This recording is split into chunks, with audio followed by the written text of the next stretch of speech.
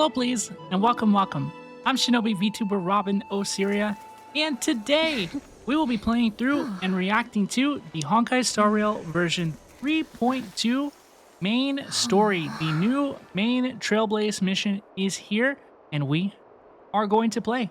I really enjoyed 3.1. I thought that it was probably, honestly, the best Honkai Star Rail story so far. I really struggled to think of something that I enjoyed more. And so I'm excited to see how 3.2 goes. Let's get started. Tribios Memory has unveiled the very first prophecy. All shall bid farewell to one, and that person alone will witness the miracle. Such is the will of fate. If I take on Orynyx's trial, will the prophecy come to pass for me as well? Regardless, I must give Aglaia an answer. Some time ago. Castorice and Aglaia. It's you, Cass. I finished the anthology of poems you lent me. Here it is. I love Aglaia. She's just so beautiful. I thought you'd be too preoccupied to find time for reading. Castorice, I find, is very beautiful as well, but I must admit, I am not super engaged on her character so far.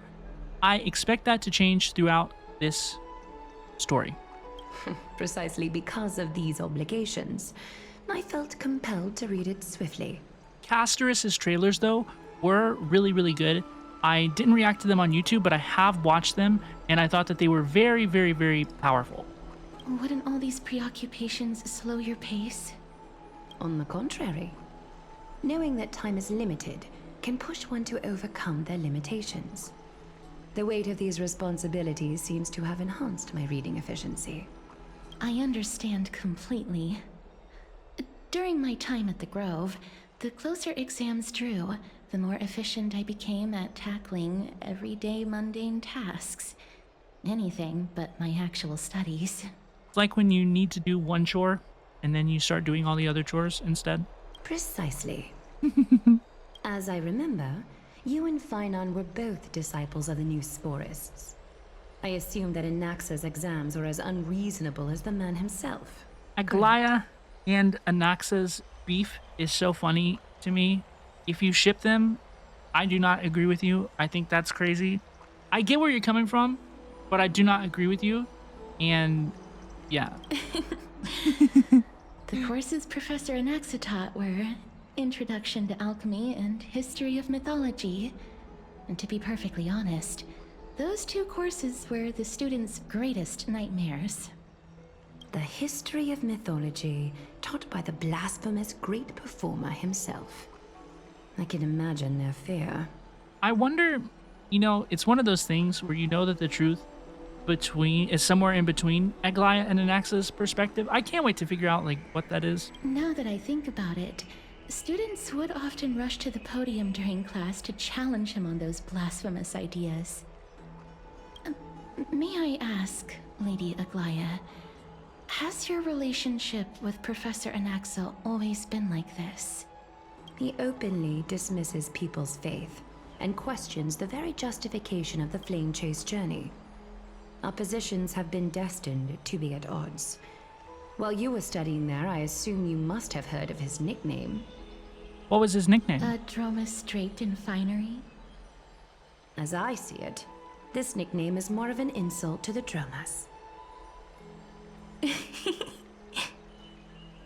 Despite his insufferable arrogance, I do hold a certain respect for his nature as a scholar.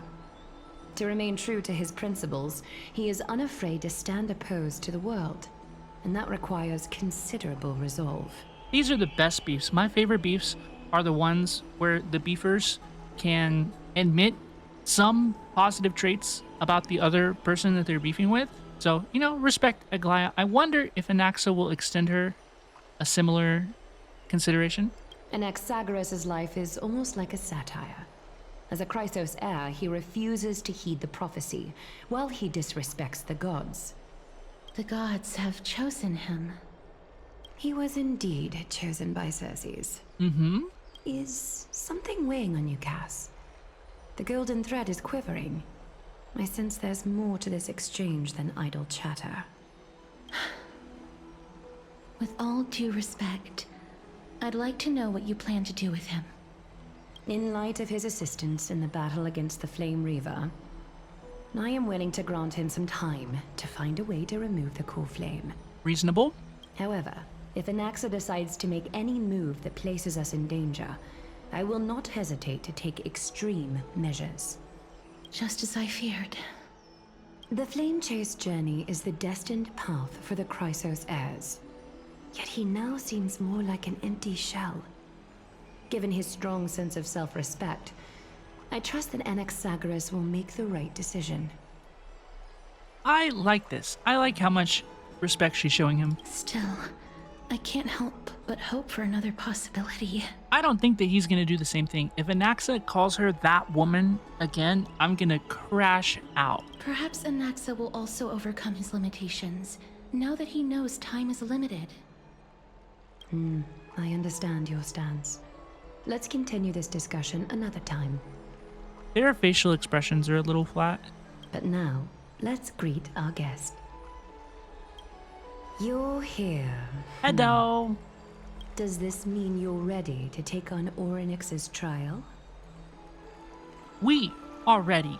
Mem and me. I have been using Mem as a vocal trick. I just be like, mem, mem, mem, mem, mem, mem, mem, mem, memmy, memmy, in like everyday conversation. It's driving all my friends crazy. It seems that this sacred beast is just as indispensable, given their intricate ties to the Titan. Memmy mem, memmy mem mem, mem mem, memmy mem, memmy mem. Surrendering the core flame is a Chrysos heir's duty. Your selfless assistance is deeply appreciated. However, I urge you to carefully consider the risks of accepting the trial. Becoming a demigod means forsaking your humanity. You will inherit Orynyx's divinity and bear the time of Amphorius, all on your own. It's intense. From that point onward, your fate will be forever intertwined with ours, never to be separated again, until the end of Genesis. Are you trying to talk me out of it? On the contrary, you are the only one who qualifies to attain divinity. Yet, for that very reason, I do not wish to pressure you. I just got here. Is there a plan B? It's exceedingly rare to find a capable Chrysos heir. If this path proves unattainable, I am willing to lower my expectations. Translations, we'll just throw you in the trash. We'll find somebody else. There are still many priests of Yanissopolis and their descendants in the city. If I'm left with no other option, I'll try to find someone worthy among them. What about, Daniel? What about old Daniel? He's here with us as well. If this line goes so hard, if I do not descend into hell, who will? Mem worry. Memmy memmy mem, memmy mem mem mem, memmy mem mem mem. Mem is so cute. Mem memmy mem, mem memmy mem mem mem hero. I remember I was annoyed by Mem at one point, and I feel like such a fool. Memmy mem mem, mem mem mem mem mem mem, memmy mem mem mem mem mem, mem mem memmy mem mem, mem memmy mem mem mem mem mem mem mem mem, memmy mem mem mem mem. Orynyx seems like a child, according to Mem. It looks like you know that Titan rather well. Memmy mem mem, memmy mem mem mem, memmy mem mem mem mem, mem memmy mem mem mem, memmy mem mem mem. I like how we all just like agree that this is normal. You know, that Mem is just like normal. Memories that exist outside of your own experiences.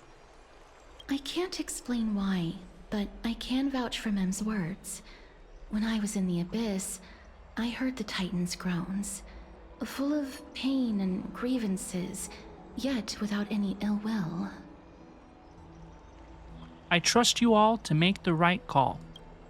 Since you've made your decision, go back to the bath chamber and get some rest. Trinem will call for you when the ceremony is ready. It Oogie. is difficult for me, as the guide, to absolve myself from blame for things to have progressed to this point. time and again, you have risen to the occasion for Akima. Nearly rewarding you with some honeydew is no longer able to express the extent of our gratitude. When the dust settles, I hope that we'll have the chance to have a long chat regarding your return journey and the curse of the sky. It's about time that we lift the taboo and discuss things openly. Girl, you need to be careful talking like that out in public. I should say hi to Castorice. I will. Miss, may everything go well for you and Mem. Thank you. You need Aglaya for something too? It's nothing. I only came to discuss some matters with Lady Aglaya. Yeah, these facial expressions, it's just, honestly, it's just like not acceptable. Previously, I lent her an anthology of poems that Lady Trianne had gifted to me. Tracing back, this anthology was something left for Lady Trianne by a bard before their passing. Although personal properties should be cleared out once their owner has passed on, Lady Trianne gave this book to me since she knew how much I like to read. Can you tell me more about the book? It just contains an allegory. In a faraway land, in a city known as Styxia, a dragon corrupted by the black tide descended one day, swooping upon the city like death itself. Eesh. It swallowed the princess of the city whole before it was suppressed. After taking down the evil dragon, the warriors discovered that the princess's life had already met its end. That's not good. Overwhelmed by grief, the queen hired an alchemist to resurrect the princess using the dragon's flesh and blood. However, having lost memories of her previous life, the resurrected princess turned into an evil dragon herself and wreaked havoc on the city. As a result, the prosperous Styxia met its demise. So in her trailer, you know, Castorice's trailer, that is, you see her in like somebody who appears to be a twin, you know, a sibling or something, and they kind of like overlay that with the dragon. Is this like a metaphor for that? I'm gonna say it's a touching story. I don't want to accidentally offend Castor. Is she like testing the waters with me or something?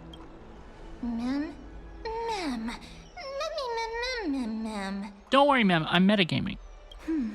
I actually think so too. See? Mem? The author of this book is Arcadia, Mem plays ZZZ. a wandering bard who traveled to many cities. Among the things she left behind are poems, dictionaries, and many tragicomedy scripts. She even clearly underlined and took notes in books that covered myths with her elegant handwriting. While flipping through these books, I felt like I was afforded a glimpse into the life of Arcadia. It felt just like I was traveling with someone that I'd never met before. It was as if she had yet to pass on and was still alive. No one goes through life without leaving their mark behind. That's right. Writing, drawing, and taking photographs. It seems like human nature to try and leave records of things. Speaking of taking photographs, when I was helping you to take the photo previously, I did not look through the photos in your photo stone out of courtesy. But I'm also very curious about the story of the Rosy Celestial Maiden. She wants to know about Miss Mark. Despite having visited many cities in Amphorius, I still understand nothing about the world beyond the sky. If there is an opportunity... She looks like a busted animatronic. Forget it. Let's talk about this in the future. For now, I only hope that you'll be able to complete the trial safely and obtain Orynyx's blessing. Thank you, Castorice. Let us go to see Don Hung. Let's talk to Daniel. See what dude has to say. Isn't my Castorice so pretty? I'd love to go in and take a look. Biden is here. Oh no. Citizens Assembly? That's right. Oh, partner, you're back just in time. This is something that the both of you should probably know. I am not your partner. More trouble? I wouldn't call it trouble. I just think it will be favorable if the both of you understand the situation in Akama better. Do you remember the Council of Elders that was on our heels previously? It seems like they've made their move. Some background information for you. The Council of Elders is an authoritative body in Amphorius, made up of different city representatives. They hold legislative power over the Holy City, and are in charge of presiding over the Citizens' Assembly held once every few years. This is the most important social event of Akama. It is highly influential, and can even affect what happens to the Flame Chase journey. Tell us more about the Citizens' Assembly. Every 5 to 10 years, the Council of Elders organizes a Citizens' Assembly at Dawncloud.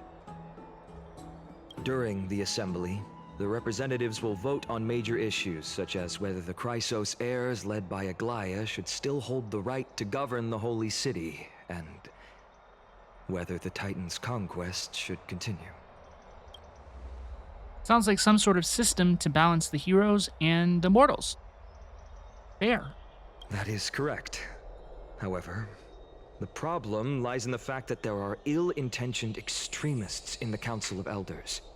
They view the Citizens' Assembly as a way to restrain the Chrysos heirs, and hope to take complete control over the Flame Chase journey. So they don't want too much control. We can refer to them as the opposition. During the assemblies held in the past 100 years, the voices supporting the opposition have been growing stronger in the shadows. It's only thanks to Aglaya that the Flame Chase journey has been able to continue to this day. We love you, Aggie. The Citizens' Assembly is just around the corner. But this time, there seems to be a new variable to the situation. Us? Is it Mem? Me? An interesting train of thought, but the Council of Elders has another target in mind. I'm afraid that the Council of Elders might want to take advantage of Professor Anaxa. Aglaya will surely take back Circe's core flame. But with Anaxa's current condition, it's so unique that nobody knows how taking the core flame away from him will affect him. That makes sense. He has always been someone that is only concerned about his own research. I'm certain that he must want to escape from the monitoring of the Golden Thread and protect himself. If the opposition were to offer an olive branch at this time, It wouldn't be good for us. You suspect that he might betray the Flame Chase journey and defect towards the Council of Elders? Well, Anaxa isn't even on board with the Flame Chase journey anyway. Like, he's not even a believer in the prophecy. Anaxa has never believed in the prophecy, so technically it That's what I cannot just be said. considered a betrayal. However, he has taught many Chrysos heirs, and has long been considered an important ally of Akama. I truly do not wish to see comrades turning on one another. I have a better understanding of the full picture now. Is there anything that we can do? As I believe in his character, I plan to plead with Aglaya and try to buy more time for him. Then, the greatest way in which you can help is for you to know what I am fighting for. We understand. Thank you for being honest with us. Things are piling up again. Trailblazer and Mem are tied up with Orynyx's trial, and while I'm preparing to visit the Grove to uncover clues about the world beyond the sky. Let's just take things one step at a time. Allow me to apologize for the fact that we always seem to be troubling you. I hope that Orynyx will show more benevolence and be more accommodating. I remember that they seemed quite fond of you back in the Abyss. Go and rest and regain your strength.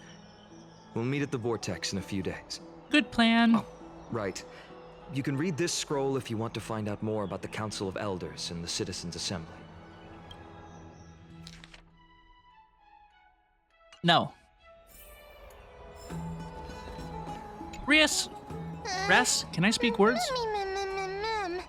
Mem nervous. It's okay, ma'am. Everything will be fine. Let's just hope that everything goes well. After all, as someone who has earned the gaze of an Aeon, you should be able to overcome the trial of a regional god just fine. We've also unknowingly gotten used to sleeping with the midday sun shining brightly above our heads. Get some rest, Trailblazer. Perhaps a new phase of our trailblazing expedition in Euphorius is about to begin. Let's wait for the trial. A few days later at the Vortex of Genesis. Esteemed one, Orynyx's vacant totem awaits. If you have already made your preparations to become a pillar of Euphorius, please, step forward. Here we go. Little Gray and Mem, thank you. Trian! Your resolves cannot be questioned. We praise your pure selflessness and courage. Trian! Get ready to assume Orynyx's divinity, Trailblazer.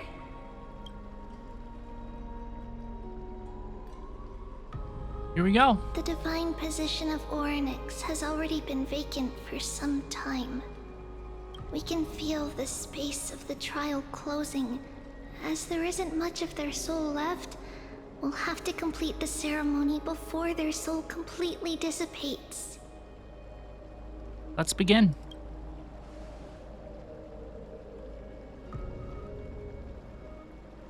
The eighth core flame coveted by the miracle that once belonged to the great Vale of Evernight, Orynyx. It shall now be returned by the two elected heroes of the Chrysosairs. A traveler who is upright and courageous, and a sacred beast that invokes miracles.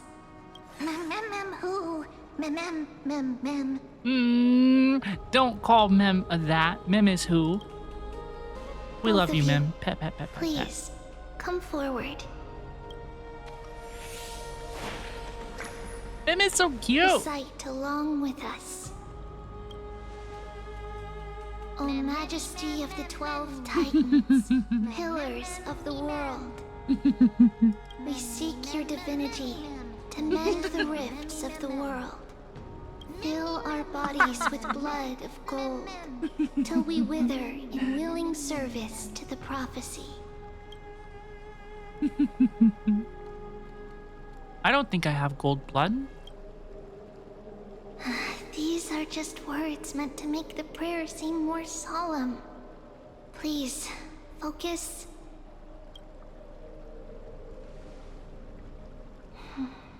And surrender the core flame. I feel like something's gonna go wrong. Like, disrupting that was bad. I don't know.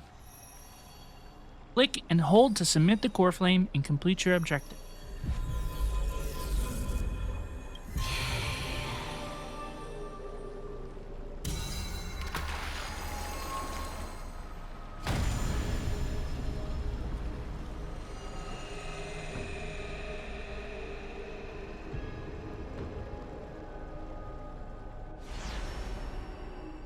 Wow.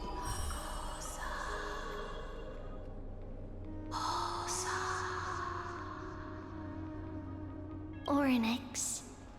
Their soul has been waiting for a long time. Perhaps they're also quietly waiting for the arrival of their successor. I'm here. Wait for my return, my friends.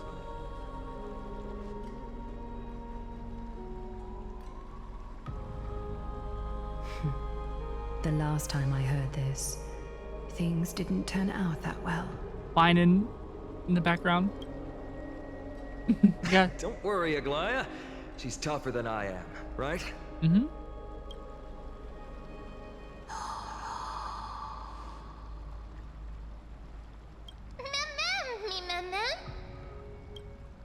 Okay, so far so good. So far, pretty interesting. Nice little setup. Going on a quest with Mim. Traveler from beyond the sky, let us pray that the Titan acknowledges your worthiness. Let's go. Although she loves cracking jokes at inopportune times, her determination is as strong as the Chrysosairs. She will definitely succeed. while she's away, I would like to have a chat with you, Aglaya. Sus.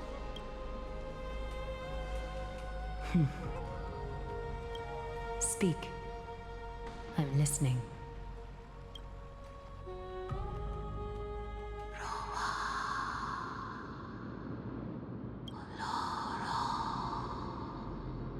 Slap, slap! Wake up! Hi. Hi, Mem. Memmy. How is it? How do you feel? Mem is speaking. How are you able to talk? That's what I said. I think that it's amazing too. Testing, testing, 1, 2, 3. Testing, testing, 1, 2, 3. Hi, Mem. I have such a cute voice. It must be because of all the memories that I collected. They allowed me to grow beyond expectations. Also, listen. The words of the Titan are becoming clearer. Mother. It hurts. Have I finally reached the end? Are the years of isolation coming to an end? Oryx. Oh, how heartbreaking.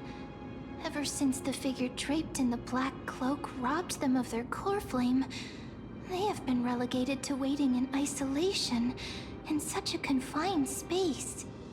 We are going to help alleviate their pain, right? That's the plan, as far as I know.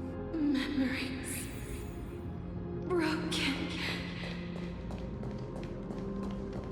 Mother, where? That's ominous.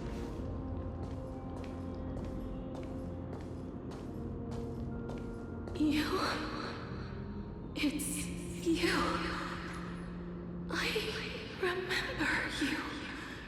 Skyfather has gazed upon you. Mother is calling for you. Does Skyfather refer to Fuli?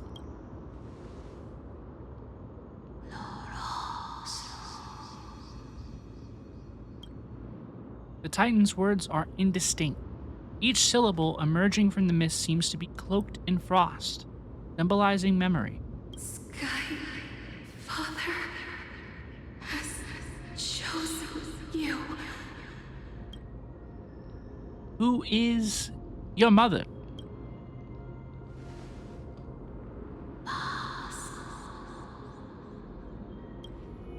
A majestic voice pierces through the golden mist, reaching the unseen mountain walls in the distance, reflecting and returning to your ears as an echo. Within the echo, seemingly you can make out the cry of a baby. Mother is no longer responding. We've come to you because of something important. Something important. Hmm? An important matter. Oryx, listen to me. Aren't you tired? Throughout the long years, you have always been protecting the fate of Amphorius. Each time people draw strength from within their memories, every single ripple falls onto your shoulders. There's no need for you to bear this any longer, Oryx.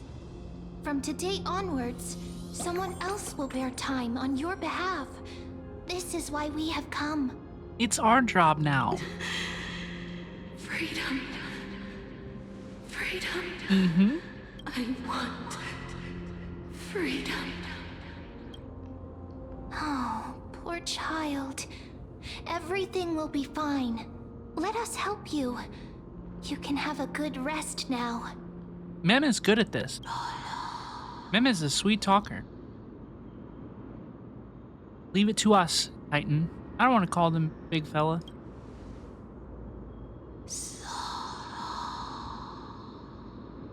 You have potential, strength, willpower, powerful, and tenacious. But you lack something What do I lack? Just one thing. What do I lack? Lacking something. What is it?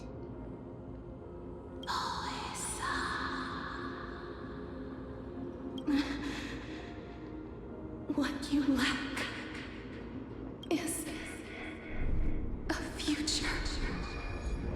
What? What do you mean? What do you... I don't have a future? What do you mean by this? Future? Traveler from the sky. You should have dissipated already. The gaze from Skyfather stabilized your form. Huh? Because from the moment you crossed the sky, your life was cast away. What do you mean? Right now, you are simply a collection of walking memories. I died? Am I dead? What? How is that possible? Doesn't make any sense. Do you mean that I'm already dead?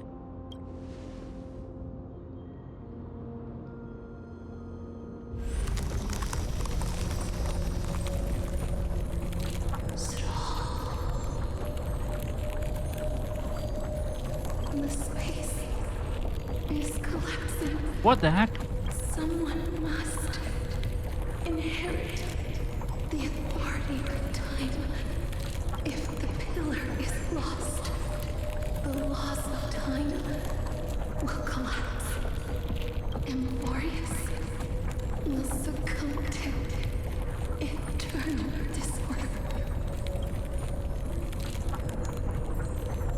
You haven't explained things clearly.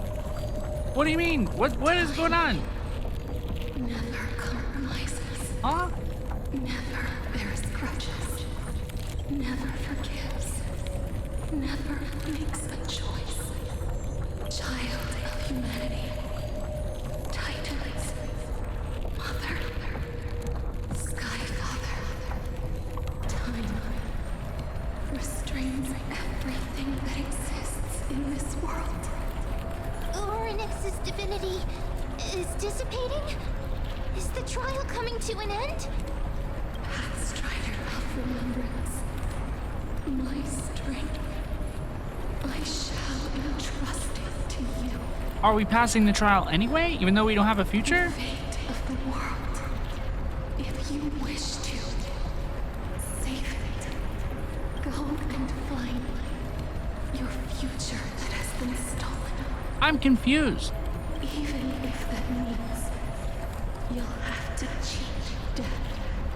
You'll have to challenge that. Hand of shadow, clasped with unyielding fingers. Death Titan? We'll have to face the Death Titan. Or the passing of 15 entry hours. Go forth and reclaim your future. We have 15 hours?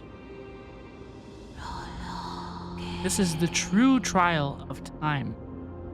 Wow, now we have black text on white background. Pretty intense.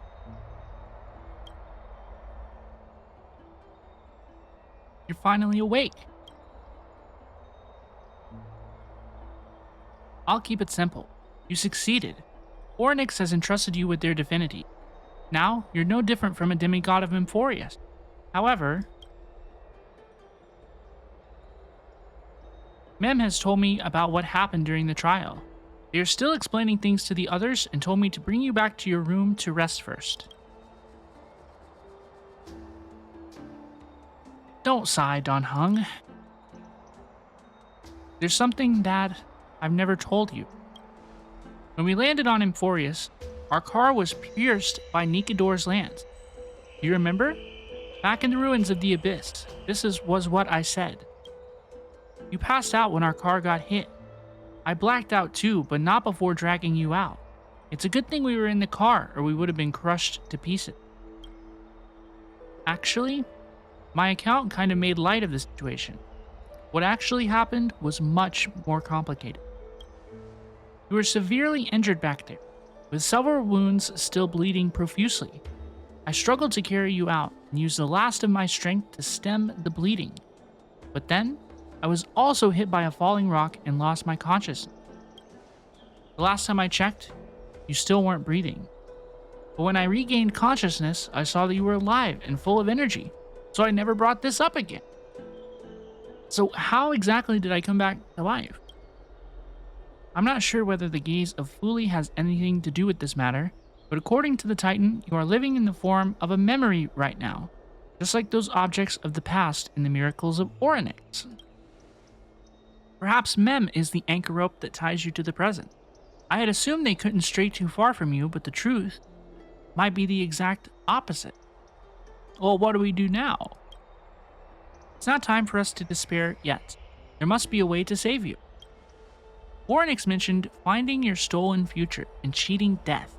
Considering Mighty's indestructible body, it seems to suggest that there is some kind of miraculous power in Emphorius that can even reverse death. The key seems to lie within the Hand of Shadow, whose whereabouts are unknown. Hey, are you alright? I heard you two talking about Thanatos.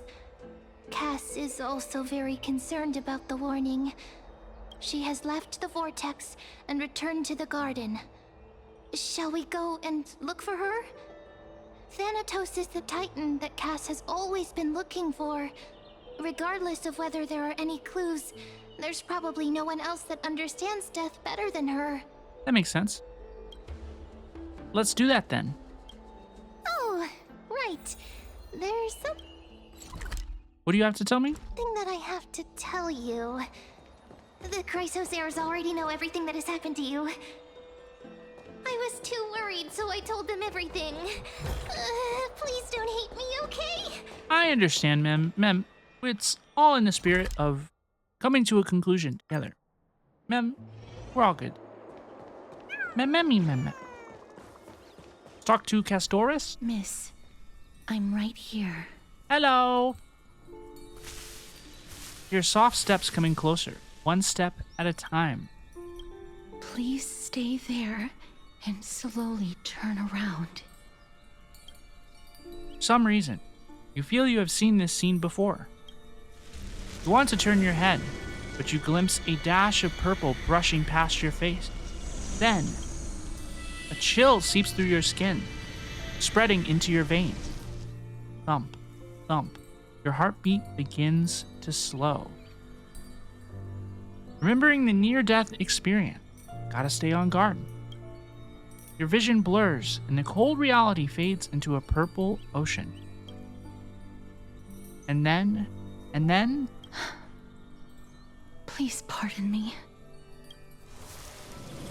a subtle fragrance of an unnamed flower fills your senses, its sweetness making you forget the need to breathe. You realize you are still alive. No, to be more precise, your death was not thorough.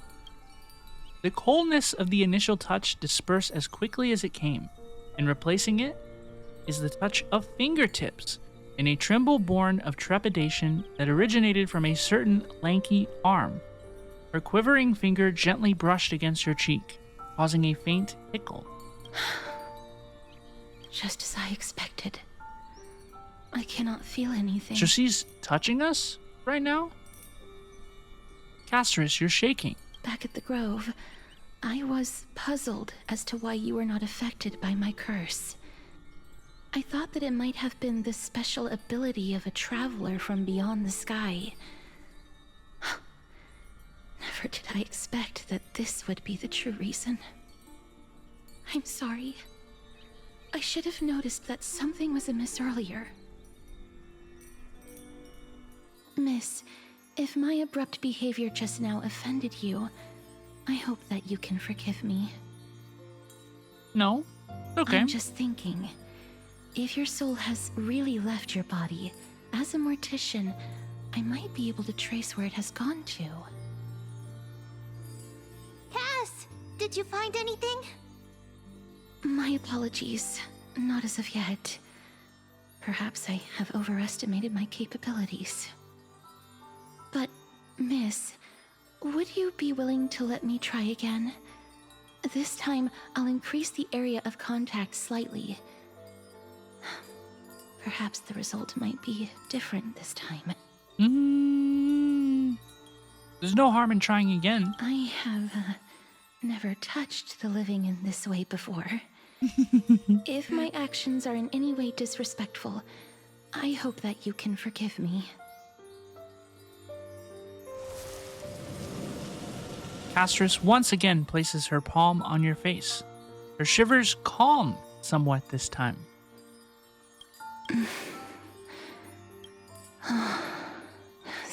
Ma'am, are you okay?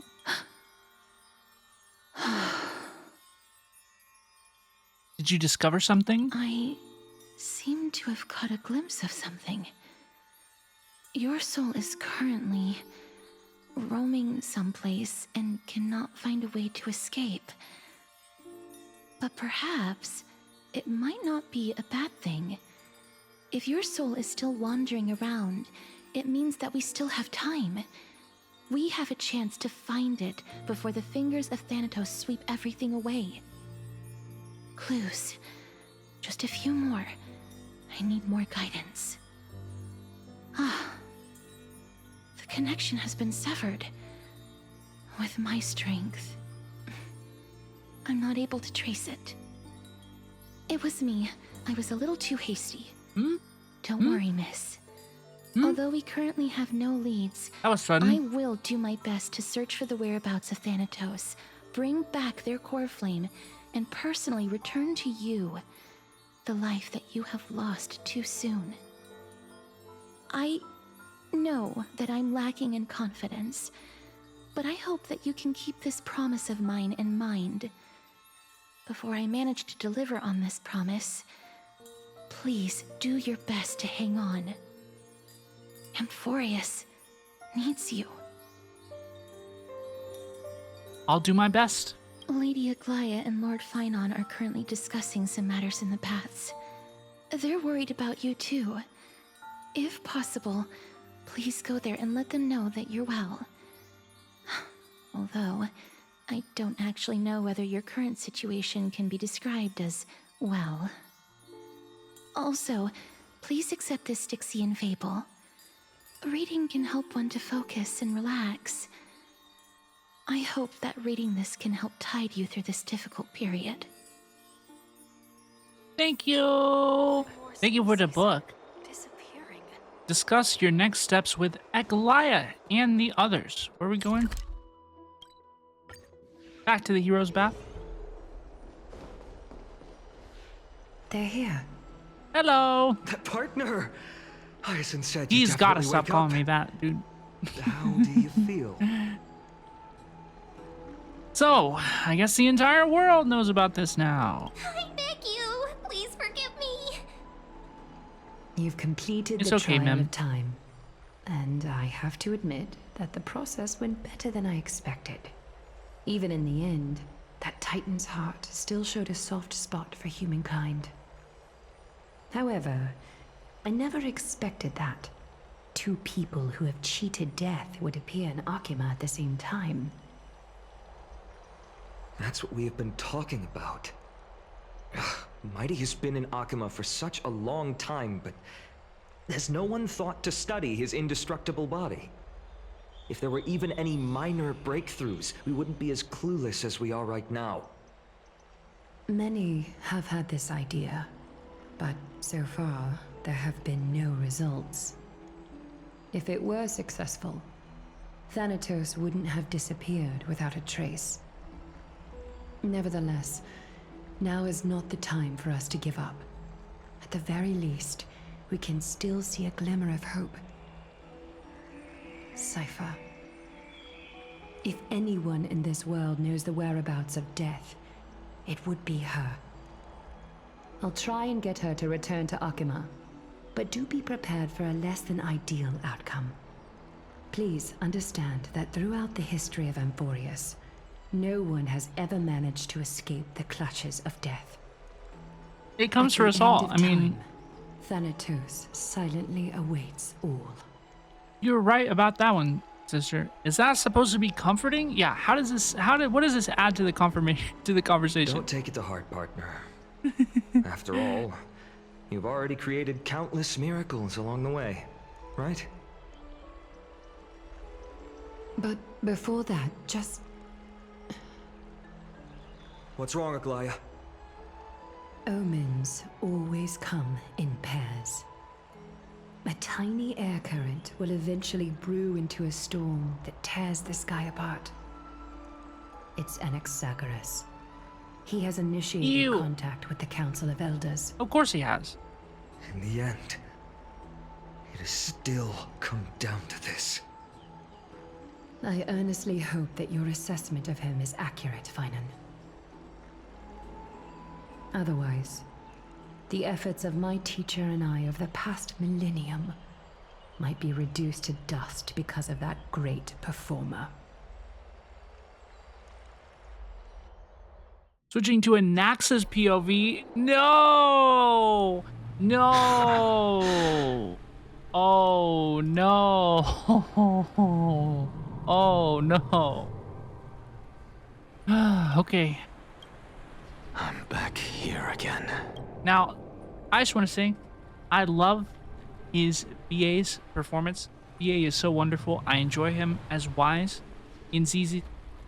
I have absolutely nothing against the performer or his performance, but I have not been super enthralled with this character's story so far, and I don't know. I don't like these type of characters. Okay, perhaps he can endear me throughout the story. I suspect that probably will be the case. Honestly, that usually is what happens. You know, you judge a character at the beginning of their story, and then you have a different opinion by the end. I recognize them.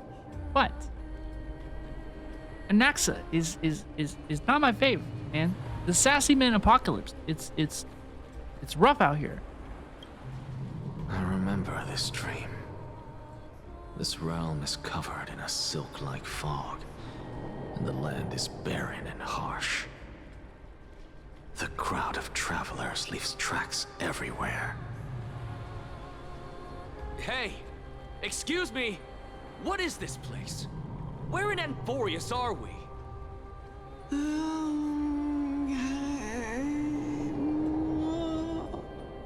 What the heck?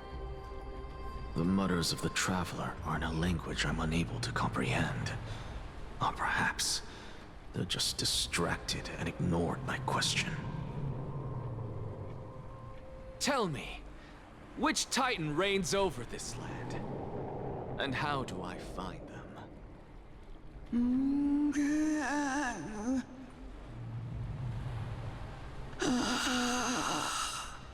This noise is horrifying.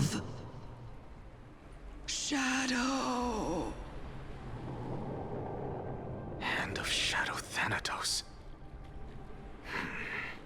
Could this possibly be the Netherrealm? Not Netherrealm. Then where is this? River of Souls? The outskirts of the Netherrealm? Are you heading downstream toward the Netherrealm? The Netherrealm. Nothing but an illusion. Titan rejects you, me. Listen. What? I'm listening. The traveler lifts their wrinkled fingers and remains silent. I look in the direction they are pointing and listen closely. There. A massive shadow brought the sound of rushing tides. The sound of tides. I can hear it.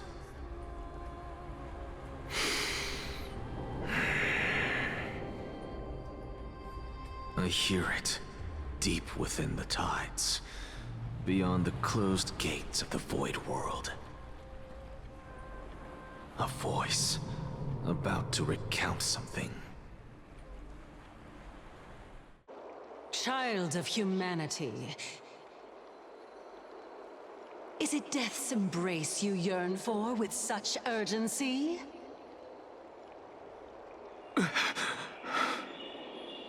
Oh, you have awoken. Welcome back to the mortal realm. Wakey wakey? Your consciousness Oh, she's is in this? dissipating much faster than I expected. Oh, she's so pretty. Ultimately, it seems like the Titan's core flame is incompatible with a mortal body. Yeah, that actually honestly makes sense to me. How much longer can my consciousness remain in the mortal realm? In my estimation, at best, you'll see 15 more entry hours. Not good. 15 days and nights. Hey, that's the same What is it? that Are we you have. finally starting to become attached to the mortal world now? On the contrary, 15 days feels a little too long for solving a singular problem.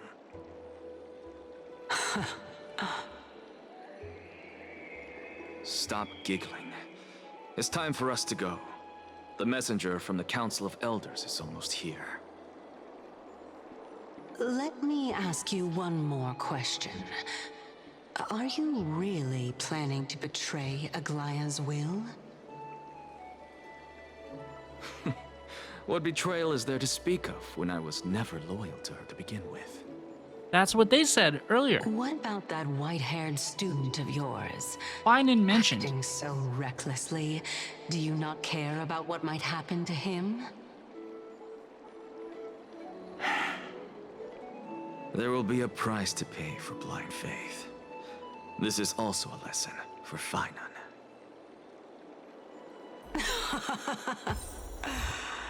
You truly are a strict teacher.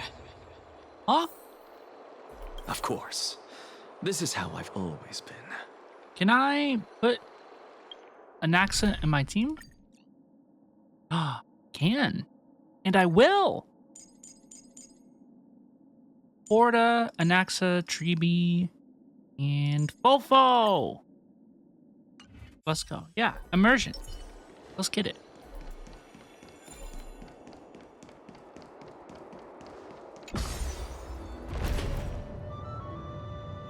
Hello.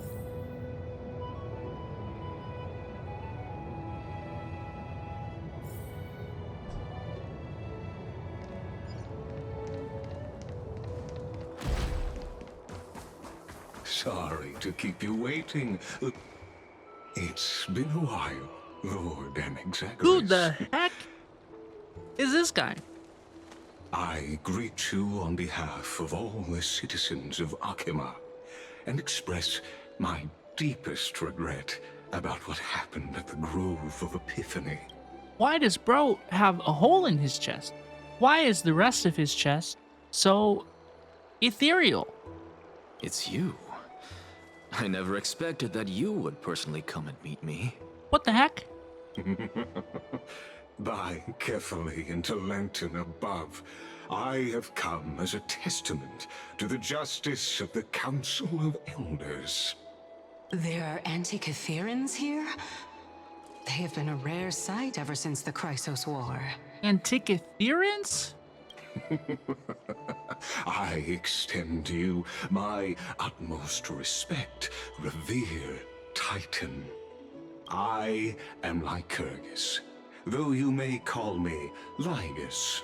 Holding Lygus. an honorary position within the Council of Elders in Akima, and as the Theoros, I stand to protect the right of all upright citizens to express themselves freely. Okay. What's up? I kind of like this guy. I'm rocking with him. You can see them too? You know about us. We Antikytherans perceive the world through the amplitude and frequency of souls. Just as I am conscious that Lady Aglaya is secretly listening in on our private meeting from afar. If necessary, Lord Anaxagoras, I can sever the golden thread to protect your fundamental rights. Okay. The demigod should know better. for such is her station. Spare those poor threats, and just let her listen to my words. They shall serve only to unveil her own folly. May I interpret this as you having a countermeasure? I like his voice. His voice is interesting. I need not any plan, because she can do nothing other than petty espionage. As the Citizens' Assembly approaches, and with Orynyx's fall, any attempt to capture the core flame within me will only usher chaos and calamity. A truth she undoubtedly comprehends. While I, Anaxagoras, serving as the Grove's special envoy to Akima's Citizens' Assembly, have long known the extent of your abilities. Let's forego the formality of asserting authority, Lord Lygus. Lead the way. Very well. Surely Lady Kindness would appreciate such assertiveness in an ally.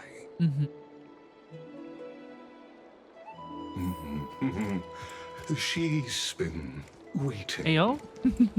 Follow me. Okay. This is crazy. This scenery is insane. Is something on your mind, Lord Anaxagoras? Not even a little bit. Nothing really. That's what I It's said. just a question that I contemplate every time before I ascend to Dawncloud. For the Titans, does the falling equate to death? Ah, a pondering truly deep. Time is on our side. Do you mind sharing your reflections with me? While all living beings must ultimately face their demise, Kefali has yet to meet theirs. Their journey continues unhurriedly along this long path. Are you suggesting that Kefali may not have truly passed? Yes. For dying implies an ongoing process, an action, whereas death signifies a static state, a definitive termination. In contrast to mortals, Titans exist on a grander scale of space and time, thus elongating their passage into death. The notion of their fall is but a misinterpretation born of mortal ignorance. Ah, an intriguing concept, albeit challenging to substantiate. After all, Kefali has maintained a profound silence ever since the era Arasa, while scholars and priests alike have conveyed the message of the gods' imminent fall. Perhaps the gods, in their arrogance, deemed it beneath them to reveal their perspectives to mortals. Could you elaborate on your statement? Circes, the kin of the Sky Father as recounted in myths, now resides within my brain. Were I to inquire, Kefali would have no cause to refuse. Oh. That very well could be true. But what if the world-bearing Titan still chooses to remain silent? In that case, the myths crafted by the people of Amphorius are nothing more than pitiful jests. It's worth a try. I believe, and I'd love to witness the fruits of your theory and the change it may bring to this imperiled world. At least the performances are good. Because I completely concur with you on this aspect. If the Titan has indeed met their end, any response from them would be impossible. Hello? Holy cow!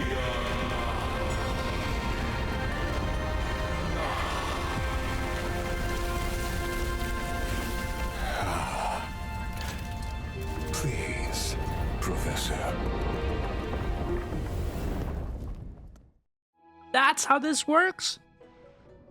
The children of humanity have indeed created a spectacle. Okay, that was cool. I wasn't expecting that to happen. Welcome to Dawn Cloud.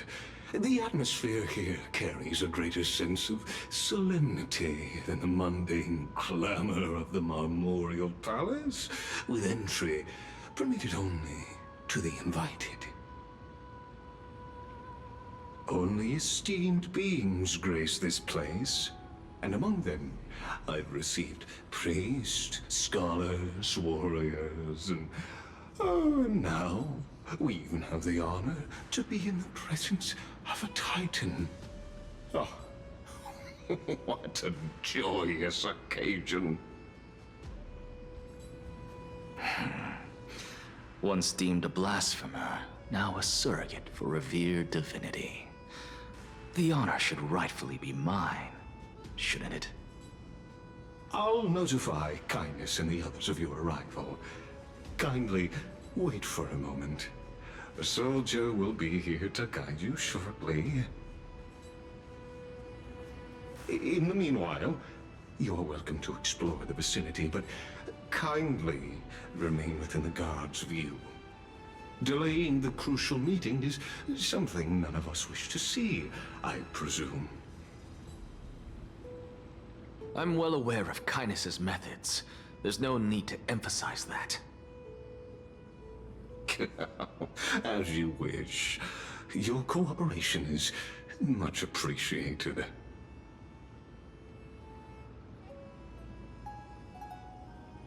Alas, I had hoped for a brilliant plan from you, but it turns out you just left one cage to enter another.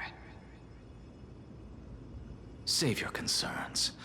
I know very well what I'm doing.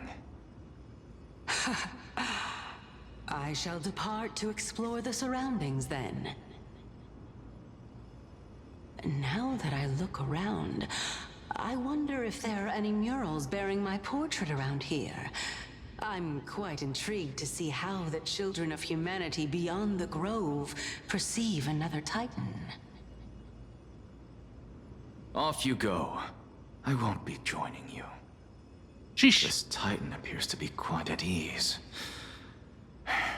I should investigate the Council of Elders' recent activities first. Be aware, I can hear you perfectly well from here.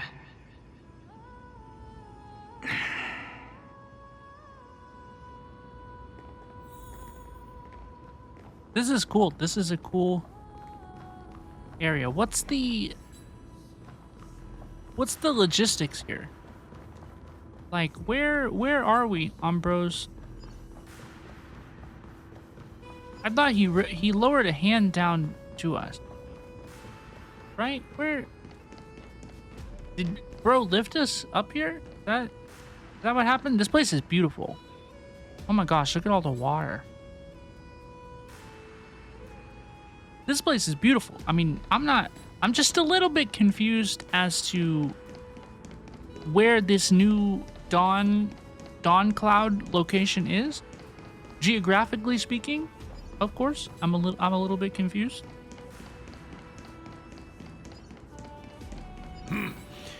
Even blasphemous scholars can come here, it seems. Anaxagoras, I thought that you had died to the Black Tide, just like the other scholars. He did. As Kephale's priest, are you not aware of the decorum of respecting the dead? Surely you jest. You blasphemous heretics are not worthy of respect from the Supreme Being. Let me remind you that you're currently in Dawn Cloud, so you'd better keep your deranged language to yourself. I am no longer that altar servant from years ago, who could only acquiesce to the commands of others.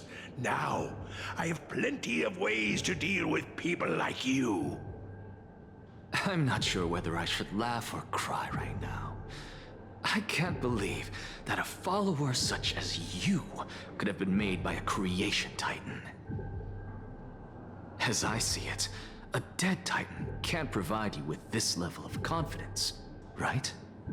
Then who is it exactly? Could it be kindness? You. Seeing how fond of you Elder Kindness is, I shall let that slide for now. Leave immediately, and don't impede us from receiving the Supreme Being's blessings. Exit now. Seeing as we were able to hear of this matter from the mouths of others, it seems that kindness is indeed quite sincere toward us. Perhaps this affair will proceed smoother than I had anticipated. Oh my, what a thrilling confrontation. As expected of one of Kefali's followers. Are you praising or insulting him?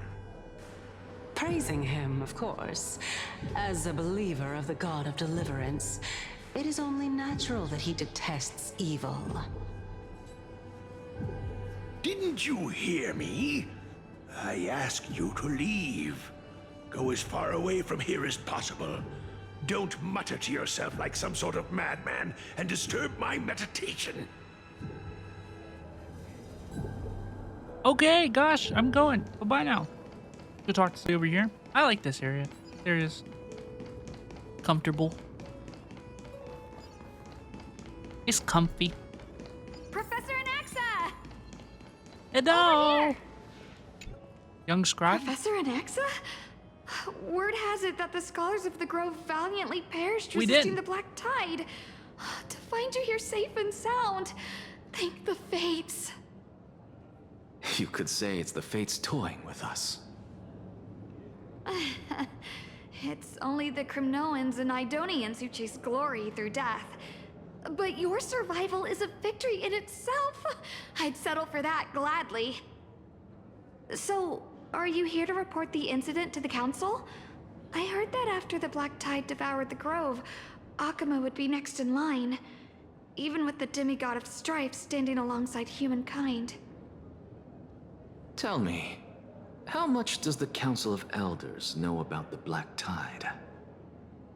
Once Kindness and her followers learned of Circe's and Orynyx's fall, they proclaimed in the council that the Flame Chasers could no longer stand against the calamity alone. Yet, when the Crown Prince ascended to godhood and repelled the Black Tide, she immediately altered her tune, declaring that all was resolved beyond Akuma, with the only remaining menace now being Aglaya and her adherents. They might well make their move at the upcoming Citizens' Assembly. No surprises there, those shifty opportunists. Thank you for your honesty, virtuous student. Being an opportunist could very well be a facet of wisdom. Shouldn't you be searching for murals of yourself? I've had enough of your prattling. I was really curious to see how you would find the middle ground between both factions, so I came to listen in. But it seems as though this Kindness is much more ruthless than Aglaya. If so, why do you want to work with her? Could it be that perhaps you've decided to readily surrender this hollow shell of yours? Just because you feel like death is fast approaching? I'm afraid you'll be sorely disappointed if that's what you truly think. I've had enough of this.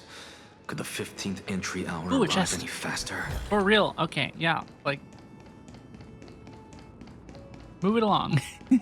Oh, my. Every plant, every tendril, no, even every leaf could be the embodiment of Circe's. As a result, mere mortals who did not know what the Titan actually looked like chose to paint them as a giant tree instead.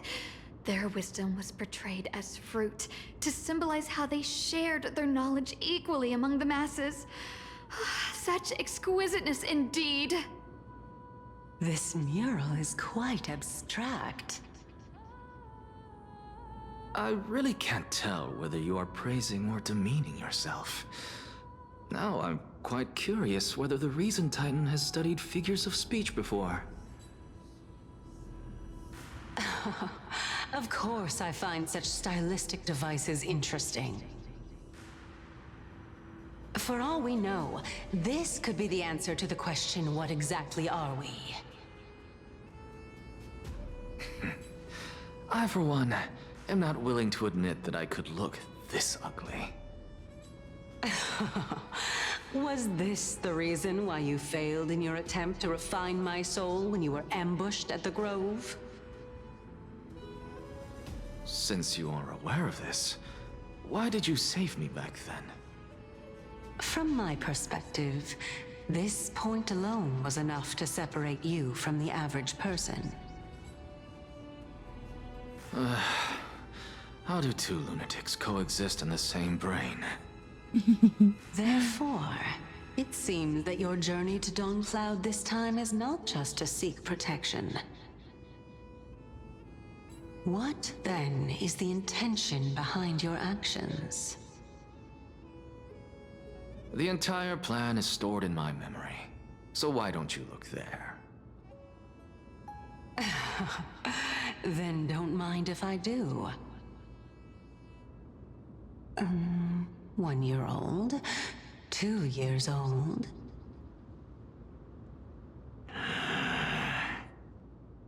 Oh my! Even a member of the preeminent Seven Sages must hug his Dromastal to sleep? How interesting. That's enough. How unusual. Your soul is actually trembling. This must mean that behind this toy hides a secret that nobody knows, right?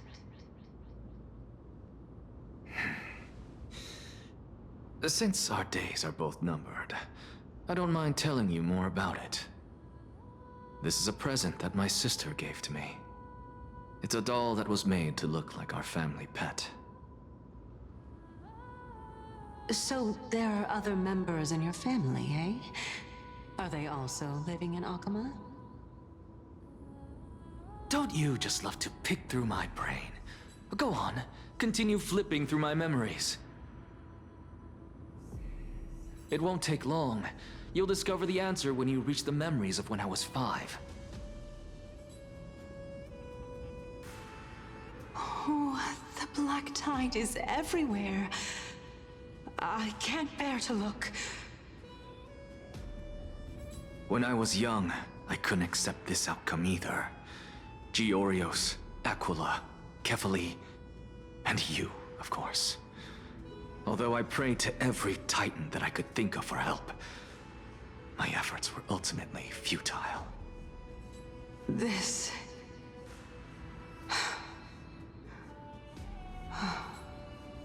Could this be the inception of your research into alchemy? Indeed it was. Everything started from that verdant courtyard of yours. When I was pursuing my education there, I naturally also came to learn of Thelesis' theory as well. Oh, I remember that person. He was the one to come up with the concept of souls, right? Not only that, he also believed that life, as well as the composition, movement, and transformation of matter, all stem from souls themselves. This is why I thought that... Guys, I just think that this is boring storytelling. They're just sitting here talking with no animations, no facial expressions, no musical cues, no nothing. They're just talking. Since all living things stemmed from the same origin, why could I not sacrifice myself in order to resurrect my nearest and dearest? Whenever she reached into his memory, it would have been nice to see a visual representation of that, at least a little bit. Anything. I mean, I don't feel like we know Anaxa like this in order to buy into or to be invested in his POV. Will my opinion Anaxa. change by the end? Probably. I did it, teacher. Little Bean Anaxa? Are we gonna see a little Bean? But this is absolute blasphemy. Regardless of how much freedom the Grove provides, such an act could cause you to be burned at the pyre. Oopsies. Ready?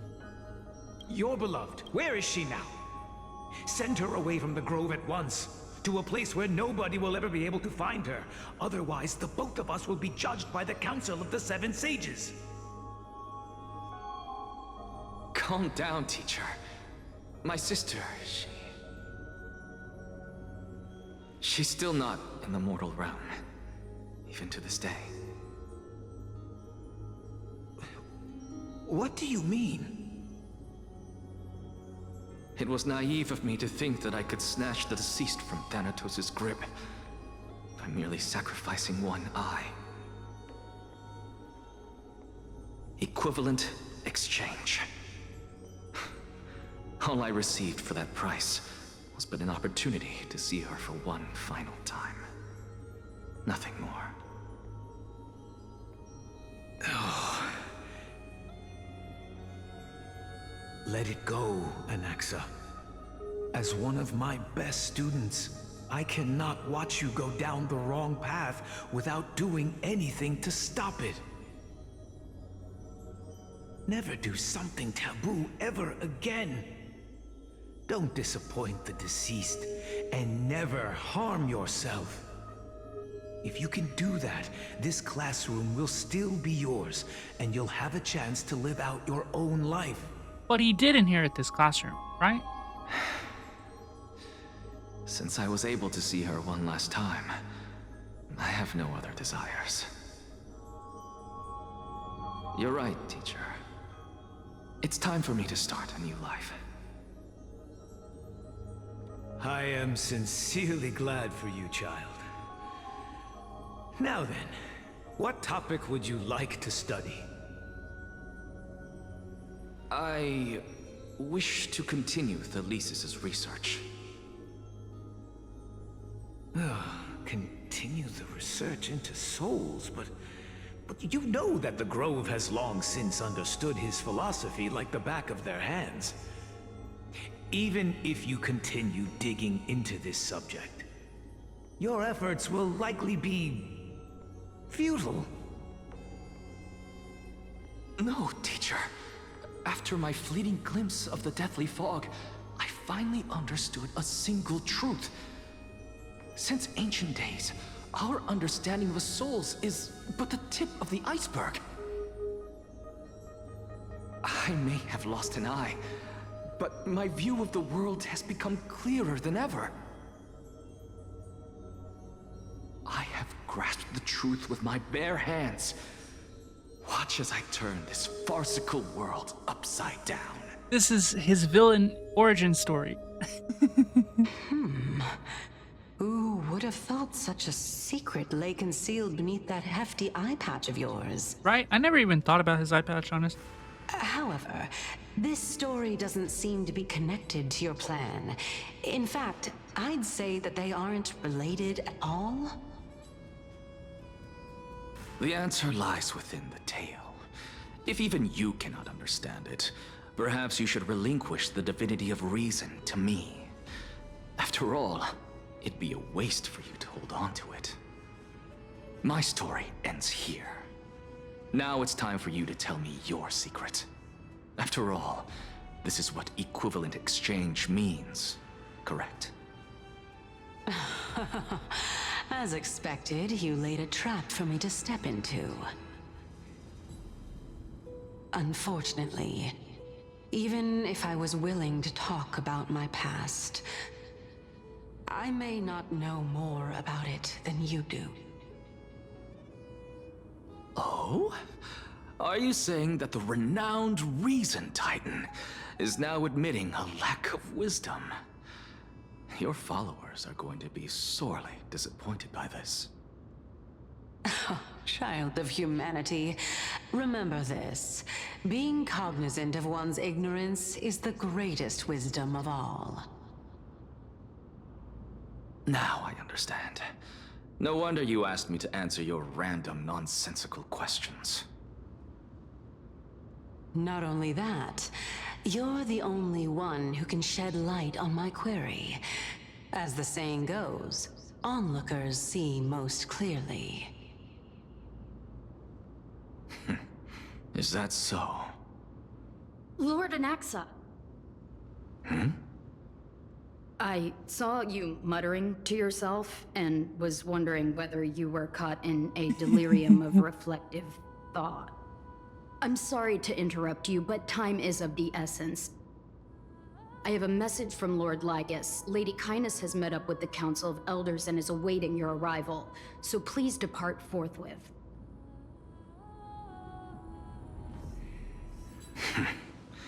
It's finally time. It's happening. Here we go. Something's happening. Carefully. The one who created the world, and the one who bears the world.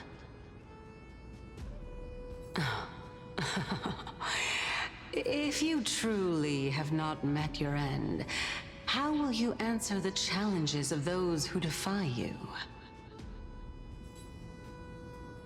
I didn't expect you to agree to Lady Kindness's invitation. What a wonderful turn of events.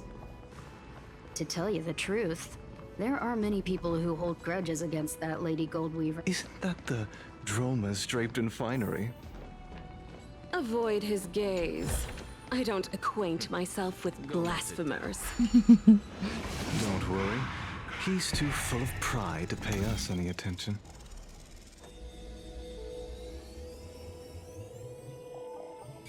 Does anybody actually look at that thing? Do you just look at the bar? Of Empedocles? I hear that his views run counter to the Venerationists. This is what being a scholar is about. A collision of ideas only occurs when there are differences in beliefs, and it is such collisions that lead to progress. Yet in... Lord Lygus and Lady Kindness are just ahead. Okay. I'll take my leave for now. Bye-bye. I'll make my way up here. Anaxagoras. He's just a little guy. Welcome to the Demigod Council, esteemed guests. Hello. Lord Anaxagoras. Oh, I've heard so much about you.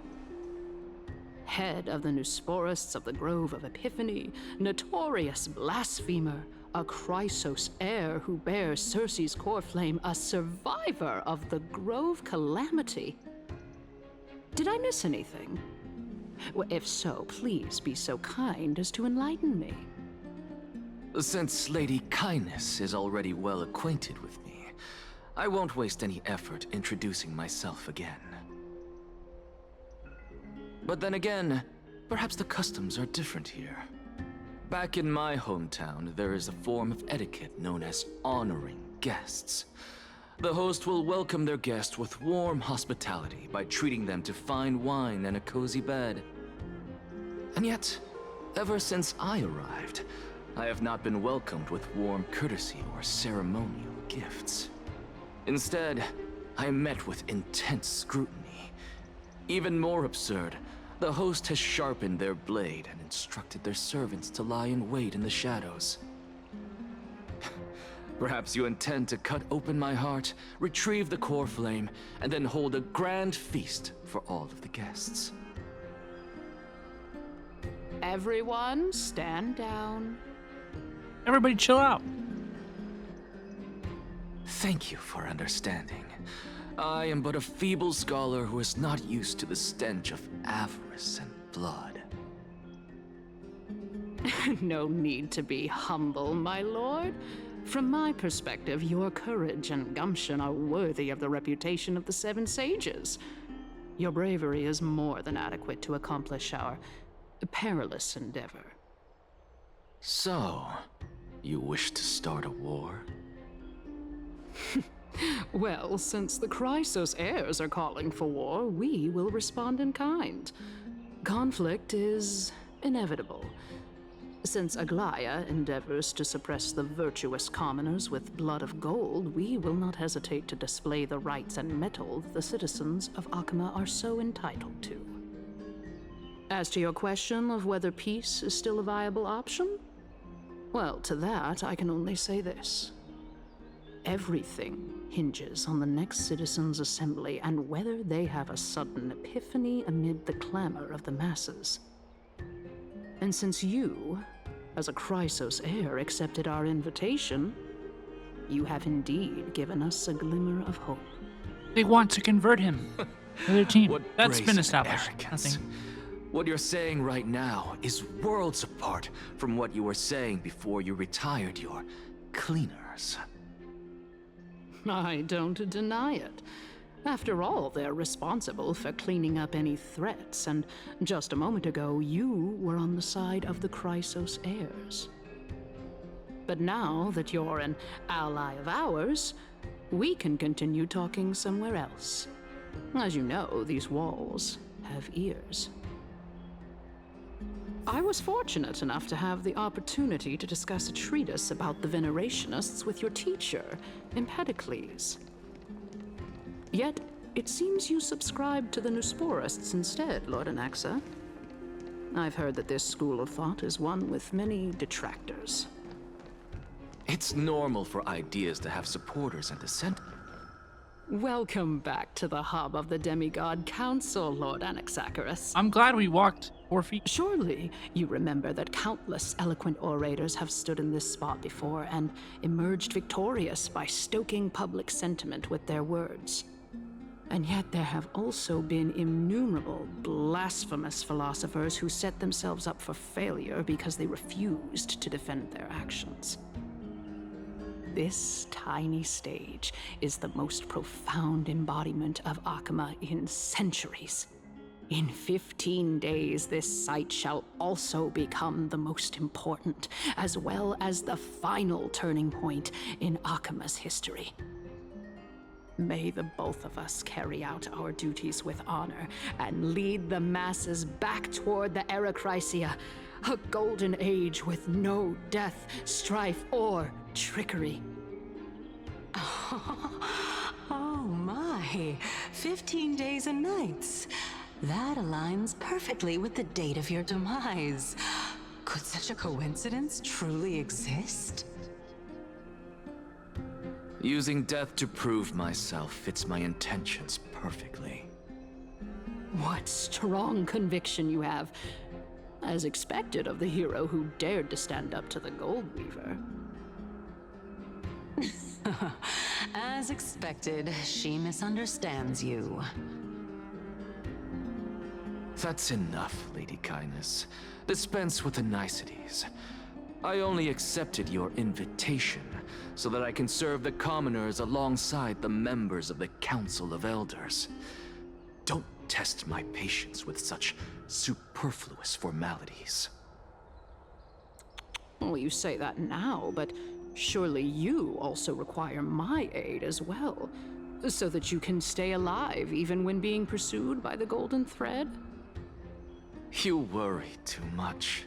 She won't show her hand too freely, as she still needs to garner support from the masses at the Citizens' Assembly. Even someone like me can tell that only a sliver of her humanity remains. Surely you're not asserting that she will definitely act in a rational manner.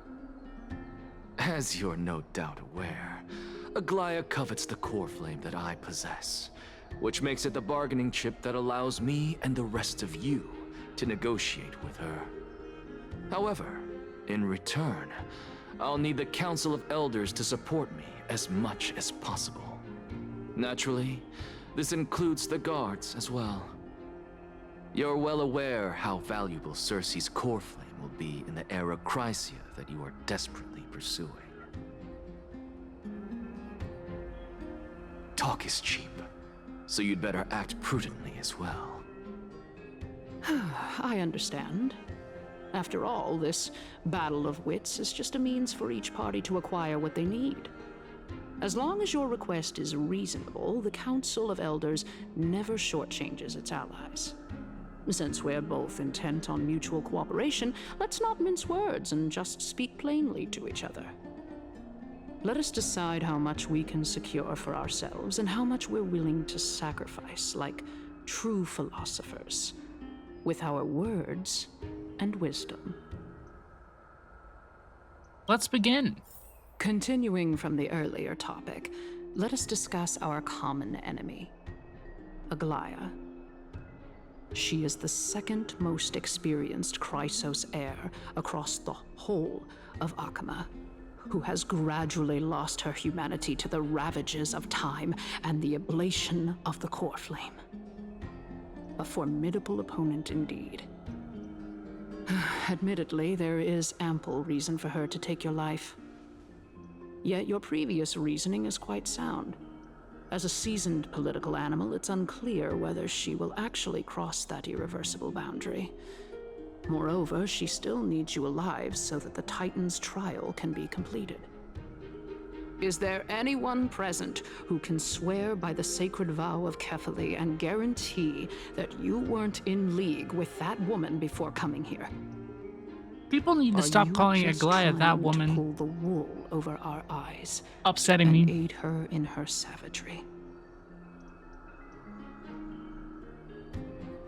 I don't. She showed him a lot of respect at the beginning of this story. I don't think that she's probably prepared to execute her, but that's not like her ideal outcome. I don't think. She just needs vassals who will do her bidding without question. If Aglaia required a suitably intelligent Chrysos heir, then I'm the best fit for her needs. However, it's quite evident that she has no need for a Chrysos heir who could break free of her control at any time. Since I believe in neither Titans nor the prophecy, there's no way that I would willingly walk on the path that she extols. Given how rigorously she enforces her principles, how would she ever accept a heretic such as me? I understand what you mean. At the very least, the both of us agree that this tyrant who wallows in extravagance and greed is the greatest threat to achieving peace in Akama. The Council of Elders is willing to defend your right to live, just as we defend every oppressed citizen. However, I regret to say that sentiments in favor of the Chrysos heirs and Aglaia are only growing in magnitude. The peace that we are aspiring toward, as well as everything that we hold dear, will be destroyed completely. The city will be burned to ashes, and the citizens' blood will be shed.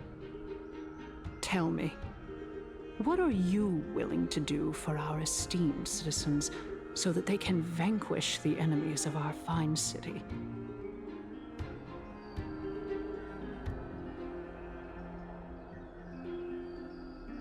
Garnering my support is equivalent to garnering the support of the entire Grove. I'm not running with this anti-Aglaia narrative. Although the circumstances I'm are not rather participating in this. unfortunate from an objective point of view, it is an undeniable fact that ever since the Grove was attacked, I have become the de facto leader of the Grove. The Council of Elders needs more backing if it wishes to topple Aglaia, and it's evident that the Academy wields considerable influence. At the very least, I have served as the Grove's special envoy to Akama for a significant amount of time. Of course, this also means that I will hold a crucial vote at the Citizens' Assembly. In the name of Kefali, Akama thanks you for your sincere and valuable thoughts. At this stage, it's clear that you and I understand the benefits to be won from this discussion. Let me put it plainly.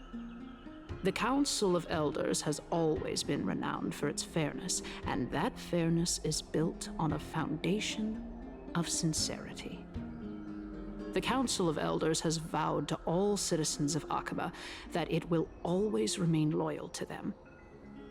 As for you, my lord, how will you guarantee that you will be able to live up to such earnestness and will not betray Akama's indomitable citizens when the opportunity presents itself? Just as you now betray Aglaia when it suits you. He has never been loyal to Aglaia. How absurd, my loyalty is unquestionable. Surely you jest. My loyalty does not need to be proven. The fact that the Council of Elders is asking for proof of my loyalty is itself akin to a form of betrayal. I am incredibly honored to have witnessed the both of you bury the hatchet in a civilized manner. However, I am afraid that I must interrupt for a brief moment. As the Theoros, I have observed the following. Lady Aglaya, the Goldweaver, is currently on her way to Dawncloud. Oh. Well, I do believe that we might have a slight overabundance of guests today. Feeling dissatisfied, Lady Kindness? Despite the Council of Elders' lofty residence on Dawncloud, it must still tolerate the whims of the Chrysos heirs. So you were holding back just now. Seems like you are better at playing this game than I. In any case, I'm glad that she's arriving here. So tell me, Anaxagoras, now that you're an ally of mine, if Aglaya were to demand that I hand you over, what should I do? You can do as she says. Tell her that the Council of Elders merely wished to chat with me and had no intention of offending her. However, by doing so, the authority of the Council of Elders will be as thin as papyrus that has been soaked in blood. Not only can it be destroyed at the slightest touch, but the Council will also lose possession of a valuable core flame. No, more like 2 core flames. After all, at the next Citizens' Assembly, that young lady who is synonymous with death will also be standing on our side. Oh? How can you be sure of that? Is that of importance to you? All you need to know is that I have a plan. In my opinion, you should be more worried about the impending threat. If Aglaya can seize me in full view of the masses today, she could also dismiss the entire Council of Elders in one fell swoop tomorrow. If that happens, the discussion that we've just had will turn into an utter joke instead. Is this the outcome that you wish to see, Lady Kindness? Fine. I will handle this matter appropriately. But you do best to remember this. Fool the people and karma will be on your tail. I'll overlook it this time, but don't count on there being a next time. Unless, of course, you crave cruel punishment and consider suffering the perfect state to ponder the true nature of souls.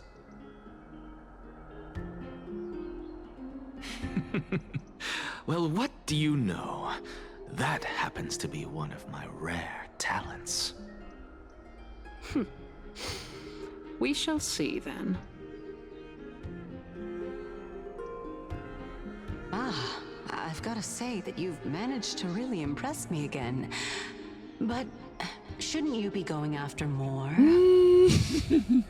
I'm literally stretching my eyes to know open. what I'm after.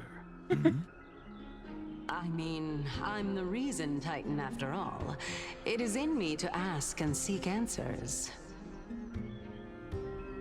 Easy there. You'll learn the answers soon enough. I didn't bring it up with her purely because she doesn't have the means to give me what I truly want. It's as they say, onlookers see most clearly. The true masters of Dawncloud have always been the Theoros, who watches over everything. Honestly, it's giving version 2.1 Aventurine story. Which was not one of my favorites. I don't enjoy these stories where the characters have a motivation that we, the players, don't understand. We're not privy to. Privy to is what I meant to say. You know, where we're experiencing Anaxa's POV, but we don't have access to all of Anaxa's thoughts, feelings, perspectives, whole history. You know, we don't. He's going about things in a way where he's scheming. You know, he's kind of playing both sides to get what he wants. But we, as the players, don't have the perfect understanding of what it is he wants. And I don't think it's super effective storytelling in that way. Wow, I timed that pretty well at the end of the conversation. Let's talk to Lygus. I like Lygus. An expected visitor. Welcome once again. Lygus is pretty chill. You know, you could actually skip all the pointless debate and come straight to me to seek an audience with Kefali. I have no reason to refuse you, do I? You may not, but kindness has. Whoever gets hold of Kefali's core flame will get to rule over Akama. She's wary of me, so naturally I had to gain her trust. I would say that debate was not at all pointless. Very true. In my view, this individual has gone to great lengths to get close to Kefali. He might very well be plotting something nefarious against the Titan. Are you still willing to let him pass, knowing this? Yes, very much so. All living creations are always free to visit Kefali's transcendent vessel. This comes with being the World-Bearer. How convenient it is to be able to hear what they say. It is truly my honor to speak to a venerated Titan in person. Please, go ahead. Let me join you both on this journey. Oh, a bygone myth tells of an occasion where Kefali once answered their followers' questions on the peak of the Holy Mountain. Their followers have since believed that scaling this Titan cliff is one way of being with the god. Hear that? It's not every day that you get to climb a mountain with Circes. You should sing me a hymn of praise. Titan hymns are beyond me. Bro, are you okay? Lygus, are you okay?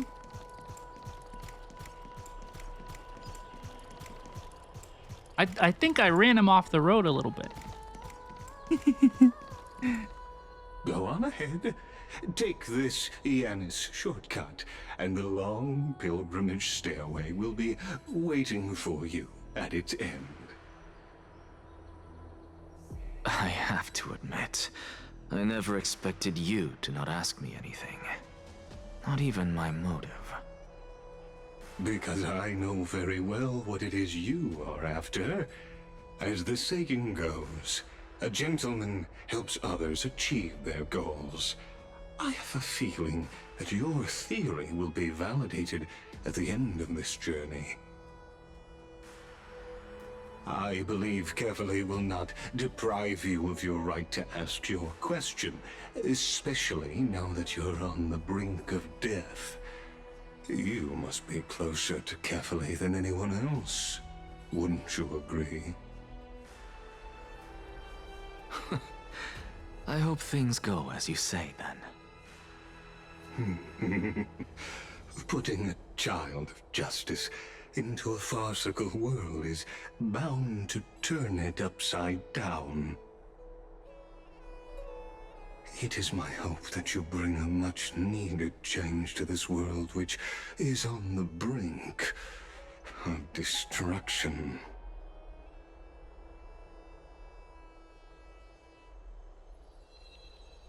Off we go! Enter the hidden passage.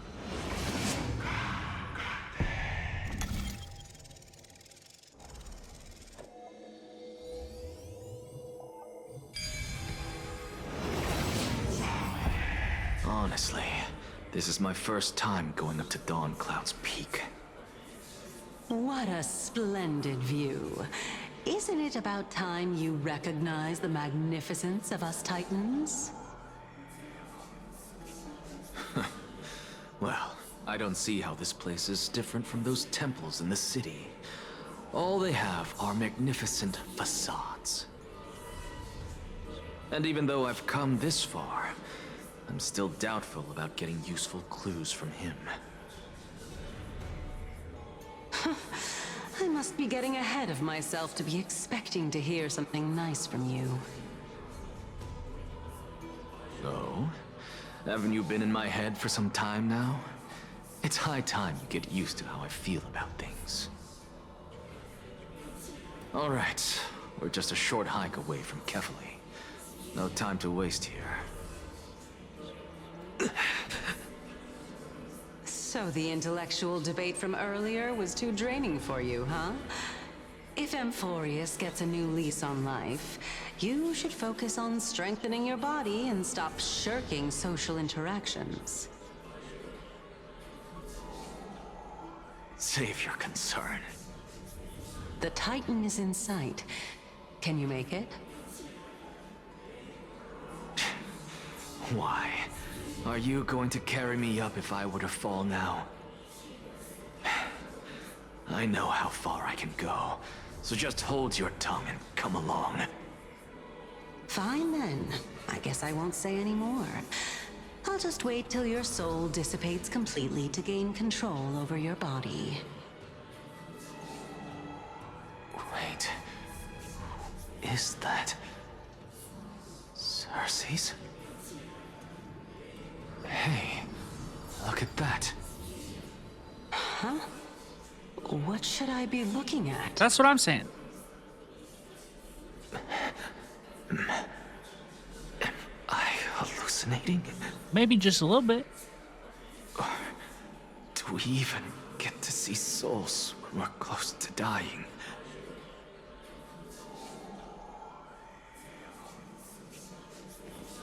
Let us ascend. Ah, there are. What are their spirits? Who? Is that Trebios? Why didn't you bring your favorite spear with you on this trip, Nias? Nias, I know that user. Nias.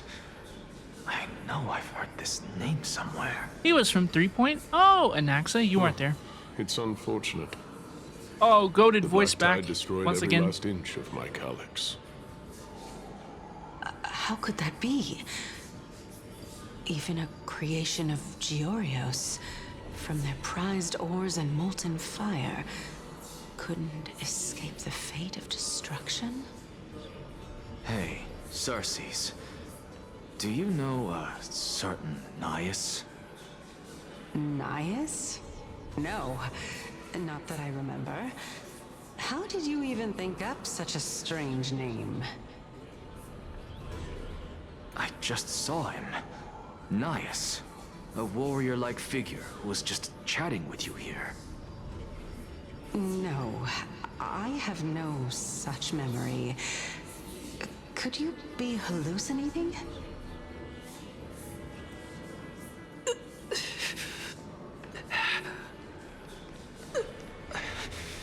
This is a departed spirit? Yep, he sees them all. Not all of them, but he sees a bunch of them. I suppose I can just ignore this. Hey, whoa, whoa, whoa, this is pretty cool.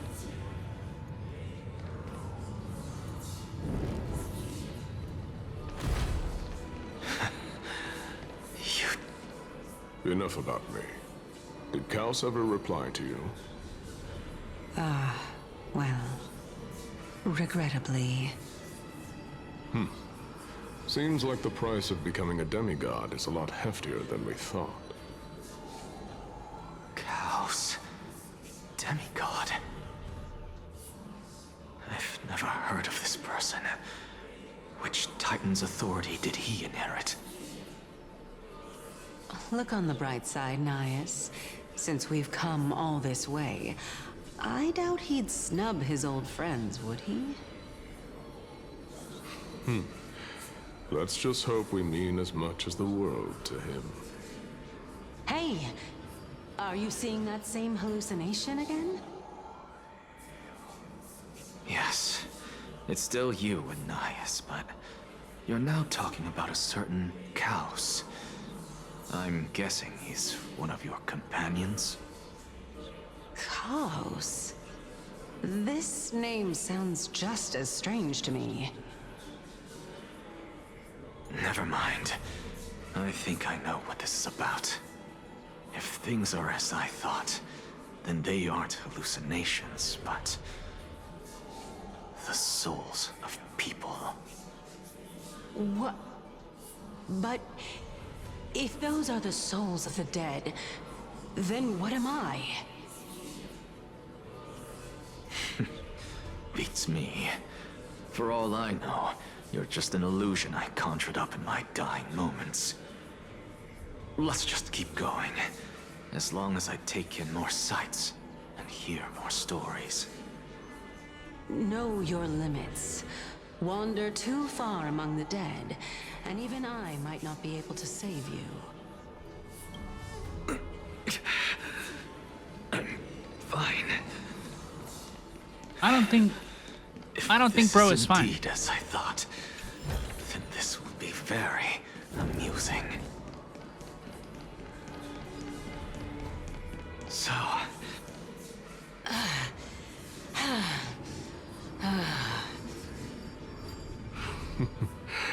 can you keep going? Of course. I'm just... If I knew we had to climb a mountain, I wouldn't have come along with you. I guess this also counts as one aspect of the world-bearing burden. If Amphorius does have a next life, you may want to get your body in shape. Keep your sarcasm to yourself. I'm not getting anything of value from them. I would sooner throw myself off this cliff and hit rock bottom than exercise even a little. I am Calypso of the eminent Seven Sages, after all. Training would make me no different from those Helcalithist barbarians. Calypso. She's one of the Seven Sages. A member of the Grove? No, she can't be. I would know her name if she really were one of the Seven Sages. Hey, Circes. Does the name Calypso ring a bell? Circes? Daggone. Doesn't matter. I can do this myself. Oh, beautiful old world. Where are you now? Oh, legendary era Chrysia, return to the mortal realm. Splendid gods once walked the paths we walk. We're here. Talk to the big man. So, I don't get to ask the Titan my question, but all of you make for a pleasant surprise, nonetheless. Very well then. Let me uncover the truth for myself. Did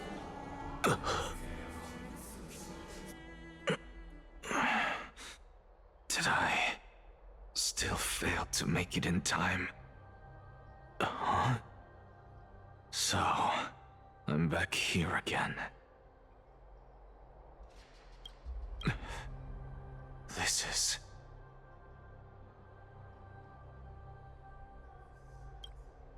I can hear it. I hear it from the depths of the tides, behind the closed doors of the Void World. A voice ready to tell me something. This time, the voice is a lot clearer than before. Huh? Since we've come this far, let's just wait. Huh?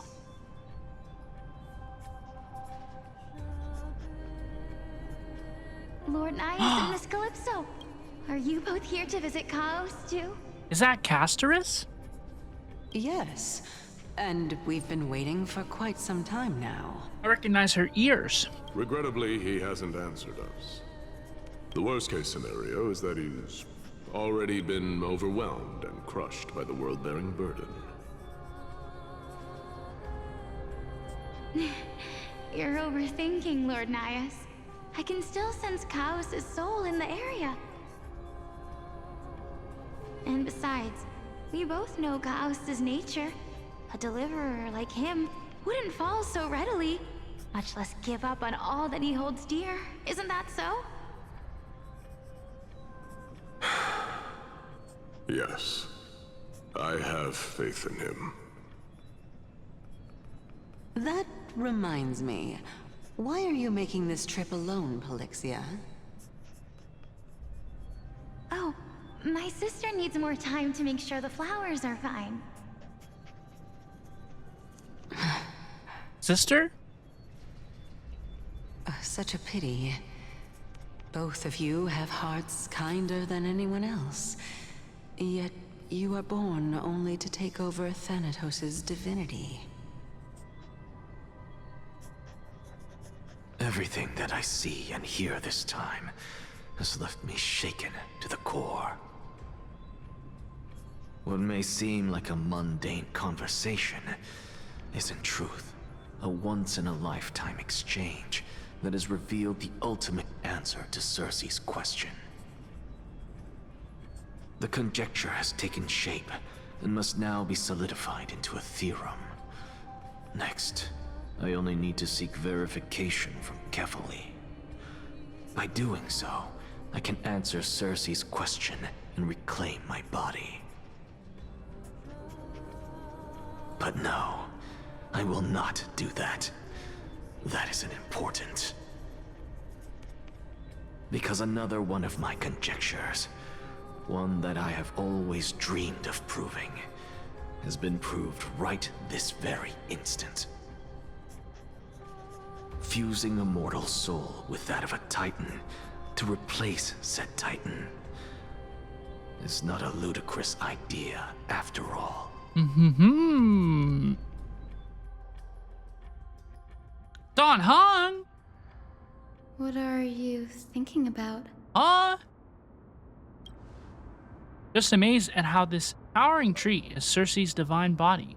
It's a majestic sight. Is that so? You don't look the slightest bit amazed, though. Plus, you seem to be strangely familiar with the city around the great tree. Hyacinth's so cute. Merely something from the past that I won't go into. Events of the past, huh?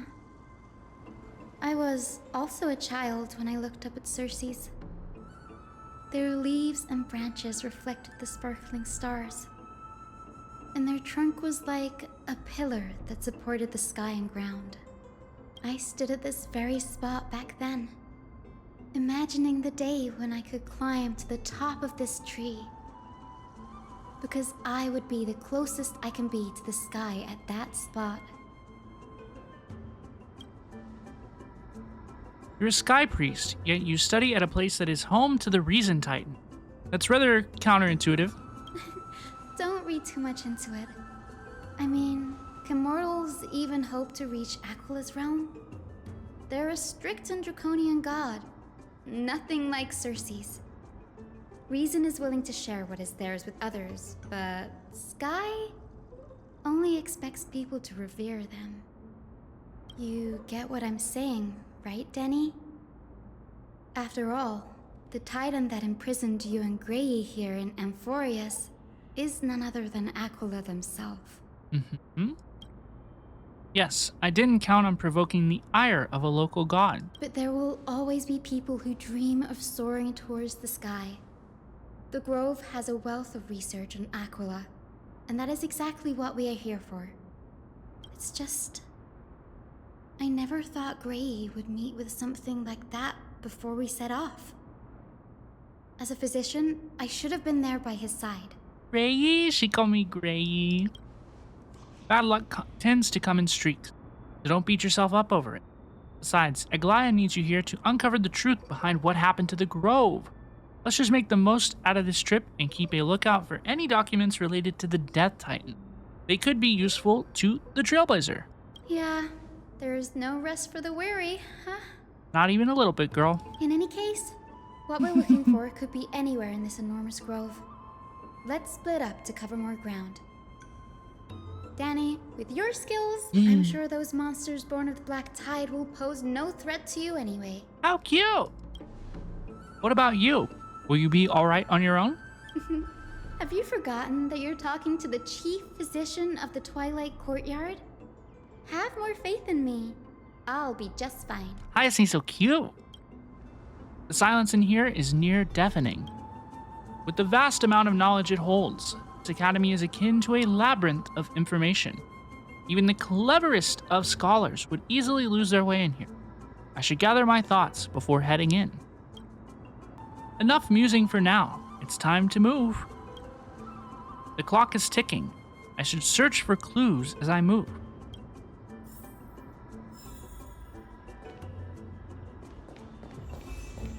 Don Hung's POV.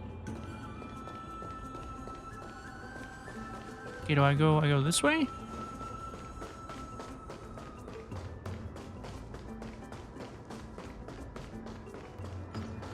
Investigate the remains of the Black Tide spawned monster. Monster? Are we finally gonna get a fight in the story? I don't know. 2 hours without a single fight is kind of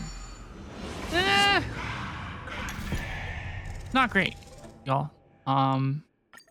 We also have the issue though, but like if it was just nonsense fights, like if we were fighting trash, I don't think that would be very good either. So it's a tough cookie.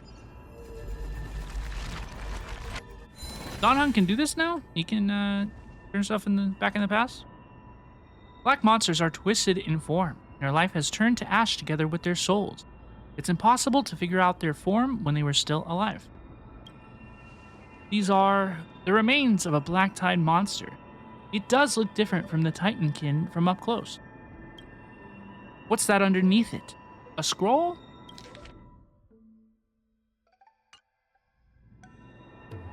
As I expected, the Grove doesn't forbid discussions about the sky. It's a debate between two scholars about the sky ships. Aglaia also made mention of the ships when she interrogated us, a memory I'd rather forget. I'll hold on to this for now. With any luck, this journey won't leave us empty-handed. Oogie.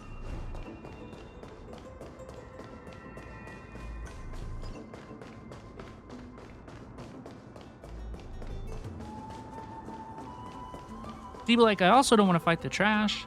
It's a tough balance. That's Hyacinth? Why is she surrounded by so many monsters?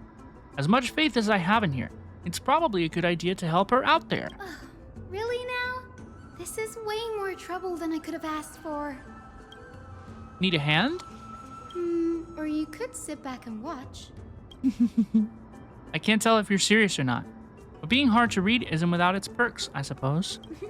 I'm kidding, Danny. Lend me a hand, pretty please. All right, now let's get him. She's so cute. She's so cute.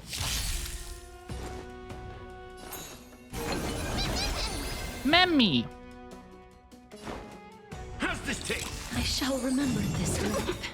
It's coming. I know the best way. Let me go! Y'all, I did some not very extensive testing, but I did some testing, and it seems to me that Remembrance Trailblazer is like way better for Castorice than Sunday. Please cherish this time as you wish. No bullying allowed.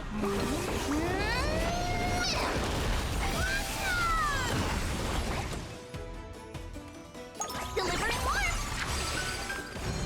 That hurts a bit.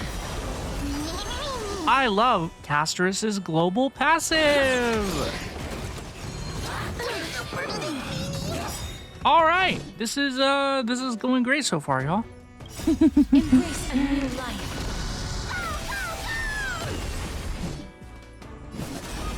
Return to dust. I'm so glad that we got to swing the scythe one time. This place is practically in ruins. What happened? There shouldn't be this many monsters here. The Black Tide is remarkably quick to detect the light of Amphorius. So or rather, the blessings of the Sky Priest in me, might have unknowingly called them to me. Anyway, never mind that for now. Here, you might want to have a look at this. I found it around here and thought it might be of interest to you.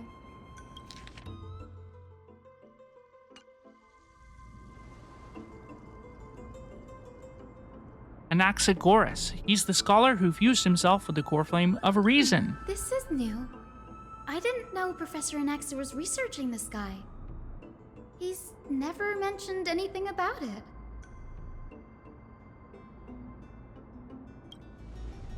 Finan said Anaxa might be opposed to the flame chase journey. Might is an understatement. Anaxa has never been one to venerate the gods, nor has he ever found it within himself to put any faith in the prophecy. People have come to think of him as a heretic, even in a place as liberal as the Grove. Yet, it is also this very blasphemer that Circe's favors. Fate sure works in mysterious ways. I picked up a scroll on my way here too. It looks like it may be related to the one you're holding. Oh? Let me have a look. Hyacine combines both records together. By the looks of them, these scrolls are records of two conversations that took place in the same setting, one after the other. There's still much I don't know about the Grove. Do you mind if I ask you a few questions? Sure, go ahead. I don't have any questions. Anaxa often says that every failure brings us one step closer to the truth. Perhaps, to him, the crash of the sky ship carries a different interpretation. The firmament is not impenetrable. On the contrary, it was precisely because the sky ship represented the first step toward breaking free from the shackles of the earth that it provoked the wrath of the Sky Titan and brought divine punishment upon itself. It's a shame that the majority of the Grove's research on Aquila was headed by the Venerationists, with sacrificial rituals making up a predominant part of their findings. Discourse about more esoteric subject matters in relation to Aquila dwindled even further after the sky ship incident. So much so that even the scroll is completely new to me. I don't think I've ever seen the dialogue like scroll upon itself like this before. Don't worry about it. We'll just collect everything we can find on the Titans for now. There's something else that's caught my attention though. This says that Anaxa is conducting secret experiments of some sort? That's what I'd like to know. What are these experiments he's involved in? Even I, the assistant lecturer, know next to nothing about them. I have a bad feeling about this. Could there be more to what happened at Yo, I need to heal. I'm just gonna be... the Grove? I'm so sorry.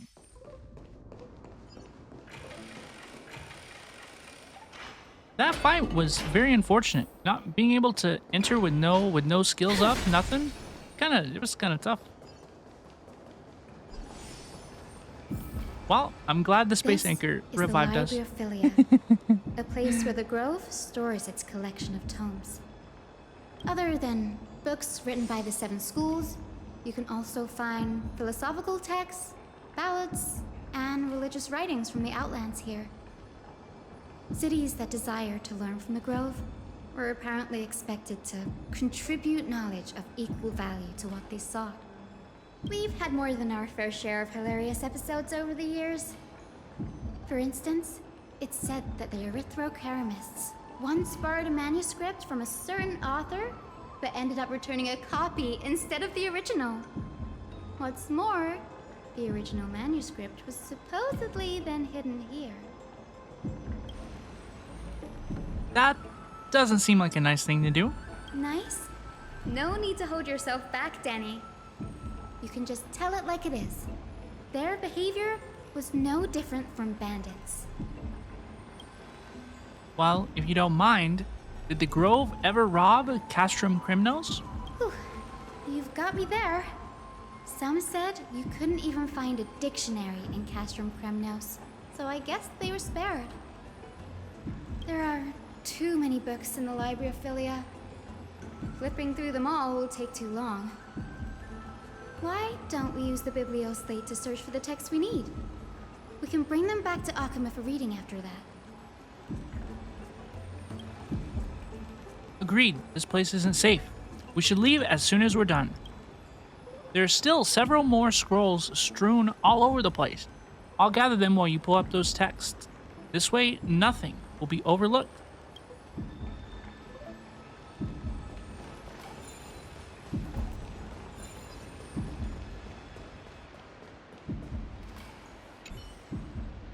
A record of the many research topics a Capris scholar had applied for, and the replies from their school sage about these topics. Topic 1. A discovery that many mythical beasts renowned for their longevity actually reside in areas with poorly managed birth and death records for such creatures. Permission to research. Reply. Lacks research significance, not approved. Topic 2. An observation of real plants within the grove imitating the growth patterns of nearby white dryads. Permission to research. Reply. Falls under the domain of the Lotophagist school. Not approved. Topic 3. Investigating the feasibility of placing flying birds into rocket tubes to guide the direction of the rocket's flight. Permission to research. Reply. Too fanciful. Not approved. The subsequent topics grew increasingly eclectic, yet the outcome of the replies remained unchanged. Impressive tenacity. Hopefully it helped him survive the Black Tide. More materials? These are complaint letters from the scholars about Anaxagoras the Blasphemer. There's a thick stack of letters.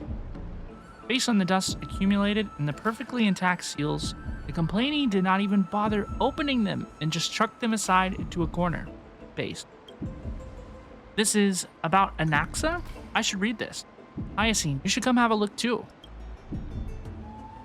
Ugh, it's so dusty in here.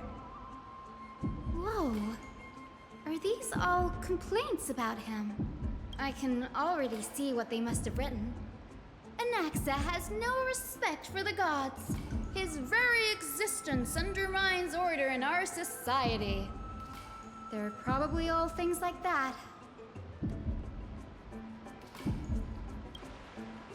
Does Anaxa hold that much influence? Why else would they call him the Great Performer? When Anaxa established his school of thought, the first thing he apparently did was read his own work to everyone. Are the Titans truly an accurate reflection of what humans think gods should be? Worlds created by gods are indubitably perfect, but what of Amphorius? Only foolishness and insensitivity everywhere you turn. An uncanny impersonation. What happened after? They marched him straight to the seat of judgment before he could finish. Oop. Though what he took on in the end was more of a debate than an actual trial. He had to address every one of the scholar's allegations, or face expulsion from the Grove. The first allegation was...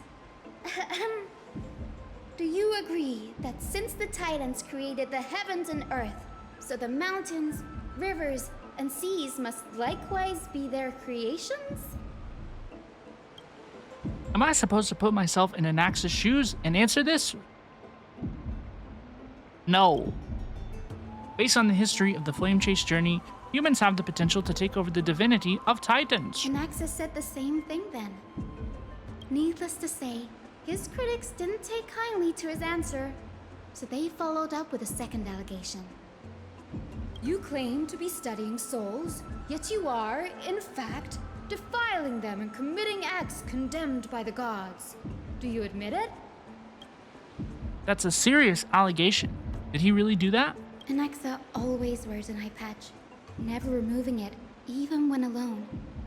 Some say he used one of his eyes as an alchemical ingredient. Every being in the world owes their safekeeping to Kifili, and this is even more so for the Chrysos heirs who have divine blood coursing through them. If he has really done something of that nature, then it'd indeed be sacrilegious. Thankfully, they had no way to prove it, so it amounted to nothing more than an allegation in the end. One by one, Anaxa engaged in wars of words against those who would challenge him. Toward the end, a scholar asked him, "Anaxagoras, have you any respect for the gods?" I really love her, like, the way that she affects her voice to imitate the other characters. I really like that. She does a fantastic job. It was only after a brief silence that he answered, "I have never denied that titans are meant to be noble constructs." What he didn't say, that the Titans are not noble, rings louder in this case. Yes. I'm not sure how that controversy was eventually resolved, but what's for certain at least is that Anaxa was allowed to stay in the grove where he continued his research, despite being regarded as a heretic. By the way, this stack of complaint letters has reminded me of a place in the grove. We may find clues there that aren't on the teleslate. I'm talking about Anaxa's alchemy lab, hidden between the cornerstones. Given the Grove's meticulous approach to archiving, could there really be such an oversight right under their noses? It's a well-kept secret. Among the 7 sages, excluding the nominal chief sage, each has a private sanctuary where they can conduct research undisturbed in their free time. Even the administrators of the Library of Philia are restricted from accessing those places and documenting the sage's research. But with the grove in this state, I'm sure Anaxa won't be mad even if we sneak into the lab for a short while. Right? Right. It's fine. It's fine. We're looking for Anaxa's lab. Let's go.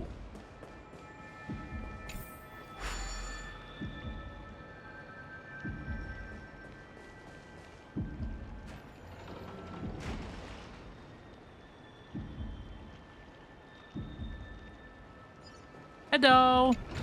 Ascend. Ascend.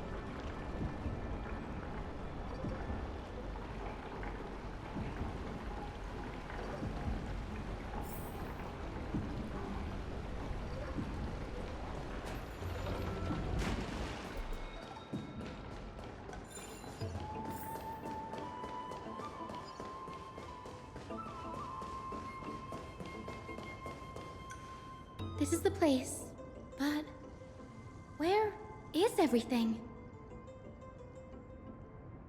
Materials for alchemical experiments, matrix diagrams, and even the seal to the lab. They're all gone. Did the Black Tide destroy it all? Apparently. No wonder we didn't see any defense mechanisms along the way. Have you ever been here before? No, not even close. Not only are alchemy experiments high-risk activities, but Professor Anaxa also has a penchant for using bizarre materials. Students often saw him walk in looking bright as rain, but come out covered in soot with his hair singed. Naturally, no one dared to come near this place. Huh? That bookshelf over there seems to be the only thing still intact.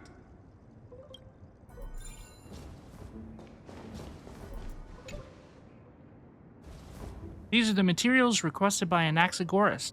Documents from various fields have been compiled in one place, including Titan creations, universality of the soul, alchemy doctrine, and so on. Most of the materials look to be within the research domain of the new Sporus school of thought.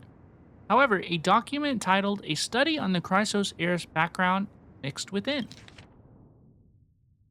What's going on? Anaxa is conducting research on our friends in Alchema and me? This journal contains several intriguing points. Anaxa's research.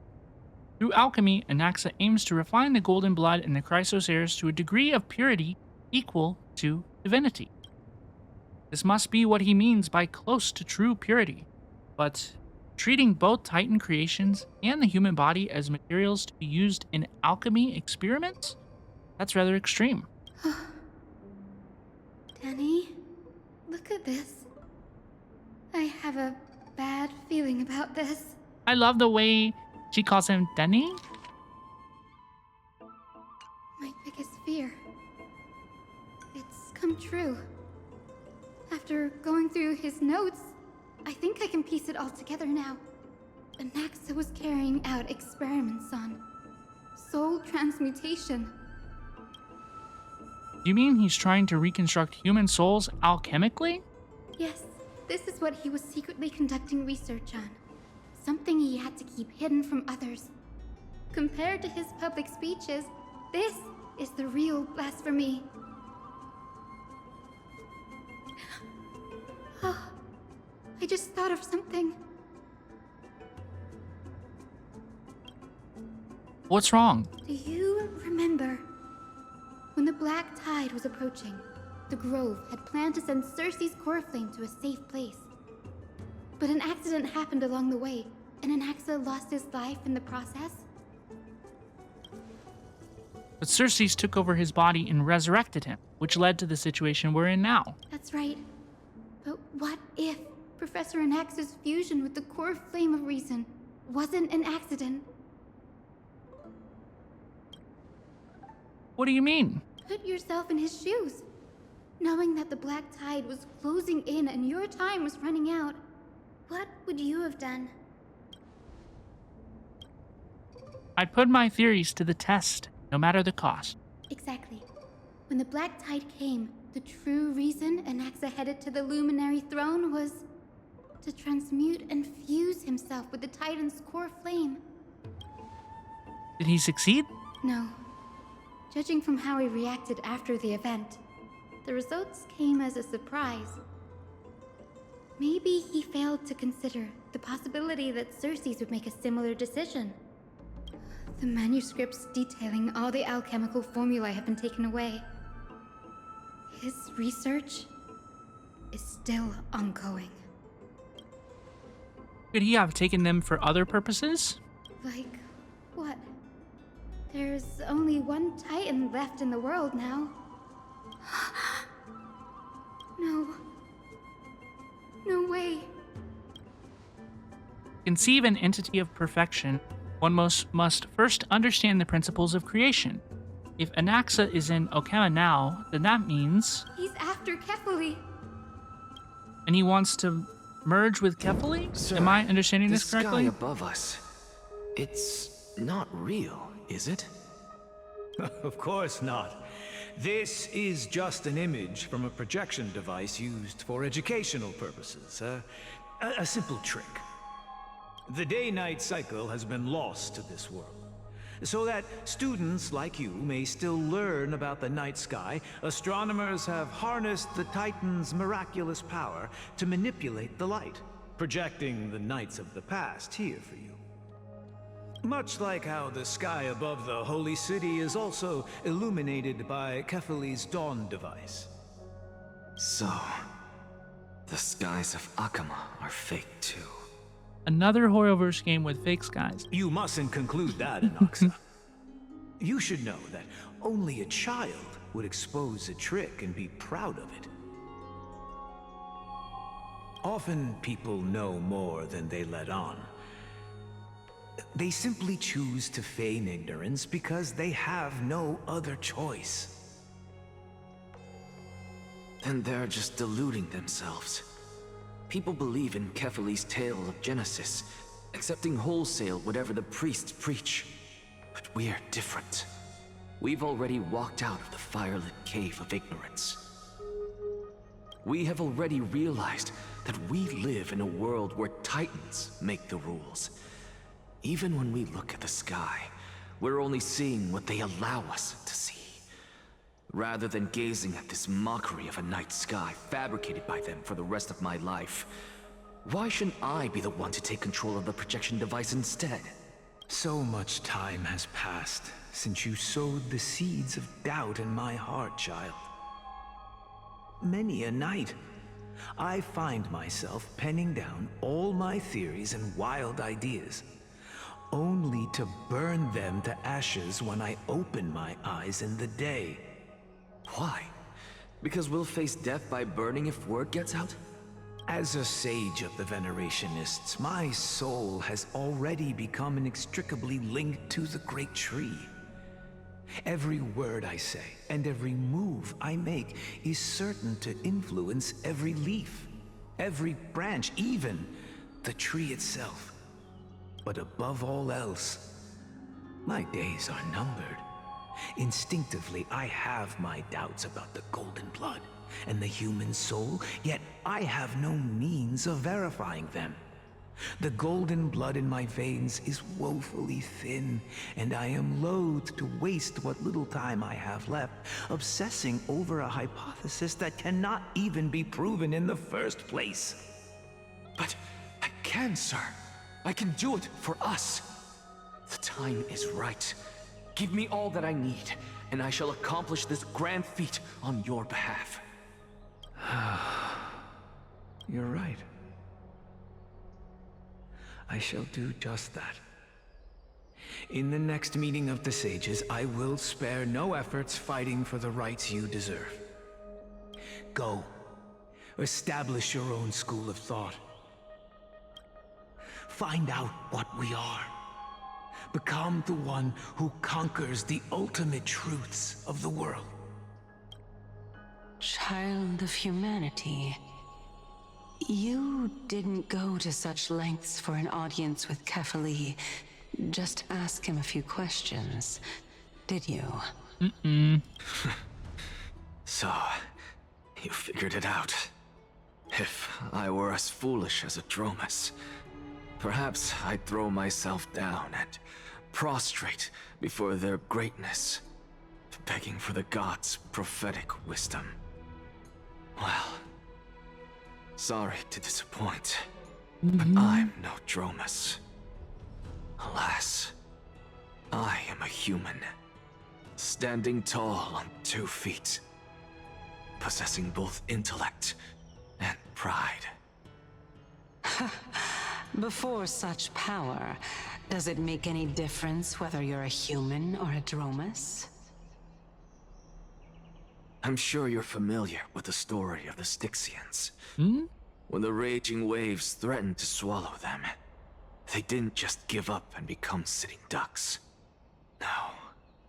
They constructed a dam that kept the roaring tide at bay, chaining down the mad Fagusa. They call me a blasphemer, Xerxes.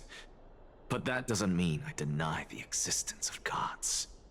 It's just, as I see it, Titans are simply a force that mankind has yet to find a way to tame. Oh? If power that rivals the Titans is what you crave, why not conform to the prophecy and brave the trial?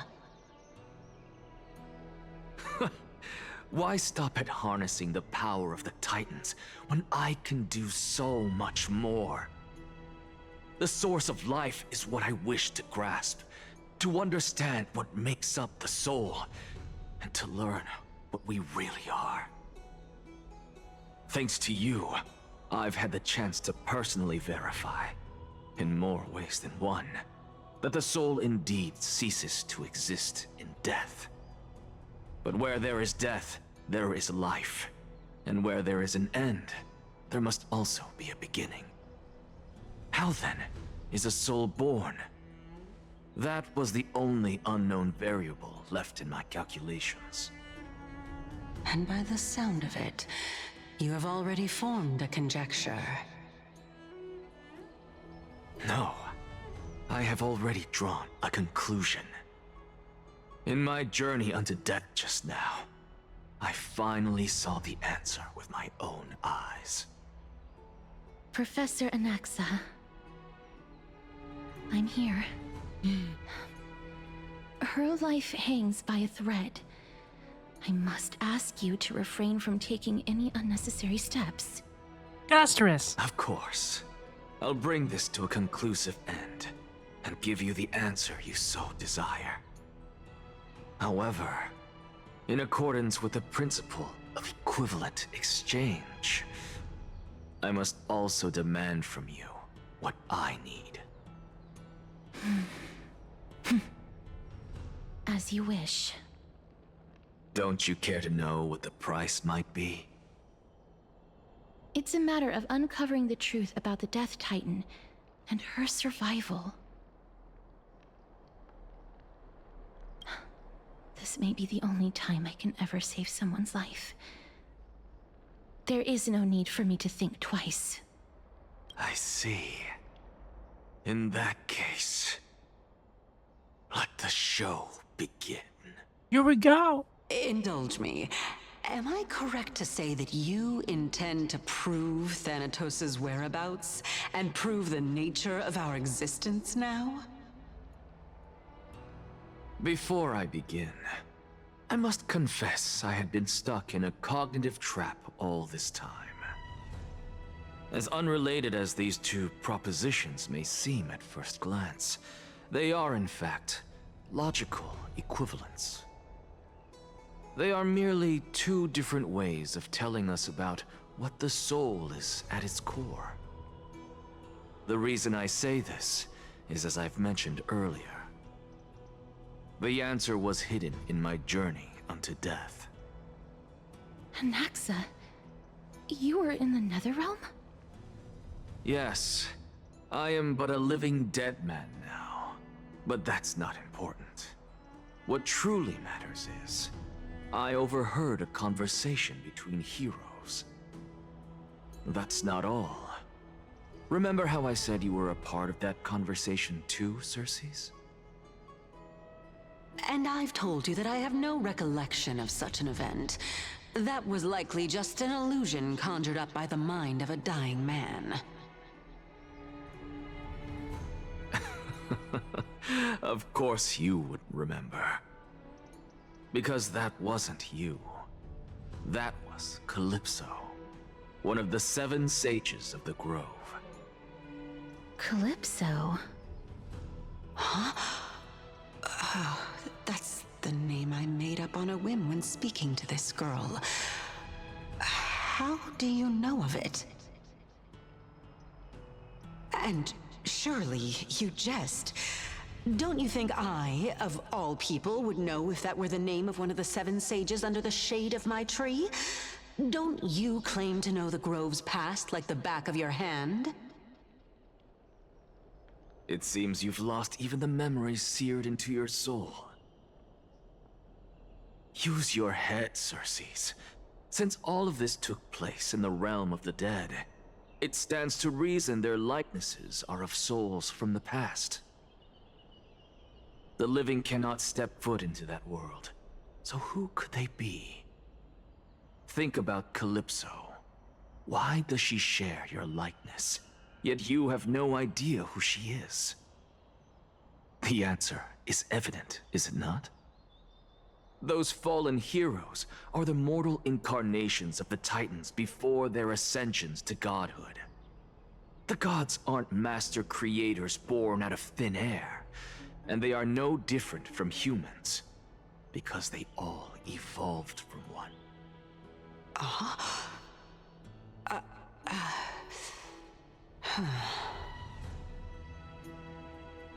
Does this answer disappoint you?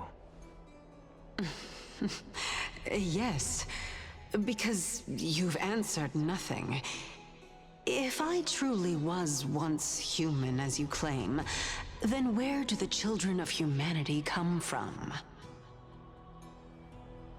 Even on the off chance that you speak the truth, this brings us no closer to grasping Thanatos' whereabouts.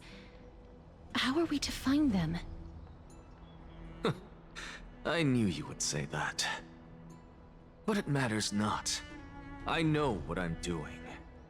Actually, why don't we have this Supreme beings standing before us tell us everything. You can revive a Titan? Humans cannot return from the dead. Neither can gods. But all we need to do is look at this from a different perspective, and the problem will resolve itself. The solution is simple. Just like what you did to me. If I'm reborn as Kefali, I can rebuild the world and all within it as they once did. Simple, is it not? Is it that simple? Is it? I have news from Hyacinth and Danhung. Anaxa might be trying to do something with Kefali's divine body. Kefali? But what could Anaxa want? Is the Council of Elders going to sit around and let such a sacrilegious act unfold? That is not possible. He is indeed the great performer, capable of fooling anyone and everyone with his tricks. I'm sorry. No need for guilt, for this is good news to us. The Council of Elders has found themselves a traitorous ally. Anaxa's ambitious desires will be something we can exploit. What we should be doing now is to keep our eyes peeled for whichever trickery Kindness is up to, and react accordingly to thwart her plans. Being Akima's political center, the Demigod Council holds just as much significance as the Vortex of Genesis. Someday, after my duty is over, this site will take the place of the battlefield where you hunt gods, become the next challenge you ought to overcome. Till then, it's best to get used to this place as soon as possible. We will be waiting here for your good news. Hang on, whose POV were we in just then? Okay, it's us. The Christosirs only have their standing because of the Council of Elders. How dare they trample over it?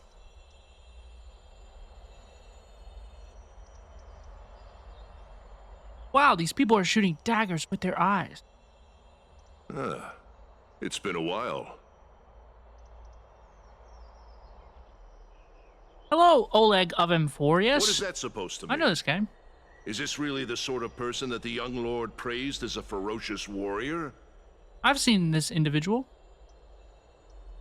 Oh, we know this It diva. has indeed been some time, Lord Krateros.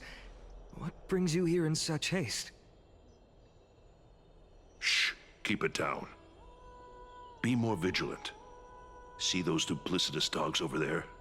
They do the dirty work for Kindness. I've already ordered my people to hold them back, but we should still lay low. Unless you're itching for a bloody fight to get a workout in. My bad. So, did something happen? I thought this guy was dead. Did you hear thunderclaps last night? I normally hate these meme responses. I have to do it. Hooray, it's Acheron! Someone is coming to save us. I would love to see Acheron right now. Hacker... what? She's been through a lot lately. Please pardon her. Can you tell us more about these thunderclaps? Thunderclaps are beacon signals of strife. They are a message from the young lord. He threw a spear bearing several words at Akama. Watch out. The Flame Reaver is back. I guessed as much. We didn't actually kill them back at the Kremnos Arena. I figured this is something you would want to know. We Kremnoans never back down from a fight. So if you plan to take that thing down in a battle, reach out to me anytime. You have my gratitude. I will let Aglaya know about this right away. Remind her to be on her toes while you're at it. That vicious Kindness has been unusually active lately. Those lackeys she keeps undercover have been going in and out of the city a lot more frequently these days. Some even seem to be getting Kremnoans to defect to the Council. How dare you! No place there! That's... Looks like you can see it for yourself. We should get back. Thank you for the intel, Lord Crateros.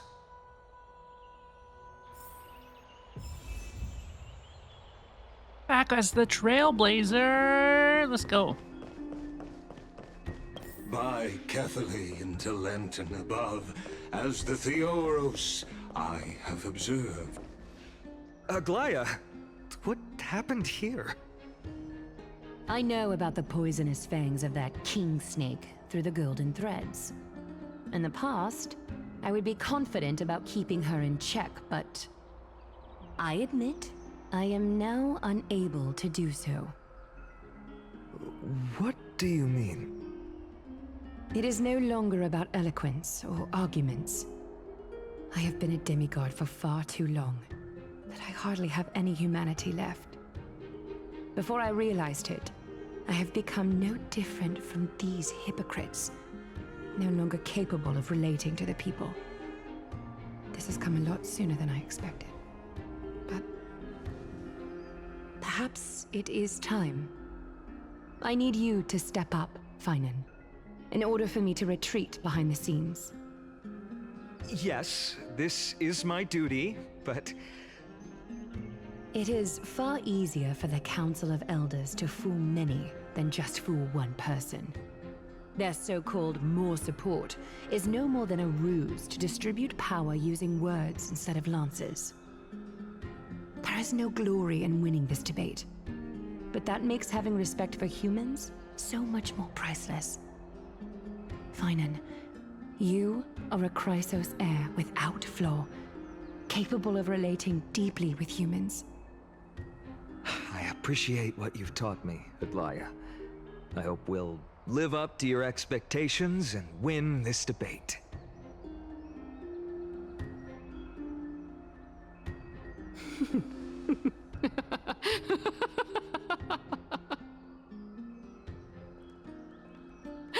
Oh, you've done well, Lord Calictus. Let me take over and personally close this debate for today. Dearest counselors, let it be known that I sorely miss the blissful times portrayed in lyrical poems. Back then, Amphorius was home to nearly 1,000 cities, each with their own local faith, while gods walked the earth and shared close bonds with humans. Yet, in the present, people from all over are forced to leave their homeland to seek refuge in the holy city, where they hope to rest under Kefali's protection. All of us have long been in the same boat, with no way out of this plight. We didn't have a choice in the past, but now, the Council of Elders brings to the table a new possibility. All I have left is one question for you. Would you rather strive toward the unheard of Era Nova, or return to the prosperous Era Chrysia of our past? Make your choice. Now, which of the two would lead mortals to an ideal future? There's a lot of people here.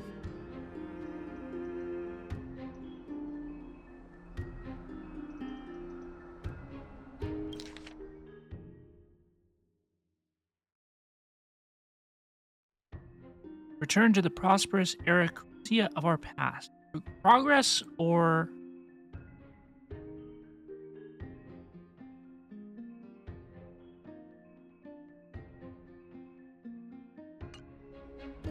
do I have to? I stand by Era Nova. What do my friends want me to pick? I feel like a delegate here. Era Nova is a path of salvation the gods promised. We should not have doubts in the flame chase journey. Okay. We all know that Era Chrysia is a thing of the past, Lady Kindness. Please, enlighten me. How does the Council of Elders plan to turn back time? Let the 3 Titans of Calamity be born, and Era Chrysia is nevermore. But bring demise to those Titans, and Era Chrysia will descend upon us again.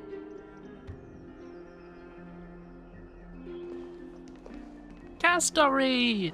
Know that the Council of Elders is never one to make empty promises. Look at who we have on our side. Anaxagoras, one of the Grove's 7 sages, and Castorice, Idonia's goddess of death. With the help of these 2 heroes, I can promise all of you that Era Chrysia will exist once more. It's literally like just liberalism, Aren't they Chrysos conservatism. heirs? They're supporting the Council of Elders instead? What is Castorice's? What's... It's clear from the start that these heroes do not get What's her along gambit? well in their group. All the more proof that Aglaya is unfit to speak on behalf of every Chrysos heir. I am in favor of Era Chrysia. Era Chrysia! Era Chrysia!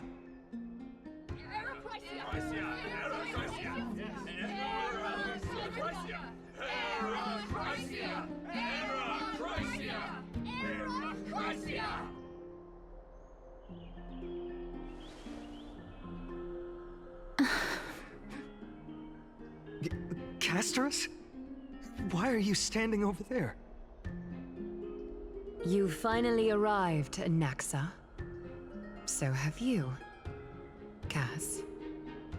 Don't worry, Aglaya. Well, I know that you have many queries. Could you continue to converse like how the citizens normally do? Tell me, dear citizens, if we successfully retrieve and return Thanatos' core flame without anyone passing the Death Titan's trial, what would happen next? The answer is simple. We will have a chance to rid the world of death and bring Amphorius back to an era when all beings live forever. We'll usher in a new future that will be entirely different from the flame chase journey. He's one of the 7 sages. That's impossible. I really believe this. Your proposal is much too idealistic. As long as the Black Tide still exists, how can we go back to the old days? Remember what I previously said? Kefali's core flame is guarded by the secret power of the Council of Elders. Plus, Pagusa's water curtain will be able to block out any external perceptions. Tell me, dear citizens, have any of you ever seen even a glimpse of the threat that this person is talking about anywhere within the walls of this majestic holy city? But this place will become the Flame Reaver's target sooner or later. He comes for us all. Could it be that you heard that from the Flame Reaver themselves? Citizens, let's loudly sing the blessed hymn. Oh, beautiful old world, where are you now? Oh, legendary Era Chrysia, return to the mortal realm. After the destruction of the 3 Titans of Calamity, the Flame Chase journey will have to end. Era Chrysia! Yes! Yes! It has to end! It has to end! It has to end! It has to end!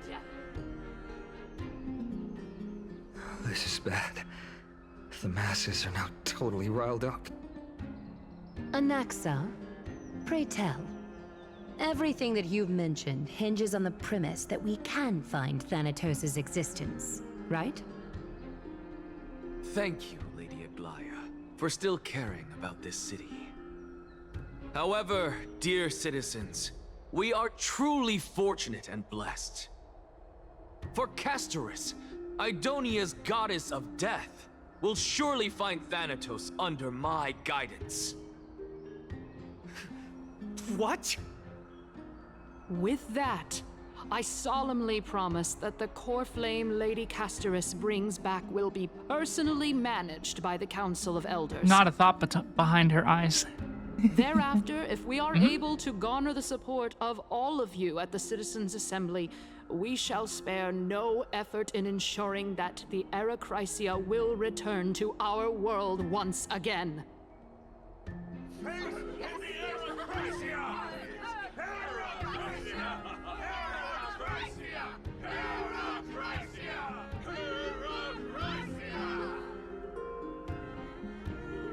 With the balance shattered, the result is clear. Buy carefully into Lenten above, as the Theoros I have observed. Akama has chosen her destiny. The issue up for discussion at this Citizens' Assembly shall be modified to the suspension of the Flame Chase journey. This resolution shall be put up on the Wall of Heroes, such that all citizens are aware of the city's way forward.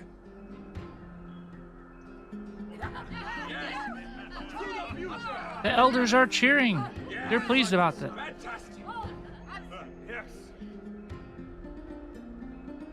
Aglaya, dear Aglaya, what has caused your heart to soften?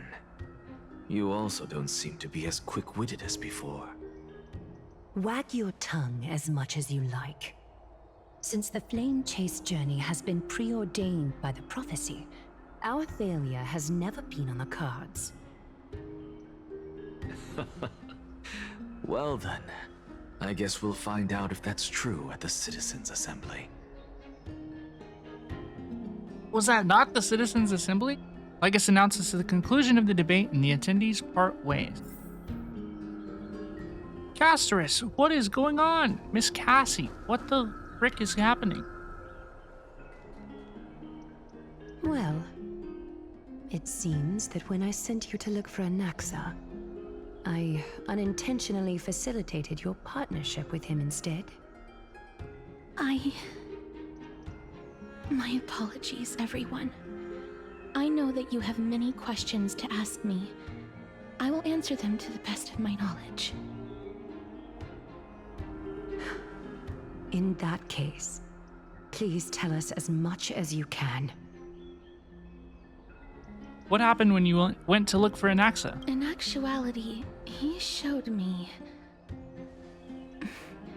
a past that was both long and heavy. The reason I say this is as I've mentioned earlier. The answer was hidden in my journey unto death. Anaxa, you were in the Netherrealm? Yes, I am but a living dead man now, but that's not important. What truly matters is, I overheard a conversation between heroes. Castorice's POV. Have you heard of this tale before? Elixia? A tale about the ocean god's treasured pearl, our hometown. Who is this voice? It was a seaside town Elixia, which of enjoyed course, the ocean breeze and glorious, peaceful times, thanks to the wisdom of its ruling queen. The Until dragon! One day, an evil dragon descended upon the town. Its wings were large enough to blot out the sun, while its claws were sharp enough to rip the waves apart. It barged into the tall tower and devoured the queen's beloved daughter. It even settled itself in her bedroom, like a tyrant king. The queen assembled 300 warriors who managed to subdue the evil dragon by chaining it up. Oh no!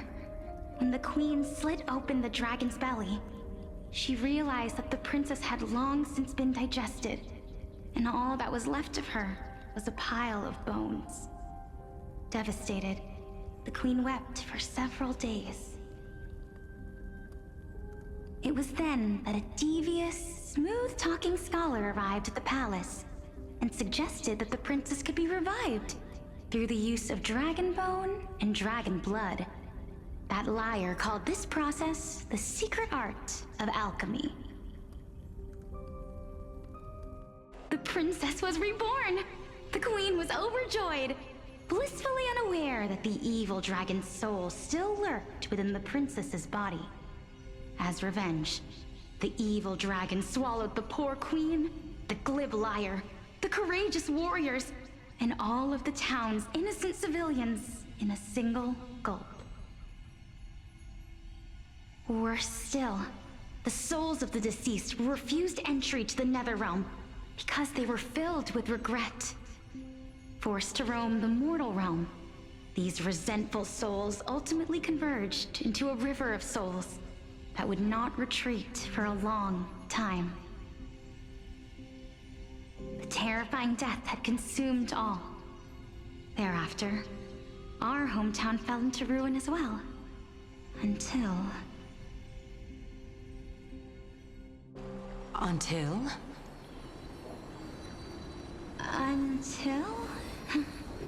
Actually, I don't know what happened next either. Oh, my... She's in a wheelchair. It seems that you still like to whet people's appetites even after all this time, Pelixia. Pelixia's in a wheelchair. Oh my goodness. So, according to your story, this is how I used to look? That's cool. It's not practically a mirror image. It's cool that they're showcasing a disabled character. What exactly is this? A miracle that I created with alchemy. As for what it is and how I was able to accomplish it, I'll keep the answers to myself for now. I thought that there was going to be another disabled Amphorius character.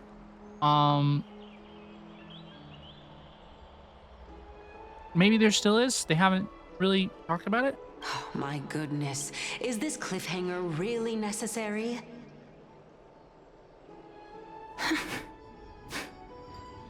Quiet, Titan. Continue to enjoy this splendid play, and the truth will naturally reveal itself.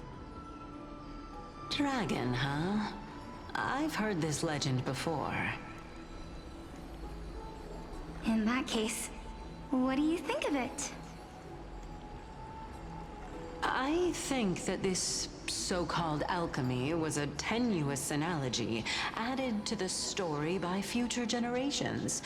After all, you've never heard of a tradition of alchemy in your hometown before, have you? Indeed. Before I left home to pursue my education, I never even knew that anybody was looking into this area of study. She's cute. Therefore, we can just treat this tale I wonder what as tragedy a happened to fable her. told to young children. A fable, you say? If so, what moral is it trying to impart to the kids? I guess it might be the concept of equivalent exchange? Oh?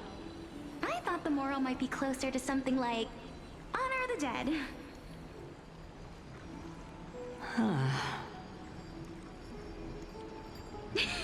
What? At a loss for words? No, I merely realized that we're both thinking of the same principle. If life is priceless, then there is hardly anything else in this world that is of equal weight to it, right? Indeed. As expected of the wisest scholar in the land.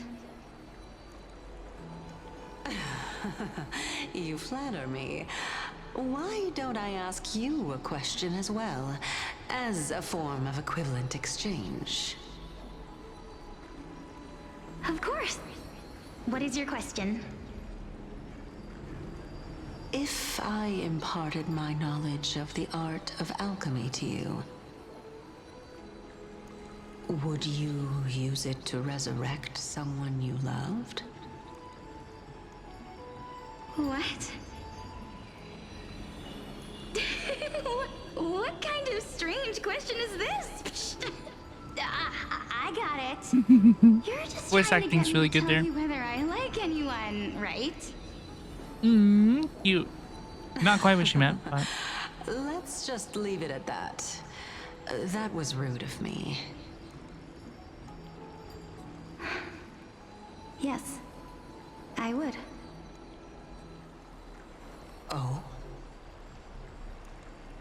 Death is inevitable. In the days to come, I'm certain that someone whom I cherish deeply will leave me for good. Who? If such a mighty power really existed, I think I would use it without hesitation. After all, you, me, and the rest will all have to face that fateful moment eventually.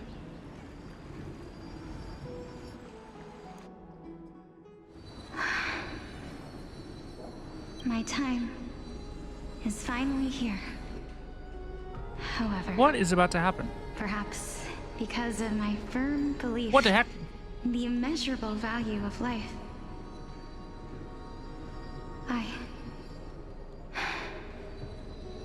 I am unable to complete the trial.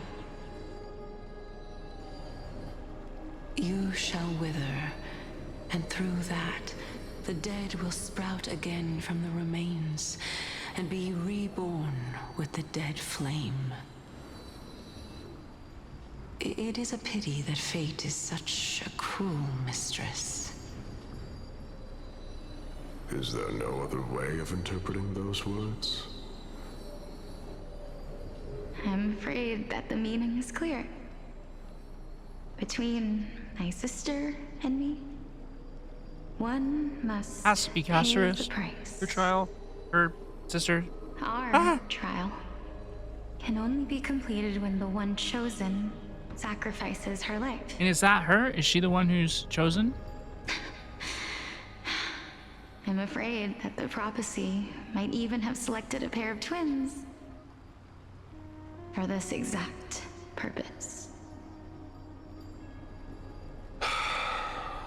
Fortune makes fools of us all. My sister is prepared to sacrifice herself. And yet, I can't do the same. How absurd. My time is almost up, but I'm still afraid to welcome death. What should we do? If I'm ultimately not able to make up my mind...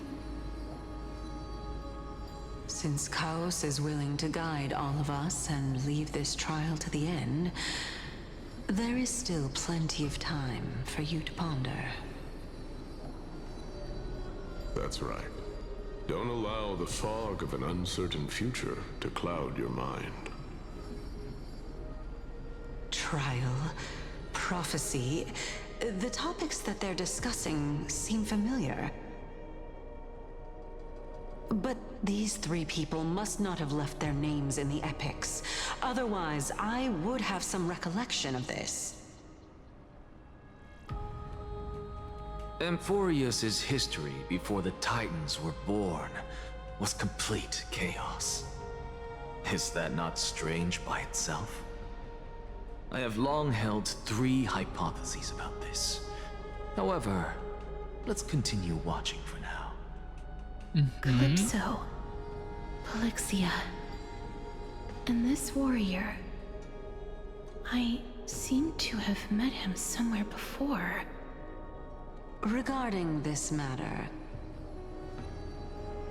Nias, are you confident that you'll complete your trial? So Polixia has to complete her trials.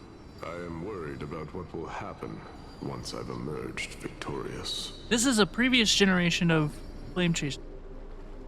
Because Nias completed his. Calypso, I believe, right? That's the person that Anaxa has taken the core flame from. Looks She like completed hers. You have made up your mind. So what goes wrong with Pelixia?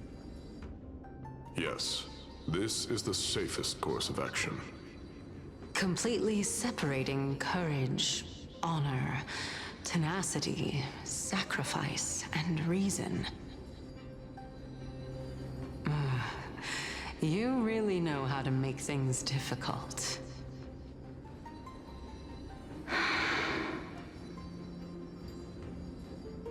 Please, young lady, witness my fall and demise. Lady Calypso, you shall host the soul-rending ceremony.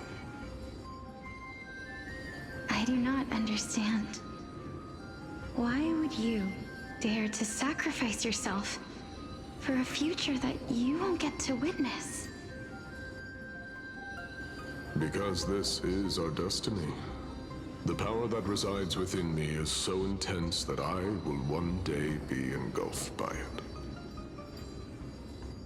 Furthermore, a valorous death before glorious return has always been the path I chose to walk.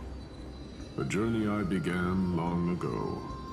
If your sister or Kaos were in my position, I believe they would make the same choice as well.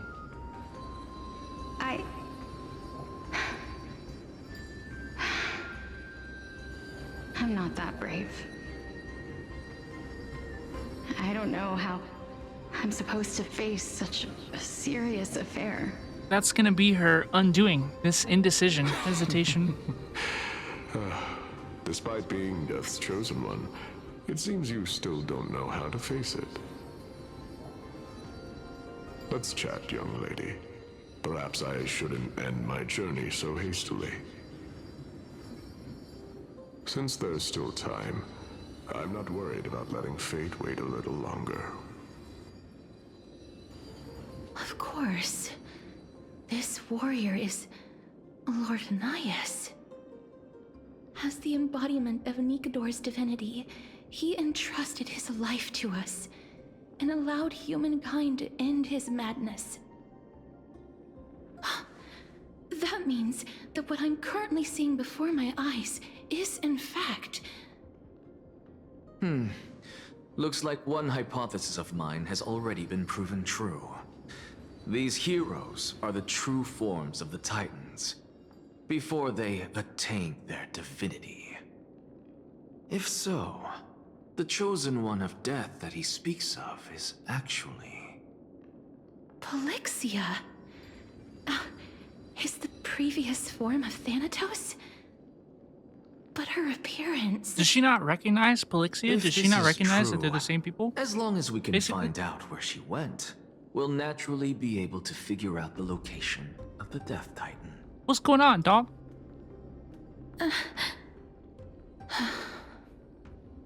But before that, we first need to witness what ultimately happened to Lord Anias.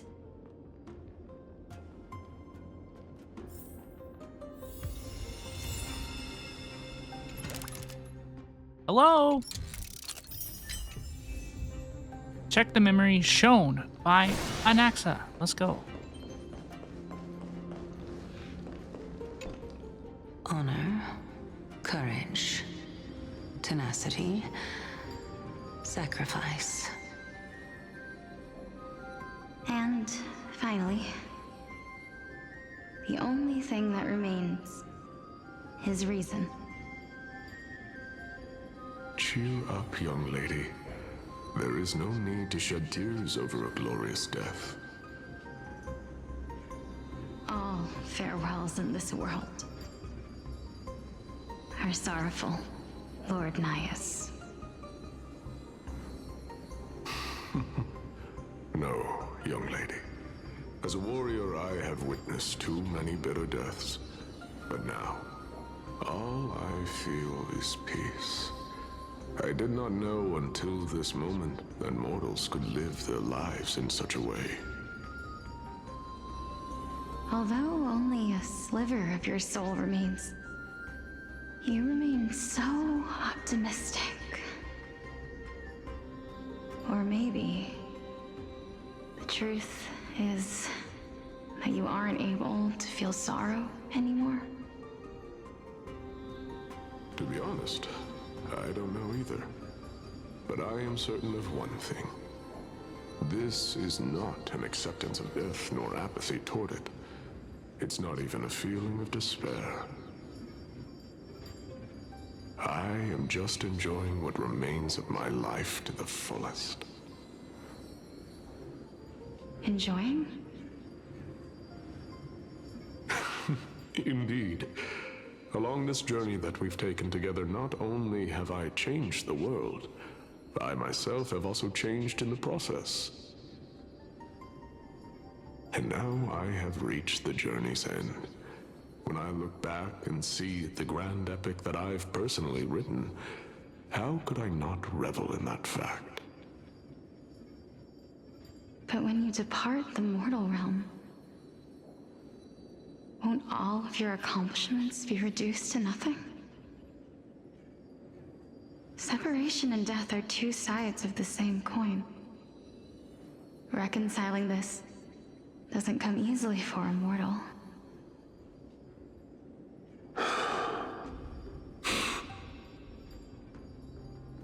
Finally, let me recount to you a story of mine, young lady. The first time I returned from the battlefield, I felt extremely hollow. The calamity had devoured everybody on the battlefield but me. When I returned to the city alone, the citizens held a banquet for me that was far from pleasant.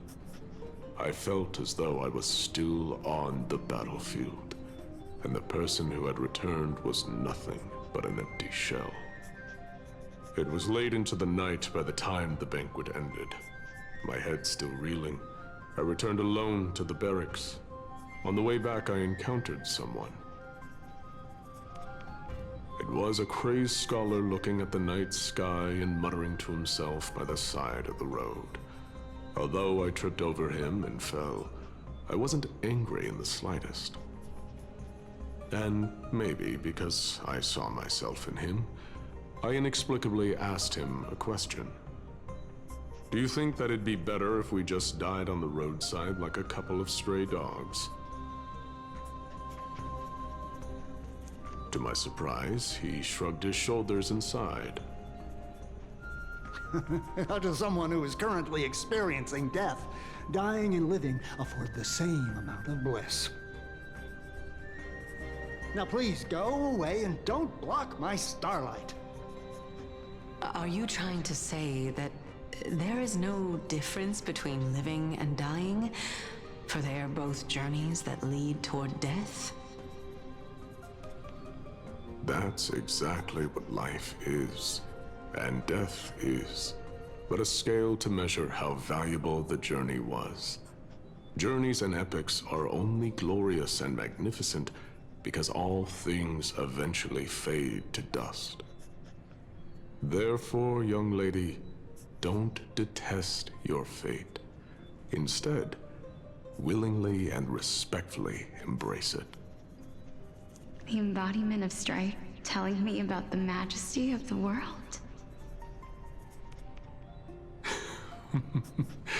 Indeed. I believe that when the fated moment eventually arrives, you will be able to understand my words. It is time for me to knock on death's door. I will set up a long table at the end of the road and humbly await your arrival. When that moment finally comes, let us drink and be merry then.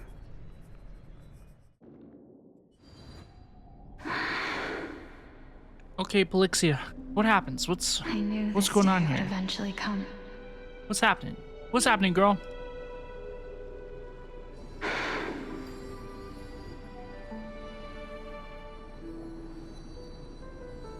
Are the both of you ready?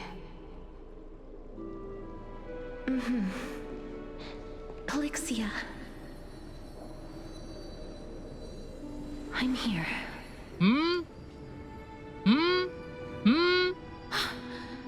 What? This... What? This is quite interesting indeed. What? Why? Is this Polyxia's sister? Do you own a mirror, Castorice? Me? Oh my god. Now, it's time for us to fulfill our promises.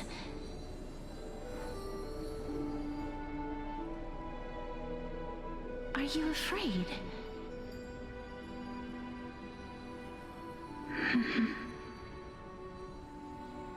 What are you afraid of? That I won't be able to do it.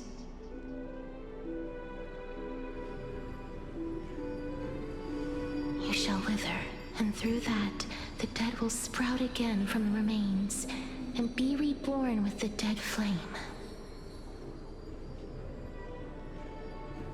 Be reborn with the dead flame. Prophecy, and according to our vows, once it all ends, we must face our fated moment head on. Even if it was prophesized, do we have no say in the matter? It's so unfair. Why are we the only ones who are forced into mutual destruction? Let me do it, sister. Let me be death's sacrifice. I was never long for this world anyway. But you're different. I was the one who wasted your life after all.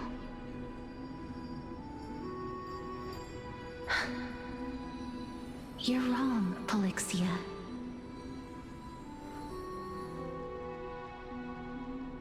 I don't think that my life was wasted. Just the opposite. When I finally arrived at this destination and looked back at the journey I took, I discovered that flowers had long since bloomed along the path I walked. It was you who sowed the seeds for this sea of flowers, one that is more beautiful than the promised land at the end of the world. Besides, I have lived a fulfilling life. Even though I was fated for sacrifice, none of the things that I've experienced will dissipate. Instead, they'll forever live on as memories inside your head. Didn't Mem get Orynyx's memories as soon as they resonated? Can my Whatever. memories of you ever compare to the actual you? Well then, tell me. What exactly are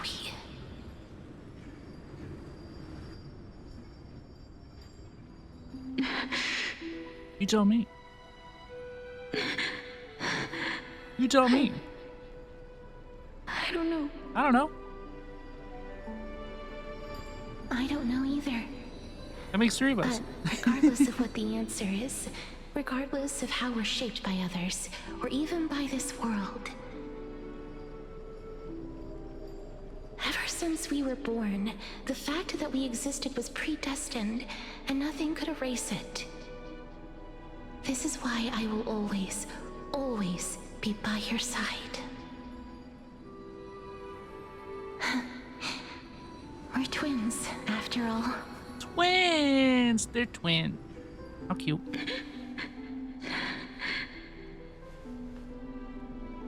All right, my dear Polyxia. It's time to extract my heart and light the flame of death. How is this gonna work? After that, use it to plant the first bud in the prophesied new world.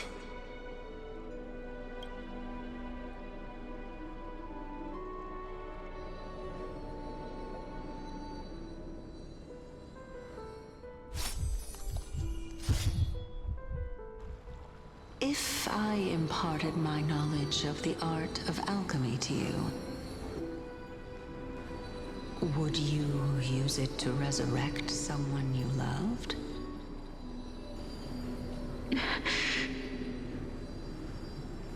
Death is inevitable.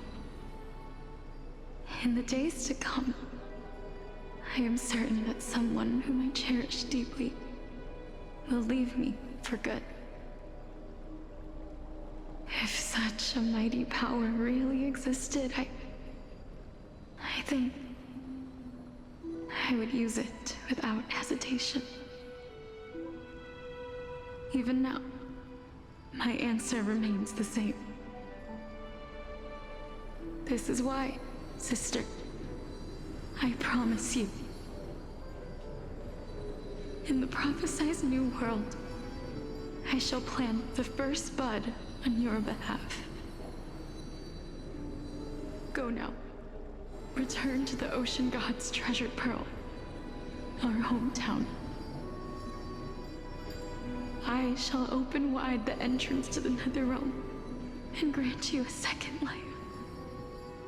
The living beings on this earth shall respond to my call and lead you to the sacred daylight. Remember, do not look back on the land of the dead, and do not stop moving. In the new world promised by the prophecy, march toward your new life. As for the price of our equivalent exchange,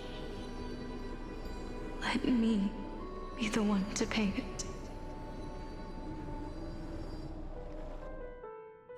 Everybody, we've come to the end. Unfortunately, I am not compatible with the Supreme Being. Who is? So I was unable to completely fuse their soul into my own body.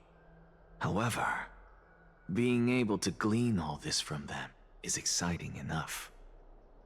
I'm certain of this now. Before the Titans that we are well acquainted with were born, a group of heroes roamed the land. These heroes followed a prophecy and took possession of divine authorities one by one, until they eventually became the pantheon of the new world. Just like the flame chase journey of today, Amphorius's history is cyclical in nature. The sickle? What a startling It's cyclical in nature. revelation. It's a time loop. This means that the demigods, who bear the core flames, will also become the new titans at the world's end, thereby shaping a new world? It goes on and on and on and on and on. I believe that this is the truth behind the Era Nova, as mentioned in the prophecy. This is utterly unbelievable. Besides, those twins in the past, even if they really are Thanatos, their whereabouts are still unknown even today. Are their whereabouts truly unknown? Didn't Polixia mention that seaside town, the birthplace of alchemy in the tale of the dragon? In our world, there exists a city which perfectly matches that description. Styxia. But the people there worship Vagusa and bear no relation to Thanatos. I have also never been to that place, as in the time of Idonia, it had long turned into underwater ruins. Take this. This is... The new Sporist masterpiece, the Philosopher's Stone. It was made by transmuting all of the sages' wisdom into a single entity, with their flesh and blood as its foundation. Remember, I've mentioned before that the art of alchemy is all about conversion, tempering, and ascension. This process also applies to the pursuit of truth. Regardless of how unbelievable this sounds, the truths of the world have been refined from the impurities. Think about the story of the dragon. This stone will lead you to your real hometown, allowing you to reform the door to the Netherrealm and discover Thanatos' fate. You still look as confident in your victory as ever. But what if your conjecture is wrong? Simple. I shall merely admit to the entire world that my experiment was a failure. You have the capability to do that? However, my line of thinking will not fail because I have already planted the seeds of doubt into the hearts of the masses. Actions speak louder than words, Castorice. With the assembly about to begin, don't forget the promise you've made. I've already searched for so long. I'm willing to try one more time. While we converse, her life is also slowly slipping away. But before I leave, I have another question. What exactly did we witness just now? That was the world imprinted in Kefali's soul. If we are to prove its existence, you must take the final step. Go. Do not disappoint me. I understand. Hey, child of humanity. Don't get antsy. I still remember the question you posed to me. As a scholar, I do not wish to offer up ambiguous conclusions.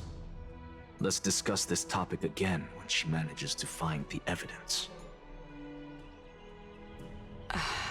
I merely wanted to ask, was that stone transmuted from your heart?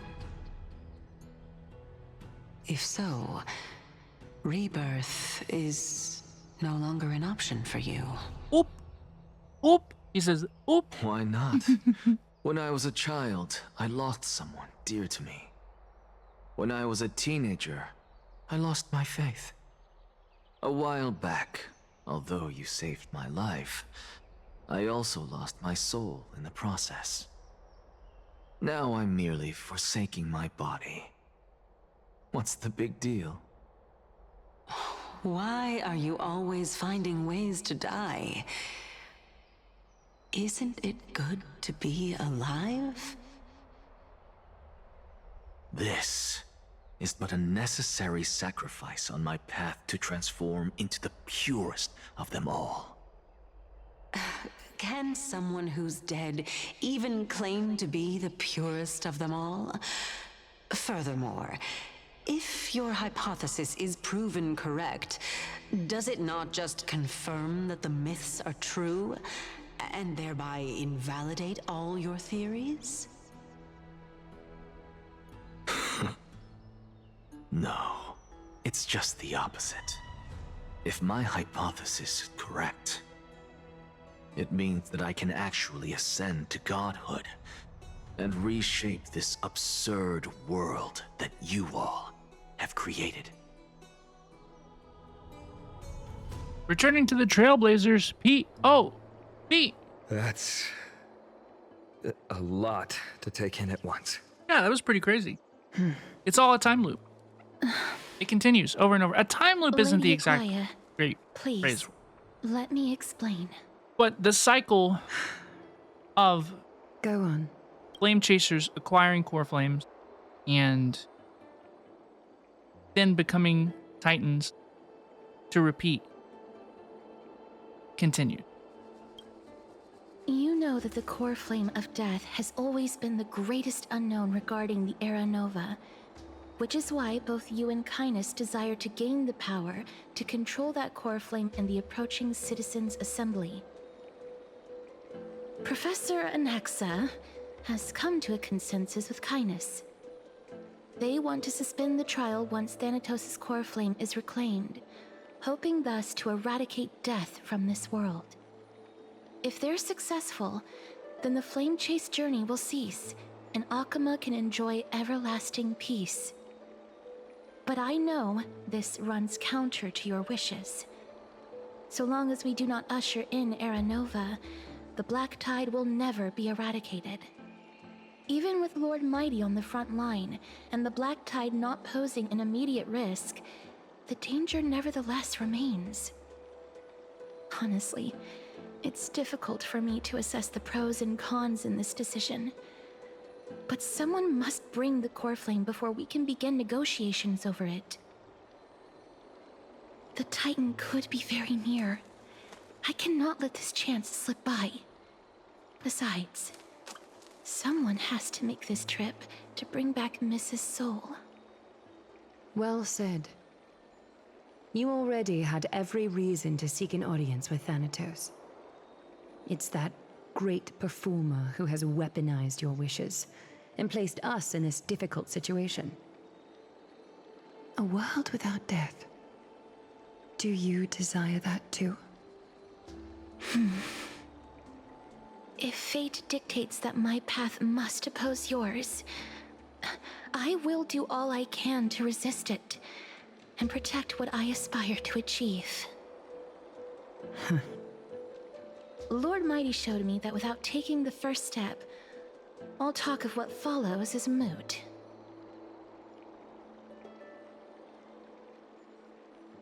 Unsure of what to say, but offers a smile. It's difficult. Yeah. I like the concern on Stell's face. I hear you speak your mind, Cass. And I am glad to have heard your true thoughts. Styxia. I visited that place in the past. Though it is now an island surrounded by the river of Souls torrents, it's not hard to see its former splendor. Go. I will not stand in your way. As for you, you are someone who has cheated death. I believe you have more than enough reason to make the trip with Castorice and meet the god of death himself. Castorice, I too look forward to your journey. I wonder what kinds of new interpretations your completed story will bring to the Flame Chase journey. Thank you, Lady Aklia. I hate to put a damper on this heartwarming moment, but if Styxia is now an island surrounded by the river of Souls torrents, then how do we find a way in? Lady Trebe is probably... Trebe! The answer is quite simple. In the myths, Zagreus once made the domain of the dead their treasure vault. That is to say, they could enter and leave the nether realm as they pleased. And if they could do that, then it follows that the demigod who inherited their divinity must be capable of the same. I'll see you at Memorial Palace at Action Hour tomorrow. Cypher shall be your guide to finding that ancient city. The tumultuous day finally comes to an end. Everyone disperses, each lost in their own thoughts. Ooh! Nameless recollection.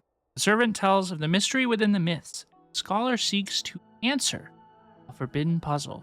The truths learned during your travels. Head to the book and write it down. I will. I will. Let's go talk to Mem. I'd love to go in and take a look. Don Hung isn't back yet? Memmy. Hey, friend! Is the debate finally over? Did you win? Did we win? The upper hand is ours. We thrashed them. We're tied with the Council of Elders. We managed to win ourselves a glorious defeat. I'm gonna go with that one. Won a glorious defeat? You sure know how to look on the bright side. Well, moving on. I was hard at work even while you were at the debate.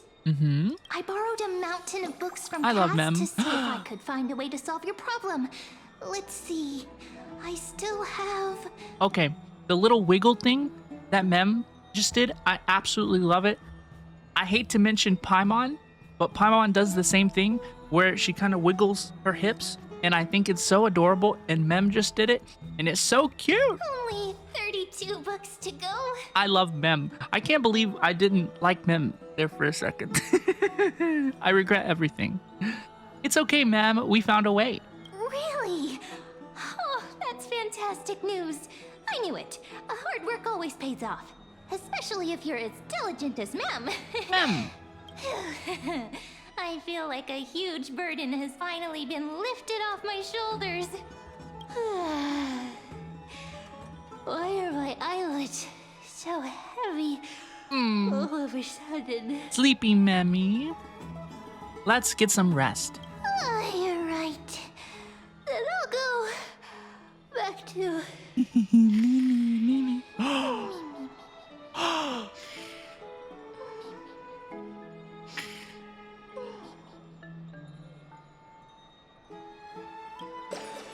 As was their custom, Mem, with astonishing dexterity, slipped back into their secret little hideaway. Oh my gosh, the Memmy snoozing noises. So cute. Good night, Mem. Good night, Akima. It is nighttime now, right? Later, somewhere in Akima. Castorice? Cass? What a surprise. Lady Treeby. Treeby! Is something troubling you? I just wanted to speak to Lady Trian for a bit before I set off. No matter how breathtakingly beautiful Styxia once was, the place is now the domain of the departed. There is no telling what we'll encounter there. I don't want to have any regrets. Has anyone told you that your eyes are sparkling today? I want to see. We haven't seen. Is that a figure of speech? In the past, when you did smile once in a while, all of us could see that your heart remained troubled even as you smiled. Lady Treeby, you know perfectly well that see you tomorrow is nothing but a white lie. I hope your toughness is not a mask hiding a lonely heart. Cass, you hardly ever talked of your past. None of us knows what you went through, apart from Aggie. Aggie. But we know it must have been filled with pain and hardships, as it is the fate every Chrysosaur is destined to live out. We are just happy for you that the core flame you're meant to inherit has finally surfaced. I can't help but feel like something's gonna go wrong. Isn't it a little too soon to say that? Yeah? But you already know where tomorrow is, don't you? There is no need to rely on anyone else. Just give it your all and leave no regrets. We have always believed that your embrace is just as warm as everyone else's. Trippy is so cute. Because we embrace others to comfort them. And Cass, you're the kindest Chrysosaur we know. Thank you, Lady Treeby. Oh, she does have that twinkle in her eye, doesn't she? This feeling... it's hard to put into words. I suddenly found myself with so many wishes.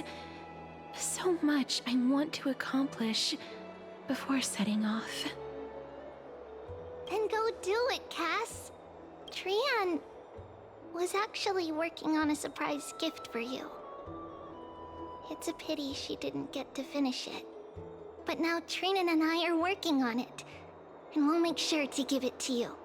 So, let's meet back here when you return from Styxia. Safe travels. See you tomorrow! See you tomorrow! Treeby. At the same time. I can't sleep. Who could it be? I bet it's Finan. It's me.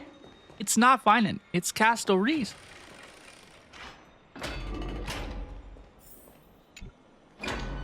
I hope I didn't wake you. Trailblazer POV. Is it another mission from Aglaya? Huh? No. No.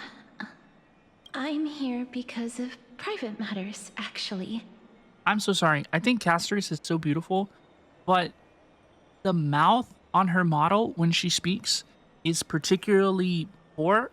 in my opinion. I think she looks like a malfunctioning animatronic. If it isn't too much to ask, I'd really like it if you could come along with me to retrieve something. It's frightening to me. Let's go! Aren't you going to ask me what it is? No. It isn't a long way from here. Shall we? When two divas get together to maximize their joint dragon slaying.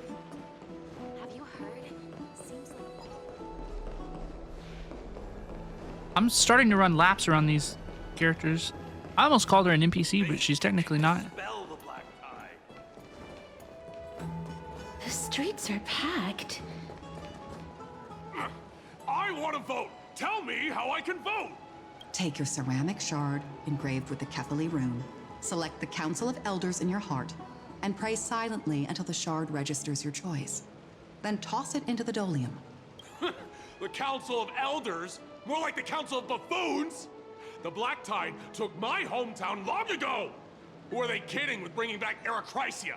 It's all a sham to create their own Arachrysia in Akama! The Titans are just. So long as we do not overstep our bounds again, we will not incur divine wrath. Oh, please. The time when these deranged Titans should have vacated their spot to the demigods is long overdue. You'll see soon enough, you old fogey. I actually really enjoy like political debates and like storylines like this, but I just don't think that this has been, it's been dense, you know, it's been a little bit dense, like a lot of the Amphorius dialogue has, honestly, and I don't know, I think that I actually like this storyline. I think things like this, it kind of reminds me of Liyue, where the debate about, well, who should rule the city, you know, the demigods or the regular citizenry. I think it's an interesting and fair debate to have that we've seen in this type of media time and time again. Like, I think it's very interesting. I just don't think it's been like particularly executed very well so far. So I don't know, we'll see. And I pray that Talantan smacks some sense into you with their scales. We shall see how this turns out. That was quite a spectacle. Another peaceful day in Akama. I suppose peaceful is technically correct if no actual violence happened. To this day, I still find it almost unreal that Akama is the only place illuminated by light amidst the crumbling ruins of Amphorius. And its people are even holding votes to reconcile differing opinions.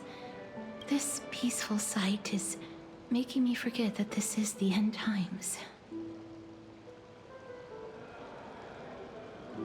You look very confused. Before coming here, I had lived for many years in Idonia, a city of rime and frost. The people there were devotees of Thanatos, and were well known for their unique burial rites and traditions. Traditions that I played a major role in. I believe she's talking about her trailer, where she touches people to kill them. The dialogue is because of the curse on you. Yes. You now know me as the Mortician of Akama. But back in those days, I was Idonia's Maiden of War. I was trudging across the frosty plains on my own when the Idonians found me. They saw the curse in me as a blessing from Thanatos, and believed that my hands could correct the Arachrysia's mistake and lead them to meet the great god of death. They provided me shelter, but in return, I was expected to grant merciful deaths to war captives, prisoners bound for execution, and heroes alike. That's horrible. I think she said in one of those trailers there was 500 something funerals. That's crazy. Isn't that... I don't like either of these options. Is that some sort of end-of-life care? Isn't that just an executioner? They're both... I'm gonna go with end-of-life care because it seems a little more sensitive. Is that how you see it too? Ding, ding, ding, ding, ding. If this was a friendship, mission in ZZZ, No matter how I'd be winning kind so or far. cruel the means, nothing can change the essence of death. Taking away someone's life is never worthy of religious worship.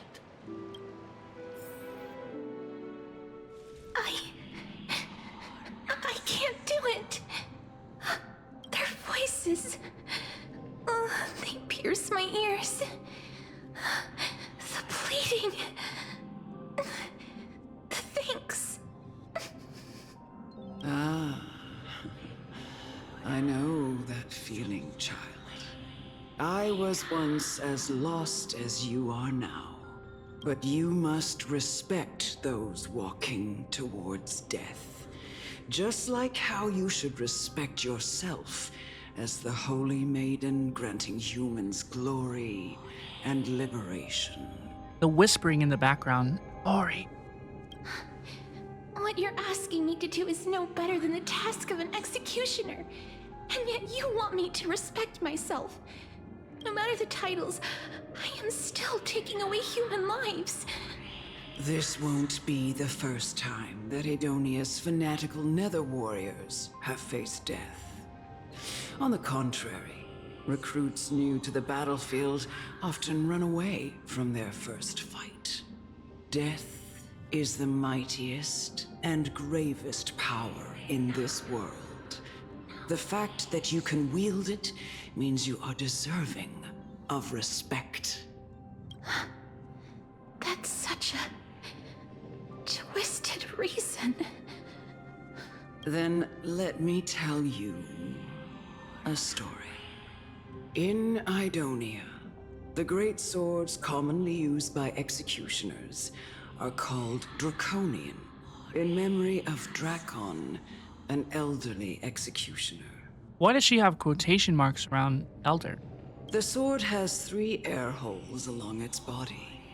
If the sword is swung down swiftly and accurately, the holes would make no sound, and the executed would also depart this world quickly and painlessly.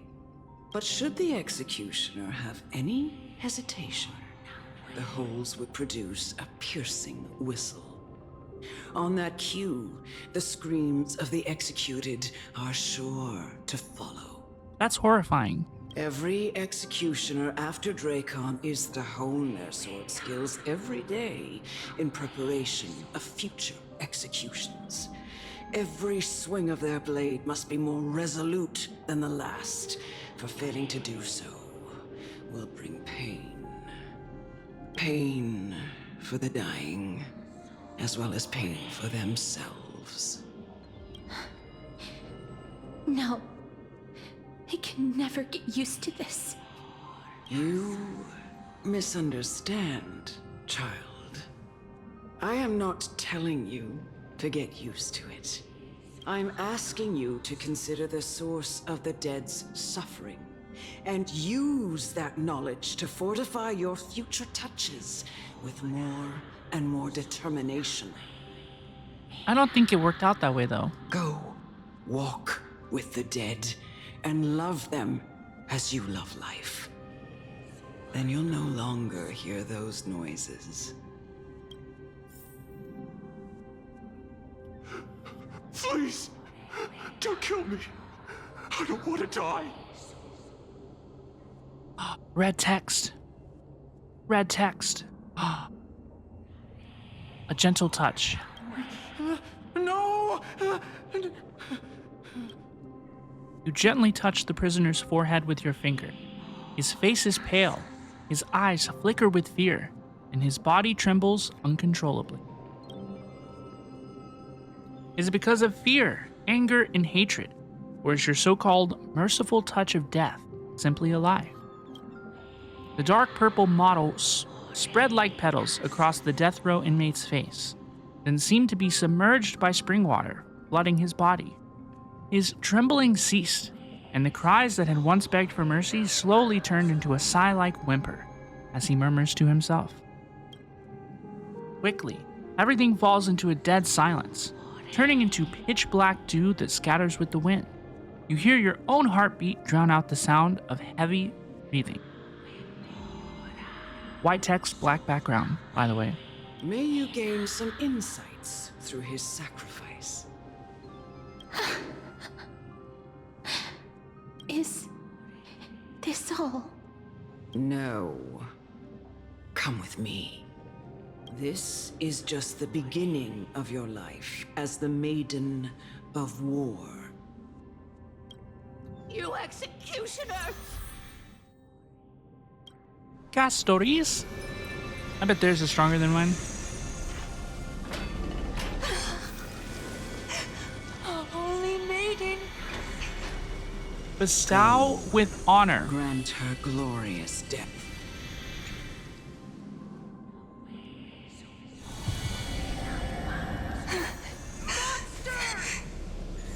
Do it then, executioner. You heard him.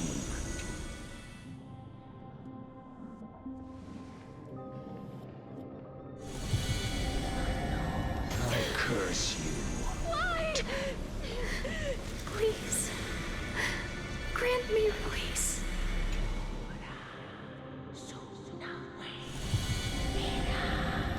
When will this ever end?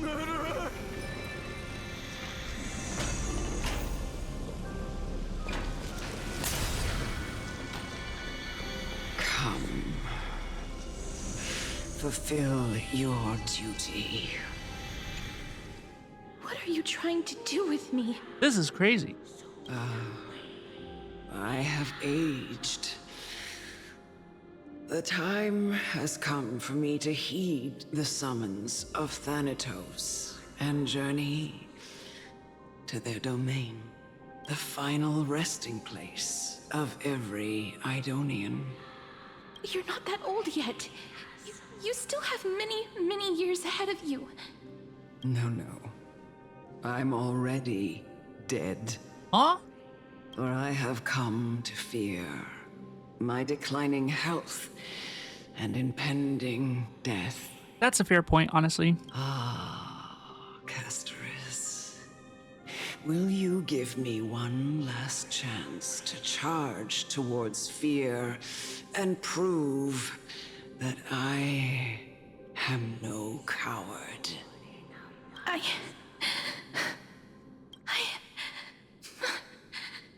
can't take this anymore. Child, it was I who brought you here from the frosty plains and set your farcical fate in motion. It was also I, Chief Executioner of Idonia, who forced the heavy duty of executing others onto you. I've always known that you have doubts and even anger about my faith and about me. I never had a choice. Indeed. We essentially abducted you. She's gone through so much. Yet you can end any sinful life with just a touch of your fingers. Shouldn't it be easy for you to escape from here? I'll never do that. It doesn't matter how lightly the Idonians take death, or how readily they accept it. I simply can't do it. I knew I was right about you. What do you mean? I've taught you and cared for you as my own daughter all this time because of this blessing that's been with you since your birth. It says curse right above there. No one else in the world would understand the weight of life and death more than you do. In the eyes of an Idonian, death is the end of all life. A destination we will all eventually reach. Humans should not resist it, but learn how to face it. You can only live your life to the fullest after understanding this principle. And when you do, even if you eventually leave Idonia's protection, what is that? Even if you must carry the curse forever, you can live with your head held high, like everyone else. No! How can I? Come now. It's time. I've already taught you all that I know. Show me that you are a fitting holy maiden. Or at least, that you possess the resolve to become one. Come now. It's time. I've already taught you all that I know. I wanted to get my tribute field on the field, bro. I actually like to do this and get Mem's blessing on the dragon. I don't know if that's correct or not. Oh, I messed something up. May death protect us. We just got here. I don't know how it works. Whatever, so let me in the creator server. Do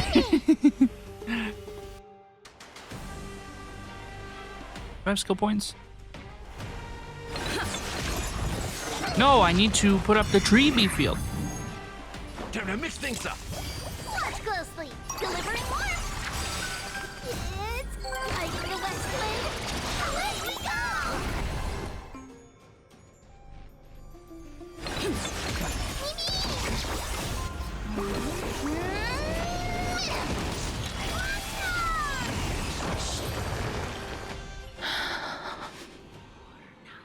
This was the last time I followed her command. I gently touched the elderly woman before me. The executioner, who had seen too much death, died the same way as everyone else. I gasped for air, a wistful look in her eyes, and a barely perceptible tremor in her fingertips. Elder Amunet, the person who tried to teach me about death, ultimately vanished like dew in the morning mist. She spent her life embodying the beliefs of the Idonians, and when death finally came, she embraced it exactly as their doctrine had taught. I have nothing but respect for her. I erected a cenotaph in her honor in the marshes outside Idonia's city walls with the others I had laid to rest. Then, I set out once more in search of Thanatos. It was a long, long journey. I heard so many discussions about death along the way. Life finds meaning in death. The world improves because there is an end. The aloofness in her voice right there was so good. It seems the most terrible darkness in this world. Everyone talks about its heavy weight. Some resist it, some worship it, and some even revere it. How did a disappeared titan become the deepest fear of humankind? So, I might have missed something, and it's entirely possible that I did miss something, because honestly, the first part of this story was not very entertaining to me whatsoever. But is there any particular reason why we have been able to locate the Death Titan now? Like, why has Thanatos appeared now? And why do they haunt my dreams? I continued my travels to seek an answer. Initially, I was running away. Then, I started searching for it. And now, at the end, I just want to know if my touch, if my embrace, can do more than taking things away. Can I make anything?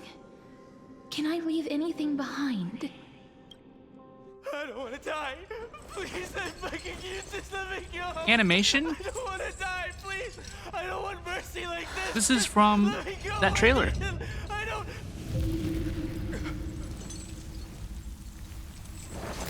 I know that they said they were putting these in the game. I think that's such a good idea. One of the best idea HSR's had in a very long time.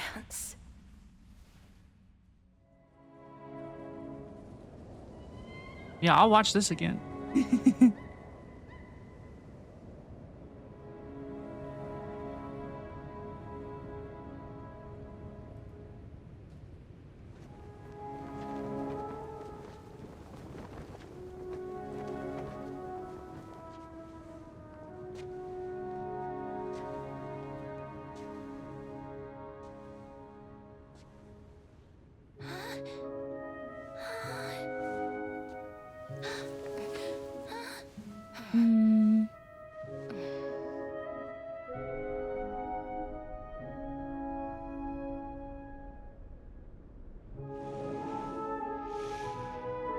Get it over with.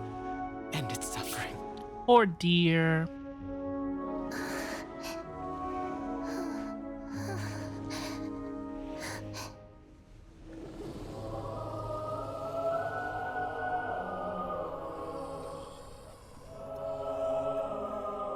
The Reaper has blessed your hands.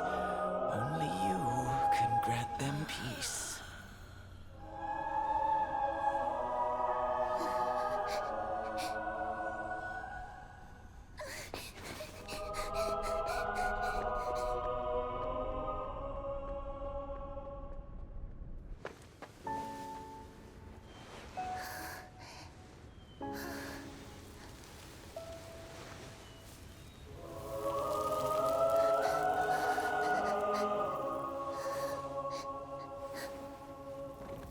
I'm sorry if I'm kind of muted through this. I already watched this.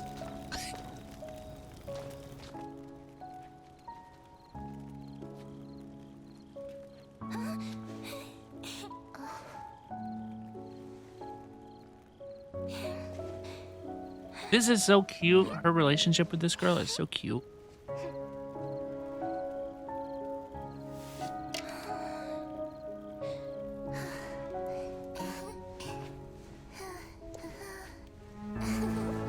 Little dancing, dancing.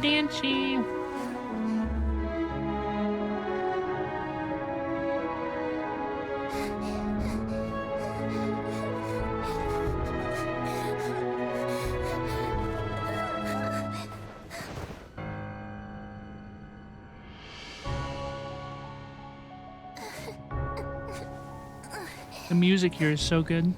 Bum, bum, ba, ba, bum, bum, bum.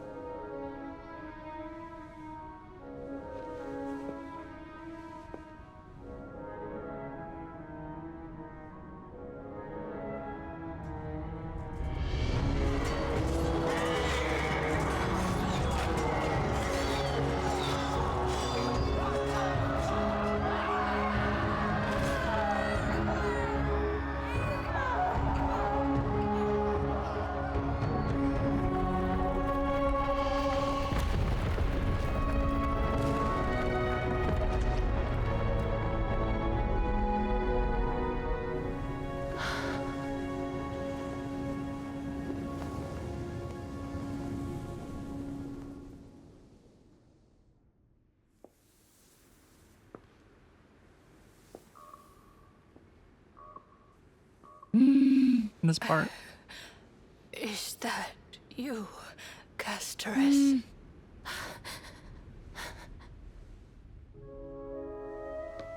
All of them have gone, heeding death's summon, crossing into their domain. I must go too. I don't fear it, just I have some regrets. Watching people leave this world again and again, it must be lonely for you. You must want to desperately embrace them before they go.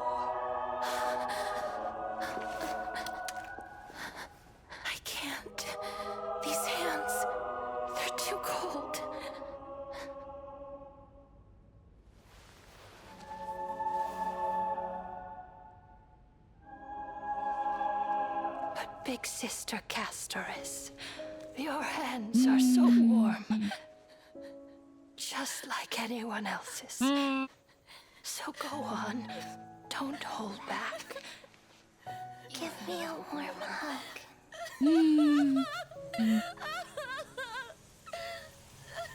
Her crying is so heartbreaking. Castorice has been through too much.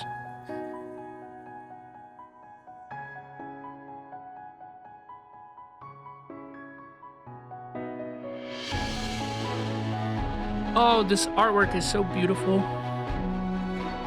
Oh, it's so beautiful.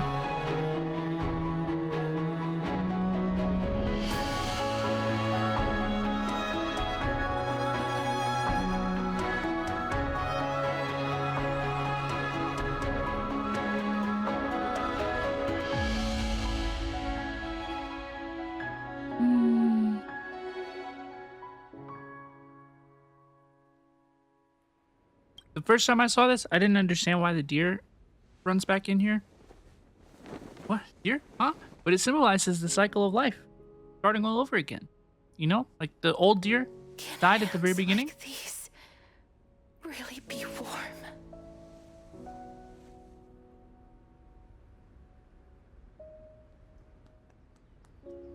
It begins again, which I'm understanding the whole point of the Amphorius story. It's all a cycle that continues again. Why is the deer looking right at me, bro? Hello. On the day that Onyx's trial ended, you must have had many questions. I felt just as confused. Why, as someone from beyond the sky, were you so cruelly dragged into Amphorius's fate?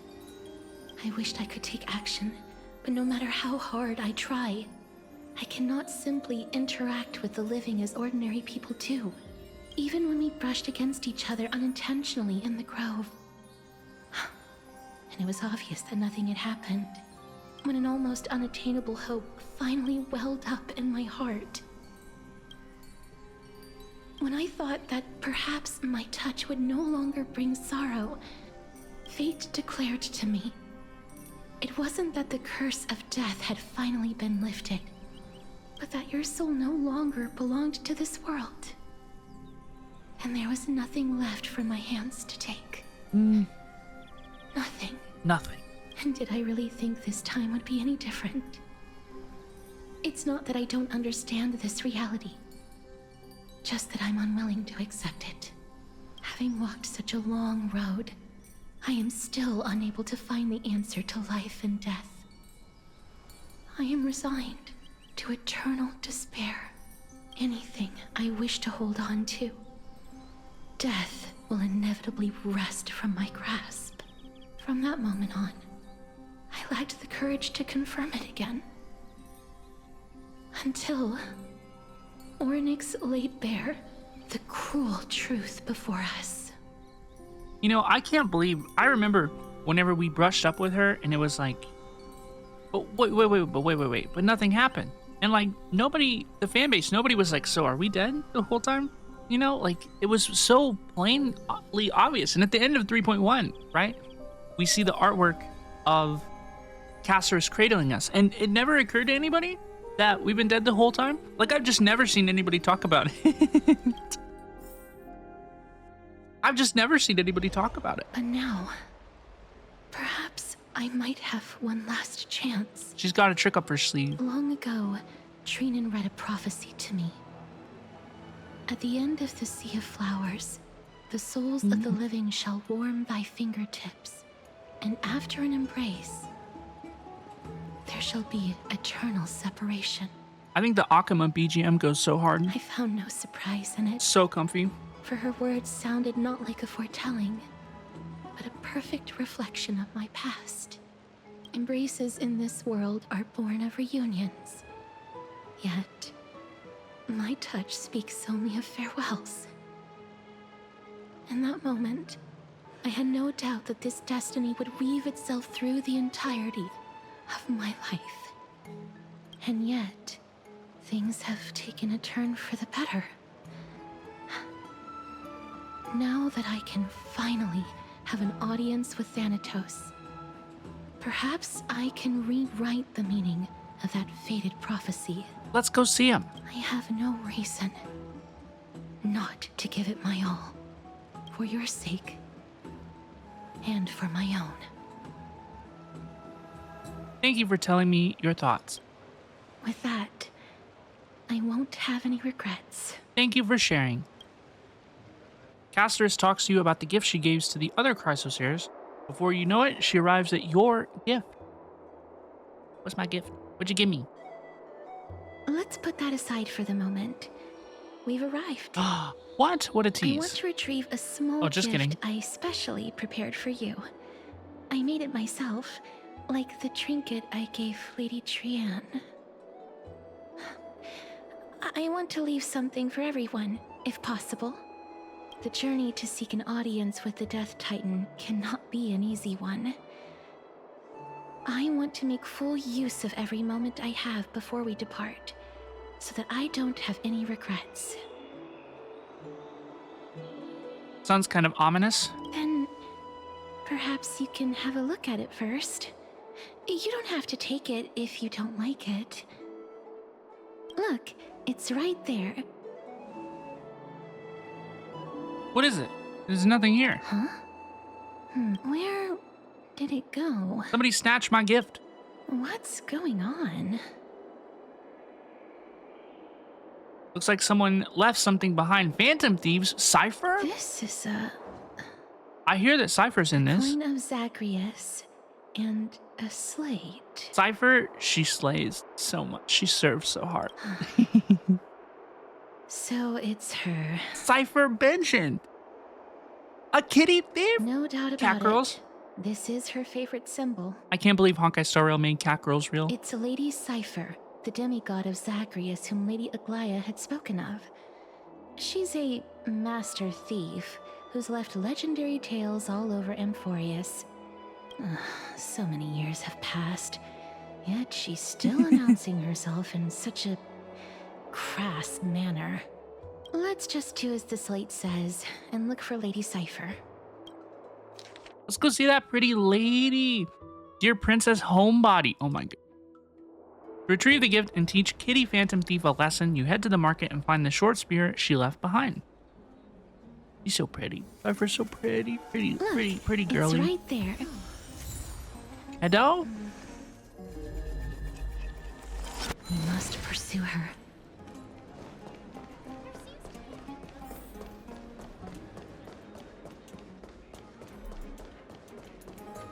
Huh? This is a trick she left for us. Clearly, Kitty Phantom Thief wants to play a little game with you. 2 short spears. 1 correct, 1 wrong. Let me check the hint on the scroll. 2 golden short spears. Only the golden short spear engraved with the truth can lead you to Kitty Phantom. Inspect the left. Don't be fooled, the right spear is engraved with lies. The right spear is engraved with the words, "Trust me, great mystery." Both spears are engraved with the truth.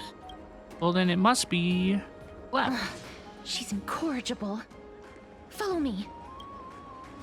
If both scrolls are true, and it says that the right, I don't know. This is how Girl, it should I don't be. know.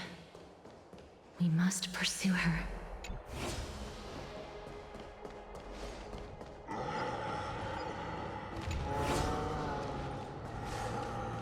Show me Lady Cypher. She's so pretty. No, this is an animal. Cypher, if this Dromas truly is her, appears to be quite content. Her gaze filled with 3 parts sincerity, 3 parts approval, 3 parts triumph, and 3 parts ha ha ha ha, great mystery. You've lost if you take this seriously. Hi, Cypher. Cypher? She seems to be saying hello. Seeing you treat the Dromas with such seriousness, all 12 parts of her complex emotions immediately transformed into one of admiration. Lady Cypher, please come on out. You're still careless as ever.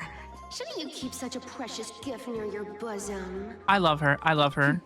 Since you know it's a gift for someone else, Please give it back to me. Stop hiding among the people and letting the wind carry your voice. I love her. No. Since I know it's a gift, that just means I need to milk its worth. The children of the wind never stay for long in one place. Unless your offer is tempting enough to steal the wind. E6 S5. E6 S5. Name your price. I'll give you however much you want. Huh? Hmm? What's wrong?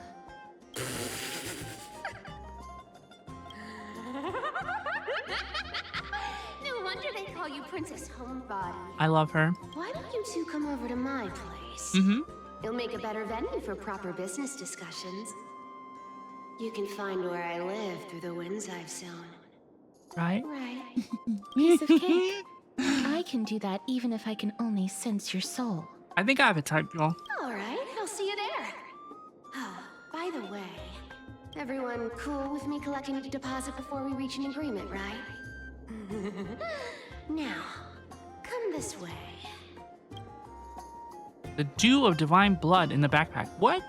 Where did my Dew of Divine Blood go? She snatched it. She's incorrigible. Follow me. Cypher, no snatching.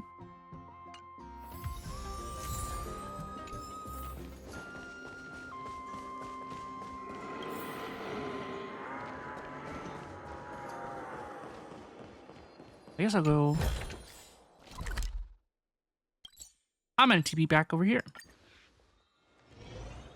Her voice acting so good. The performance is amazing. Well done. It's about time you do some Her character design, beautiful. We haven't seen her in the game. I've seen her outside of the game. She's beautiful. How do I get up there? I forgot how to get up there. Isn't it this way? Can we like cross the roof? If I recall correctly.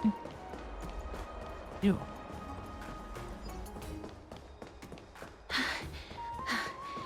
Here we are. Cat girl. Over here! Over here! No, not that way! This way! E6 S5. Come on. If I really wanted to hide, you'd never find me. So relax, you two. No need to get your hackles up. I'm not that scary, am I? I adore her. At last, a character that meows has appeared. No way. Some people might have been into that a millennium ago, but it's long since gone out of style. I don't even like cat girls. I just like her. Loosen up, buddy. Shall we get down to business? Mm-hmm. Give me the jewelry piece first, or everything's off the table. And my Dew of Divine Blood. Gimme. Gimme, gimme. Oh, come now. Don't be so upset. Relax. Relax. Look, isn't the view here just great? You can see what everyone is doing and where they're going, and they won't even know you're here.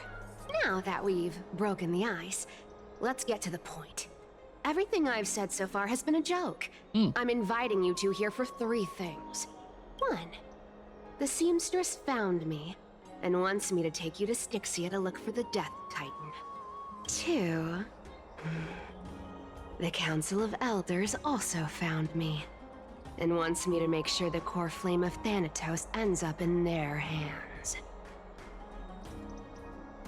Look at you, having your finger in both pies. And last, but Something, not something, least, her finger. I'm telling you that I'm not interested in doing either of those things. Don't go look for the Death Titan. The end. Some time ago. Wow, this is some high quality stuff. Pretty! And this room is full of it. How much are these worth, Did you get all this through that Aranova gimmick? Some of it is family fortune, while the rest came from my business as a dressmaster. Don't liken the flame chase work to your shady dealings. Wow, I should have busted down your door instead of going around like a thief. Well, spill. Why are you giving me so much money? Payment for doing work. You're worth this much. Did you forget my stance to all this? I thought I made myself very clear. She has a mole on her chest. You wish to run away. Run away from your responsibilities, from the prophecy, and from your destiny. You shall walk with greed and die over petty change. I understand this prophecy weighs on you immensely. That is why I have never reproached the demigod of trickery for running away. But I need you right now, so don't turn me down. You know, maybe the gods got your tongue with their golden threads, Aglaya. I'm not hearing any sincerity in your words. Oops. Give me a reason why you're bowing your noble head to me. We lost Trian. Oh. The divine power of passages is running out. I need another demigod to escort Castorice and help her fulfill her lifelong wish. Oh, I get it now. You're sending Castorice to her death. And you want me to die with her. Her voice is so wonderful. This is Castorice's own request. I have never seen her so determined. She brought this up herself? You're not pulling my leg. She's also made up her mind to leave her confused past behind. As will you, Cypher, when you finally make up your mind. Don't be so sure. Time is hard in the likes of you and I. But Castorice remains pure as driven snow. She can always turn back before the end, you know? Maybe she'll remember Trian's sacrifice. Maybe she'll remember the countless martyred Chrysos heirs. Maybe she'll remember you, with your one foot in the grave. Oh, what does she mean by that? I ain't as optimistic as you about what she'll want to do. Voice is so wonderful. Tell you what. Why don't I take this room of treasures as a security deposit, and we make a bet? Go on. I bet she'll change her mind and turn back. Now, if I lose, I'll do what you want me to do. Return this deposit to you, plus giving you another room full of treasures. How does that sound? You sound like you have all the confidence in the world. In that case, let's make a pact with those conditions. I hope you're prepared to lose it all. In conclusion, you're so beautiful. I want to win. So I hope you two can give up on going to Styxia. I'll give all the treasures in that room to you. And you can split it between yourselves, however you want. What do you think? Tempting, right? No. The currency I use isn't the same as the one in Emphorius. Ha! Checkmate. Oh, please! Dear great mystery, I'm not giving you broken seashells people use in the markets millennia ago. I'm giving you gold! Pure, solid gold. It's a hard currency. You know what that means, right? It's not about the value of the reward. If we don't find the Death Titan, her soul will... Oh? We'll die. I can't go into I'm the gonna details, die. but we have to go to Styxia. We have to. I really don't get how. I love her.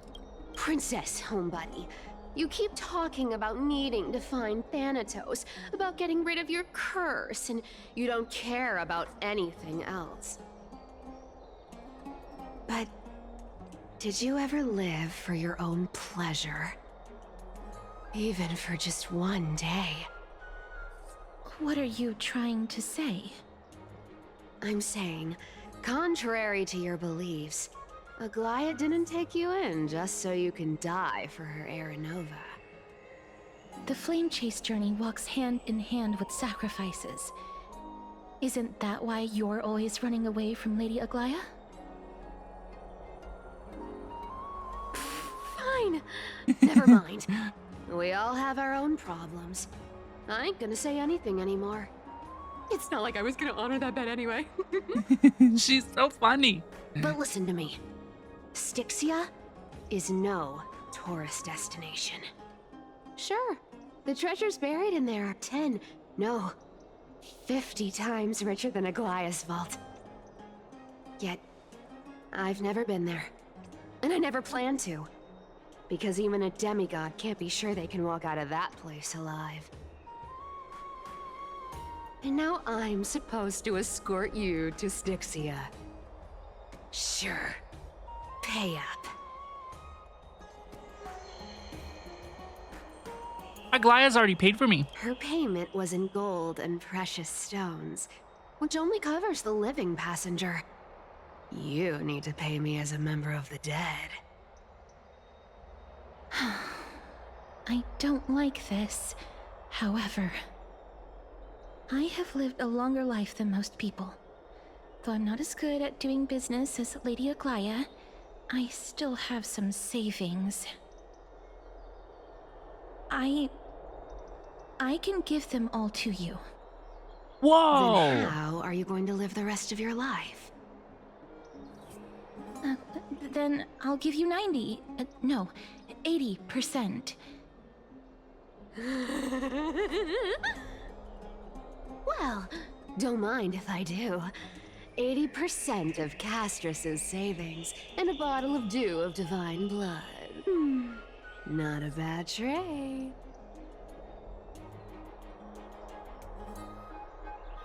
Don't forget to give Castorice his jewelry back, please. Okay. Gosh. I didn't know you hold grudges. Gray mystery. I do. Here.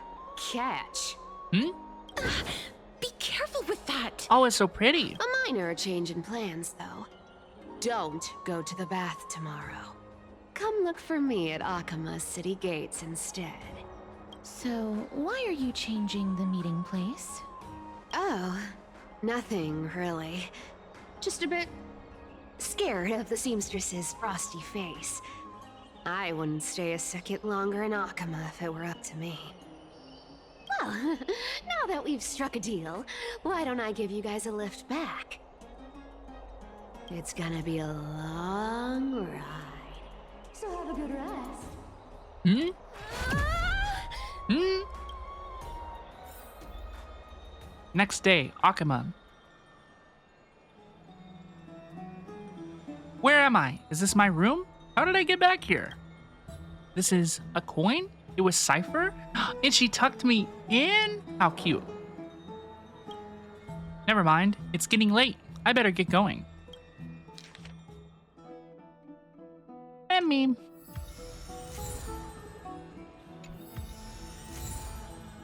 I got my stuff back. Okay, let's go to outside the city gates. We go this way?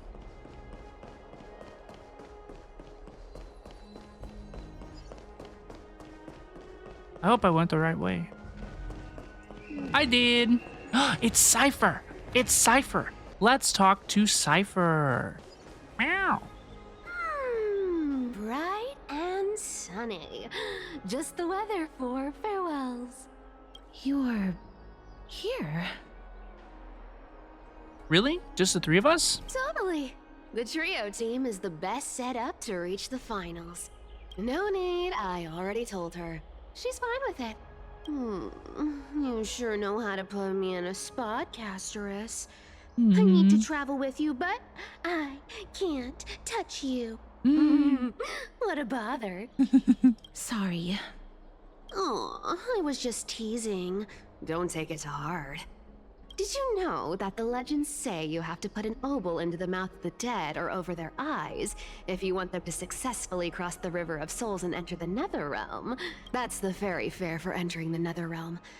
However, I honestly won't ask you to pay this time. I'll pay. And then we'll just have to go through the motions.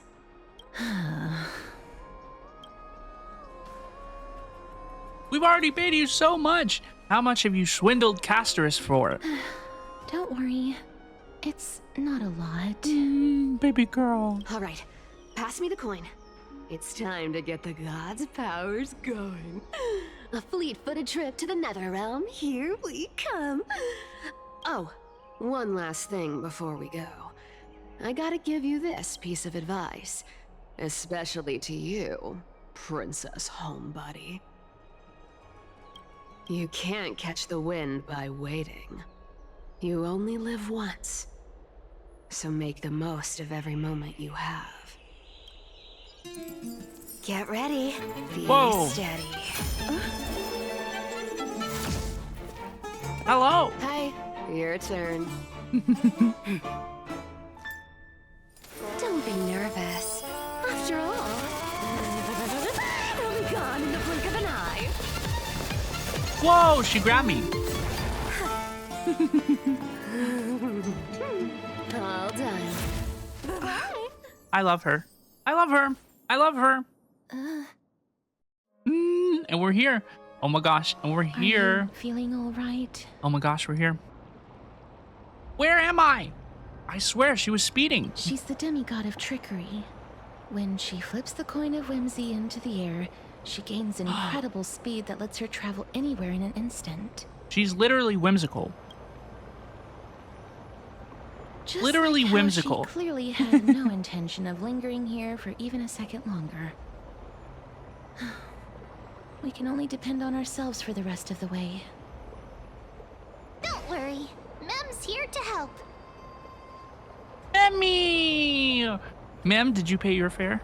I don't think I even meet the height requirement for the ticket, so I won't need one, right? This is Styxia, the city of dragons and waves. Anaxa hypothesizes that the missing Thanatos is somewhere in these ruins. This is the land of their birth. Or perhaps of their death. How would we find them? Anaxa had used a secret alchemical art to temporarily fuse his soul with Circe's and Kefali. And when he was on the verge of death, he was pulled by Thanatos and caught a glimpse of the flowing river of souls. This alchemy, considered a sacrilegious act, might actually make the souls of mortals and titans attract each other. Even though Thanatos has been missing for 1,000 years, and even their followers haven't been able to find them. Oh. I'm sorry. So are we going to use that Philosopher's Stone to conjure the Titan? I guess that's the only way. The only leads we have now are the name of this city and the fairy tale about the dragon. Thanatos Dragon. is even more mysterious Dragon than mentioned. I am. Indeed. Even one as erudite as Anaxa could only point us to this place, and no further. We will be entering the unknown as soon as we take our first steps. But that won't be the first time in my long journeys. I believe that, rather than standing still, taking action is by far the better option. Perhaps fate might take pity on us today and show some compassion. Dragonborn City, Styxia. Go back whence you came. Go back. Who's speaking? Ahead lies the realm of the dead. What a beautiful butterfly. Is it talking to us? This is a eulogistic butterfly. They are found in places where many have met their demise. In Idonia, some think of them as manifestations of Thanatos' benevolence. By turning the lingering obsessions of the deceased into these creatures, it is as if the Titan has made life into a specimen. Others think of them as Thanatos' messengers that guide the departed to the nether realm. The second theory sounds more believable. After all, the things they're saying are rather, direct. Perhaps. But the fact that we're able to hear their whispers proves that we're fast approaching the realm of the dead.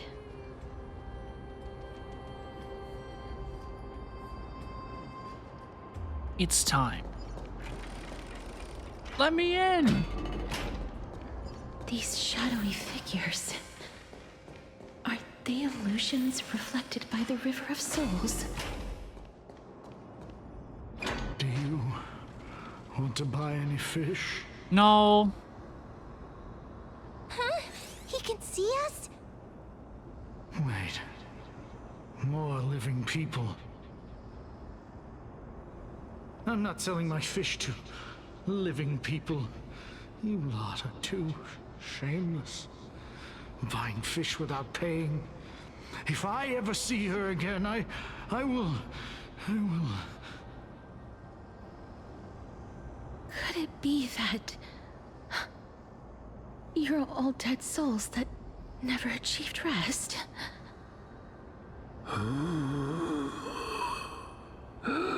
The Nether Realm does not exist. Such guttural breathing noises. Ugh.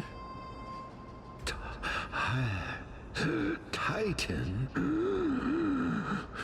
rejects you. Me.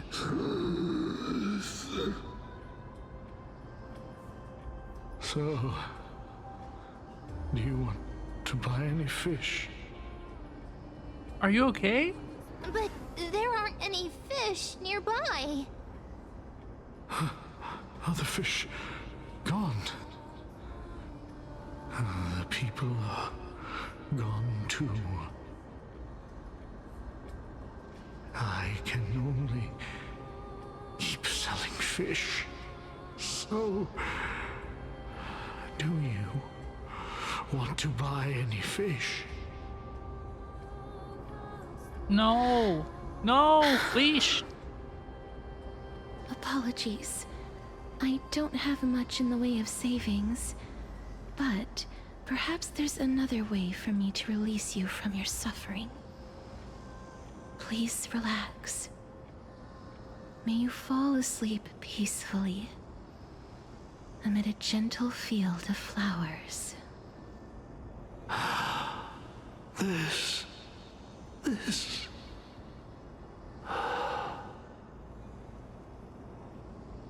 I knew it. These people aren't illusions. They're the souls of the deceased.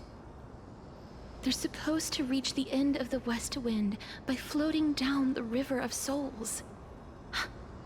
Yet, they have floundered upon the shoals of the stream, unable to move forward.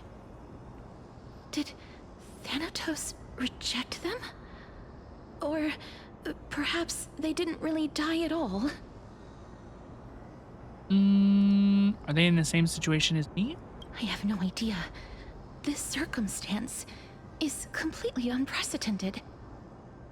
Hang on. Didn't he say more living people? So that means he's seen other members of the living apart from us? Could it be that these souls are stuck here due to someone's deceit? If something is done out of goodwill, are you really gonna call it deceit? Who's speaking? Goodwill? I can't see anything good out of... Wait a minute. Lady Cypher? That's me. Cypher! What are you doing here? Could it be that you She's are so the beautiful. living being that those souls met? I couldn't take their behavior anymore.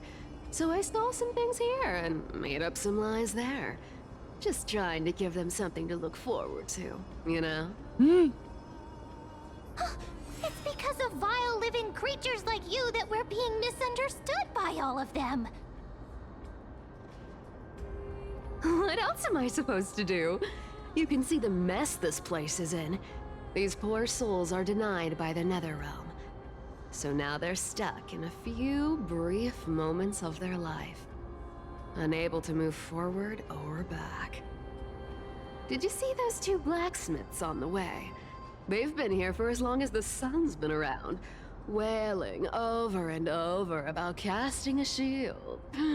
Styxia is so freaky. Freaky? Freaky? Freaky? Cypher says freaky? Compilation? Then why have you come back, Lady Cypher? Hey, I'm not here to aid your adventure. I hate water more than anything else in this world.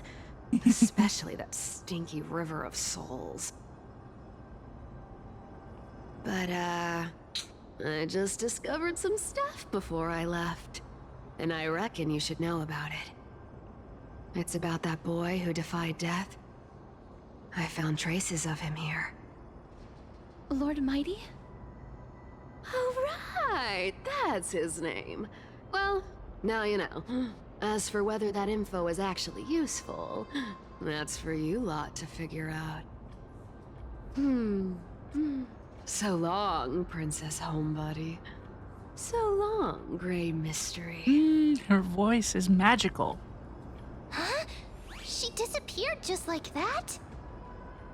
Lady Cypher has always been a free spirit. In any case, she has brought us some valuable information. If Lord Mighty is also somewhere along the river shoals right now, then he will certainly become our signpost. After all, he's different from those wandering souls. He will find his way, even in the realm of the dead. Speaking of finding the way, how are we supposed to get over there? Don't worry, it's time for me to shine. Ornyx's rune of recollection is nearby. Use prayers to return the river to before it got flooded.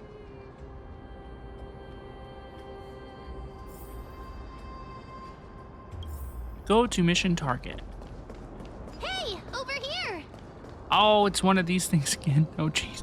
God.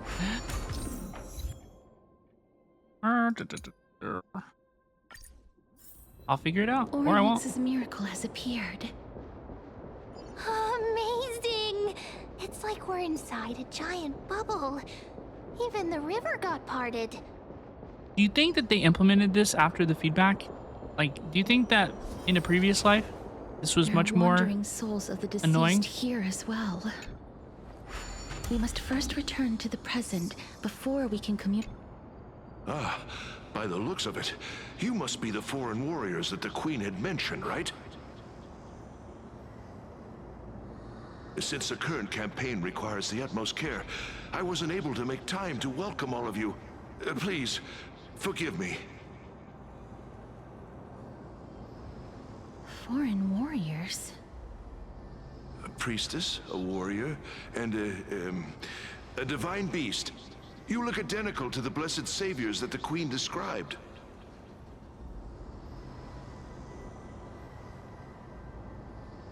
no healer on this team? A campaign?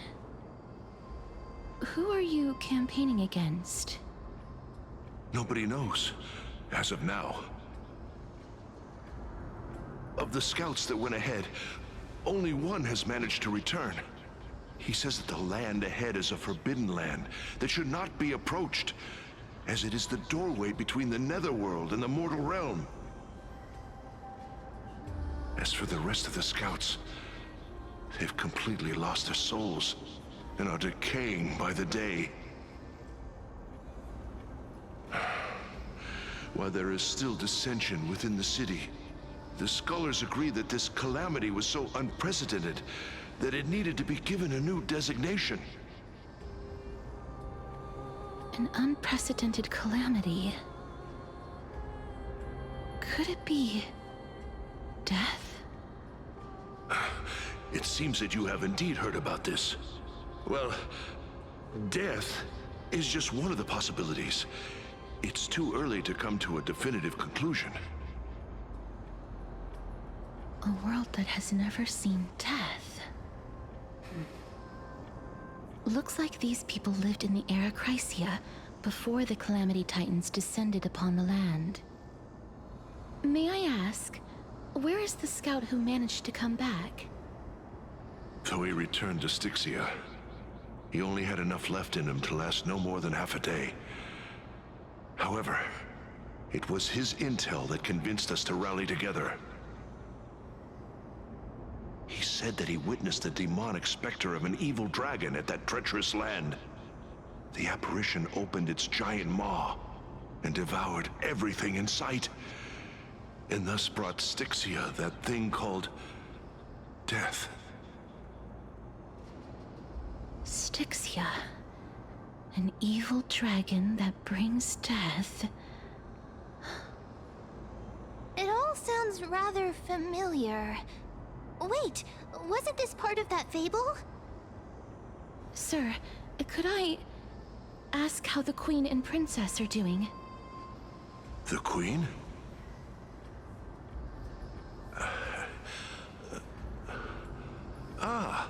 By the looks of it, you must be the foreign warriors that the Queen had mentioned, right? Is he set to loop on repeat? Oh, it's the same lines. Looks like he's still trapped in the moments before his death. Leave it to me. Put him down! Sir, the war ended long ago. Styxia no longer exists. Styxia is no more? This cannot stand! Newcomers, hurry up and go take your positions! Oh, looks like it's difficult for this gentleman to accept reality.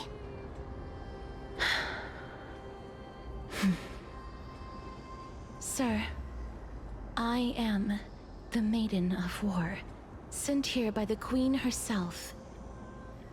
If you accept my blessing, then today's battle will be smooth sailing. Maiden of War? I've never heard of this. There's little time to waste. Please don't take too long. Don't worry. I'm typically unwilling to prolong such a moment.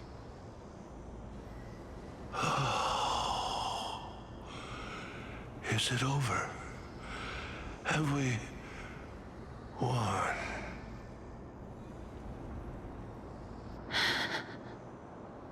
Cass, oh, are you all right? I'm fine. I just didn't expect that I would still have to embalm others, even in the realm of the dead. That sucks. Is this a remnant of his soul?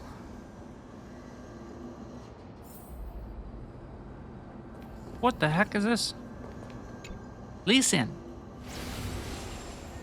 Well then, why should I place my trust in you? Holy maiden from afar.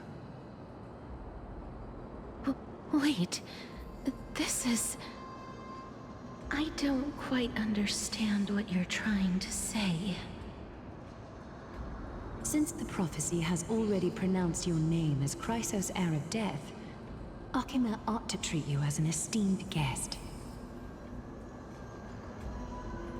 However, you seem to have no intentions of concealing your involvement with the Council of Elders, while most likely being aware of my issues against them. I cannot deny your claim. It was the Council that offered this room to me, and they had only one request. They want the curse of death to be completely subjugated to your will.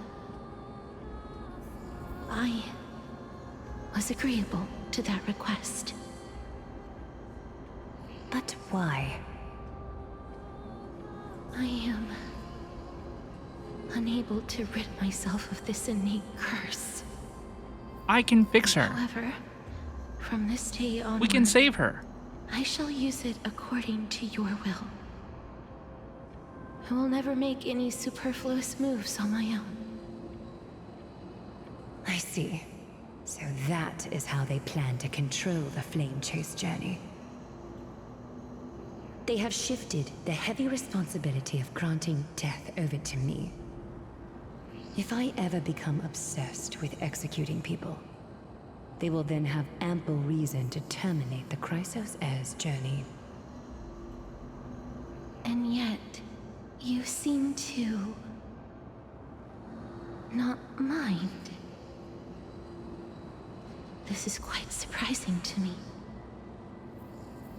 That's because the fate that we were born with is a burden far heavier than that of an individual's life.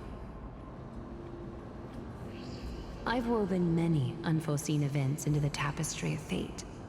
This is but one instance. Tidy up your precious garments and come with me. Akima welcomes you, Castorice.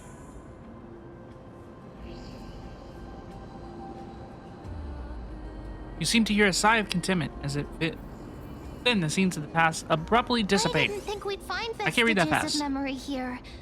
Maybe they've got something to do with Orynyx's rune? Perhaps, but I do not need a reminder from them. This memory is one that I will never forget. Aglaia trusts you unreservedly. I really want to repay her for that trust. But why would this memory appear right now? Is this really Orynyx's power? Continue exploring Dragonbone City. That's a crazy name for a city. Monsters actually be... If Lady Psych... Why are the Black Tide monsters here too? Can they swim in the River of Souls?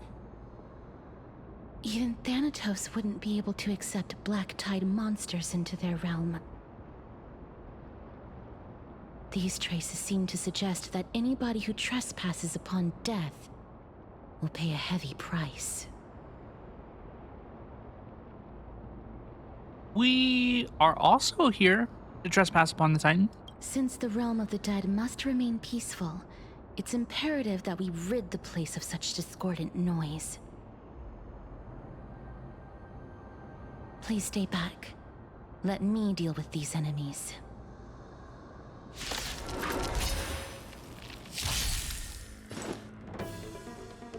Memi! Time to mix things up. I shall remember this one. Nice psychic, my friends. Indulge yourselves!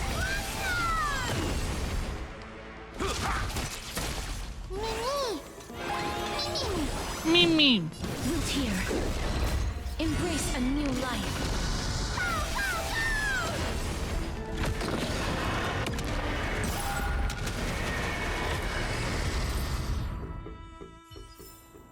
May wandering, the path ahead is blocked by the River of Souls again. In that case, let's go back to the past. This miracle sure is handy. Mimi's so If cute. Don Hung was around, he'd definitely be able to raise the waters of the River of Souls into the sky. If Lady Hycelens was still alive, I think she might be able to do that too.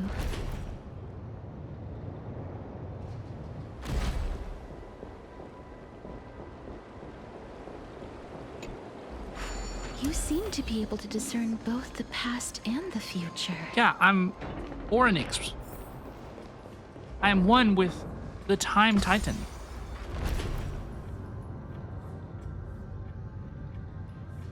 I've hired this Castorice to stare at you.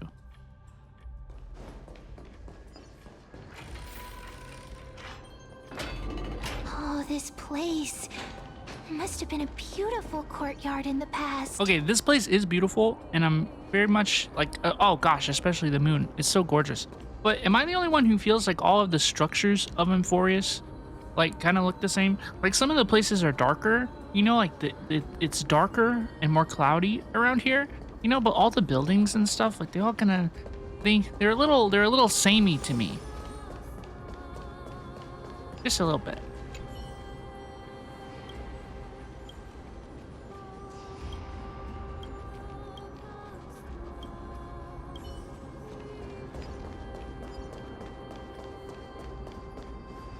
Please excuse me. I am but a scholar from a distant land who had the misfortune of falling into the River of Souls and turned into a member of the dead. This This one seems to know that she's already dead. Oh, I was merely speculating. But it seems I was right. And you... I recognize you. You're the Holy Maiden of Death from Idonia, right? I'm sorry. I cannot bring you back to life. However, should you desire it, I can end your prolonged limbo. I'm well aware of that. Even if you were able to revive me, I would never choose that option. That's because I didn't fall into the River of Souls by accident. Instead, I leaped into it to seek my death. Why? If you could see the life I've led, then you would not reproach me so. My life was far too miserable. But I did not expect things to stay the same even in death. What a joke. In escaping my mortal life, I've entered a millennium of pain instead. Circe's above. What cowards humans are. For we fear both life and death simultaneously. I'm sorry. I am also powerless to answer that question. That's all right, Holy Maiden. At least you are able to respond to me. Please, grant me death. Circe's above. Does this count as thinking till the moment I die? She seems free. I have seen too many farewells. Her distress is quite commonplace. There are those who will end their lives over what seems to be the smallest of worries. For some people, this power that I possess is a blessing rather than a curse. But I never managed to convince myself of that. Cass, are you still trying to create a world without death? Yes, because when placed under time's vast scales, there is no worry in this world that cannot be solved. You should chat with Don Hung about this. This is a wish that I've held for almost a millennium. My mind might have changed once upon a time if people managed to strike up a friendship with me. But I've never been more firm in my conviction. Now that I've learned about your near-death state, it is my duty to wipe death from the face of this world.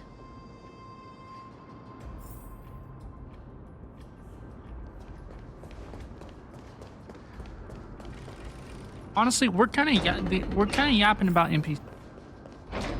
I know this not exactly what's going on, but we're listening to a lot of NPCs talk. Dead NPCs talk. This place is so spacious.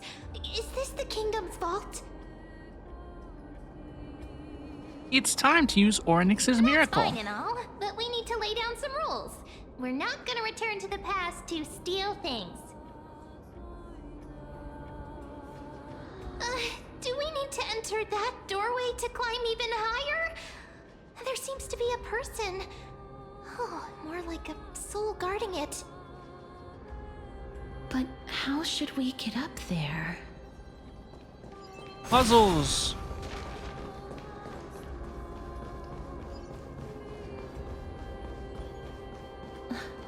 The path is blocked yet again. Orynyx's 8 always appears in times like this. Look, there's even a platform lift over there.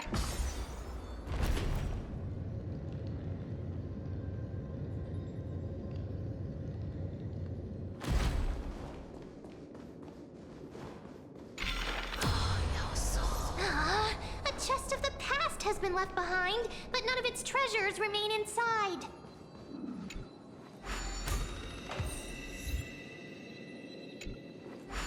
Oops.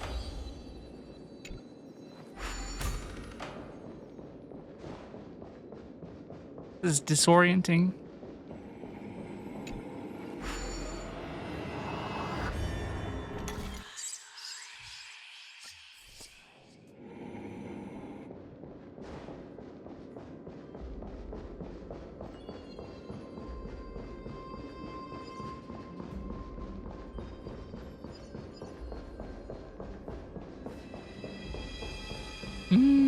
Wait, what if the miracle suddenly loses its effect? Mem, you're right to be nervous. Mem, do you really want me to answer that? Oops. Stay back. Don't come near me. Huh? Why does he look so panicked? Did the black tide monsters frighten him? Or is he actually scared of his own extraordinary power? Let me fight him. There's no need to be alarmed.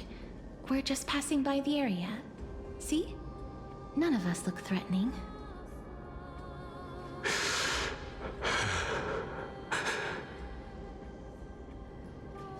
You have a point.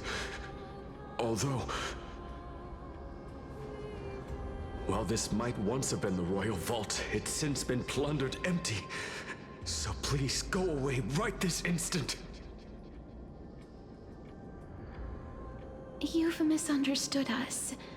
We simply heard your shouts as we were passing by, then decided to come over to find out what happened. My goodness. Did I really yell out loud? How rude of me.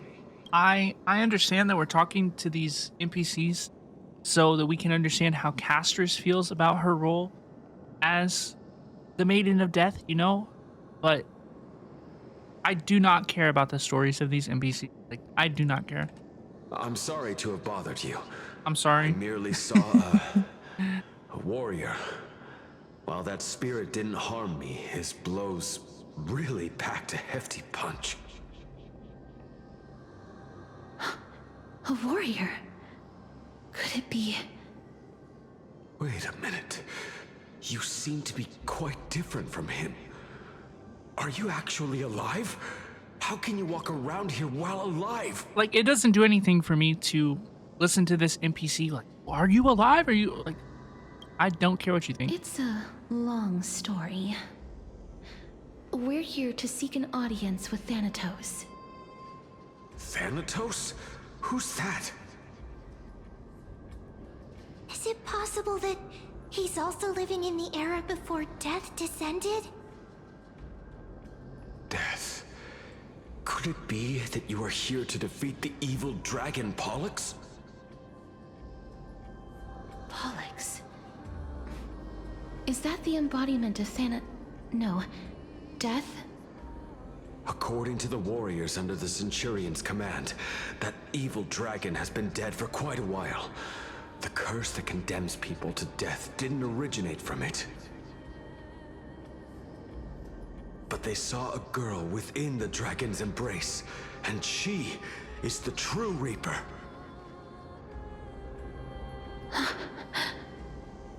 Pray tell, where is that girl right now? I've heard that the Queen spared no effort in bringing her back to the castle. Her Majesty intends to control all of Amphorius with this unprecedented power. As for whether this rumor is true, well, no one knows. You have my thanks for the invaluable insight that you've given us. Please, treat this touch as a token of my gratitude. You... Are you...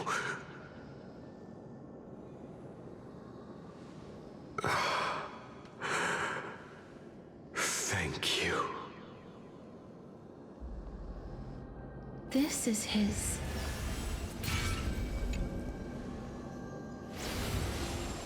Then you granted him death? That isn't like you. You would have refused even if I commanded you to do so. I don't know. I did it out of sympathy, believing that I wouldn't be racked with agony, but I am still in a state of turmoil. Sympathy? Sympathy for that youth who triumphed in every battle? That young man was favored by Talantin, who taught him a move that will defeat any mortal enemy with a single blow and emerge victorious every time. He could rely on that move to always achieve victory during Era Chrysia.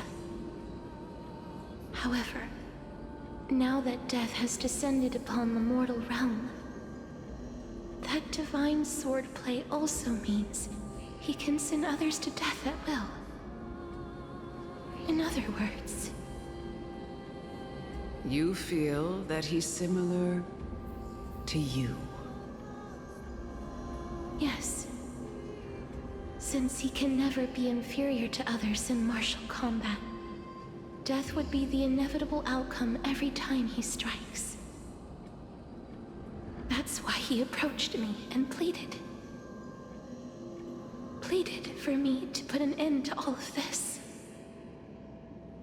You are perhaps feeling lost from making your peace with death in so abrupt a manner. I have not made peace with death. I've seen the people of Idonia stand tall and proud in the face of death.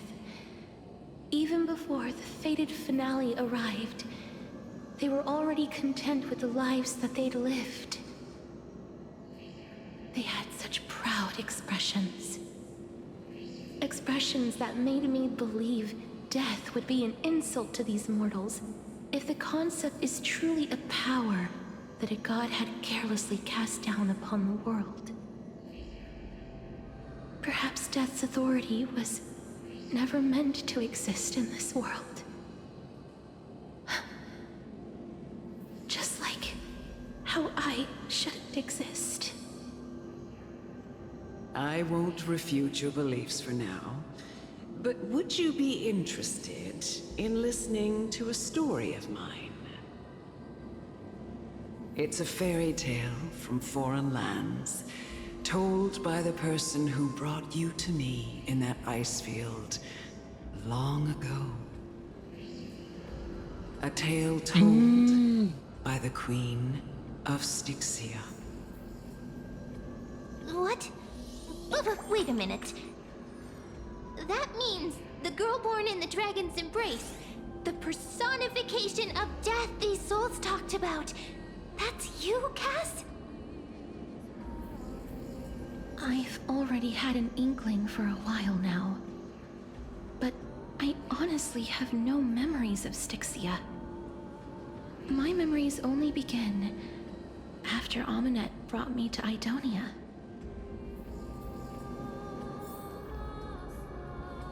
You're telling me that Castorice Honkai Star Rail is the embodiment of death? The person who can't touch people without killing them? She's the embodiment.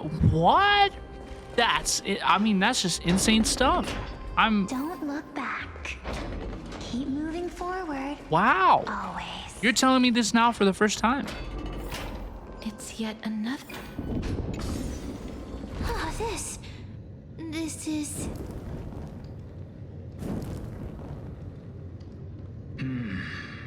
Living ones? Oh, could you be the scions of Styxia? Did you hear about the great work that I'm doing here, and have thus arrived to give me the last material that I need for transmutation? Great work? Have you heard of the great name of Pollux, perchance? I've heard that name many times. Its pilot is right here. You don't have to describe it like that, miss. You have? Then that's good. During the Age of Myth, a time likely before your birth, I was the unsurpassed zenith of alchemy that none could reach. On the shoals of the River of Souls, I shall make Pollux soar again and bring death back to the world. But didn't that dragon already bring death to the world? Oh, looks like you don't know the whole picture. Well, it's true that the missing girl can grant death to mortals. Pollux, the one who delivered her onto this world, makes it so that humankind cannot die.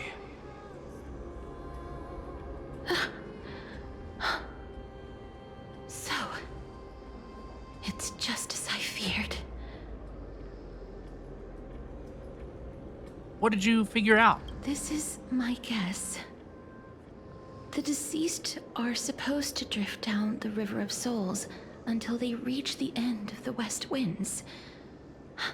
But this River of Souls was blocked by Pollux's fall. That's right.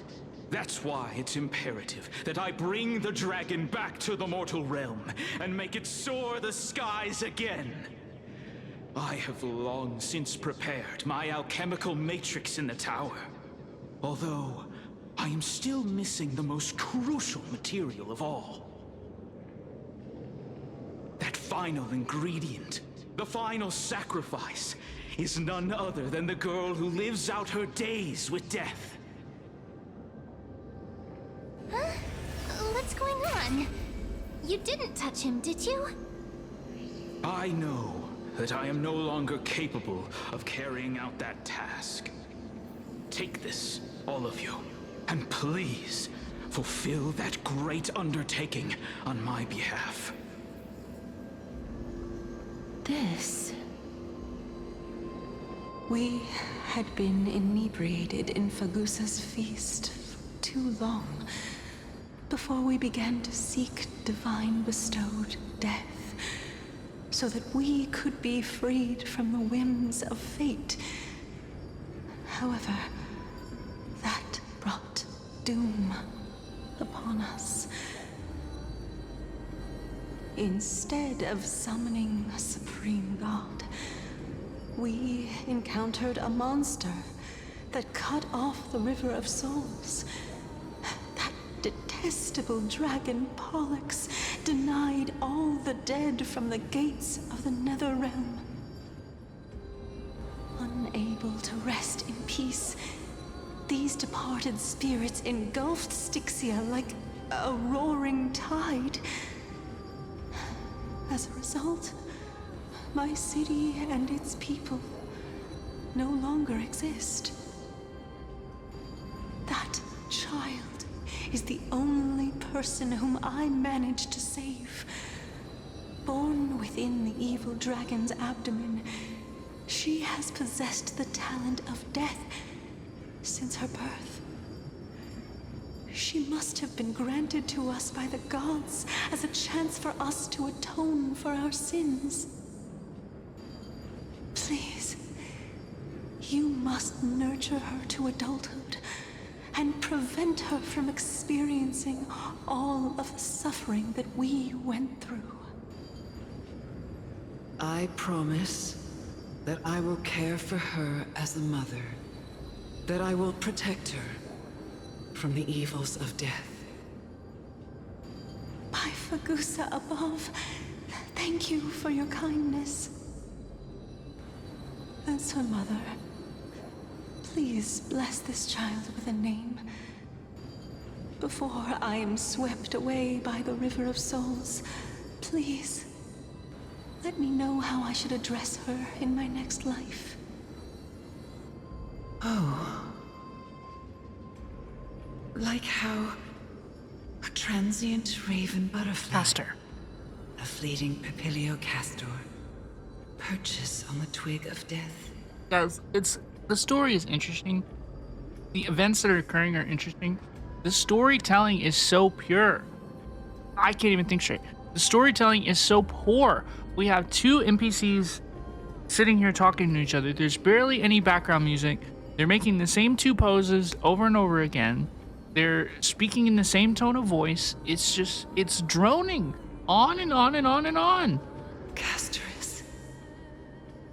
That shall be her name. And I know they're talking about Castorice, and it's all her lore, but it's... Where my name comes from? The sound's back. What is making that ruckus? They heard me crying. Now they're going to show me the dragon. Living ones, don't waste your time. And they're going to give me a fight. The realm's wrath is falling upon you. They heard me. They heard me. Black Tide Creations. When did they... Miss, please fight them with caution. Be careful not to suffer the same fate as those Black Tide creatures.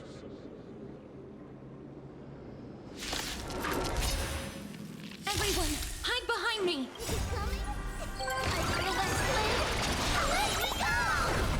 Memmy. Time to mix things up. I shall remember this one as you wish. Please, wilt here.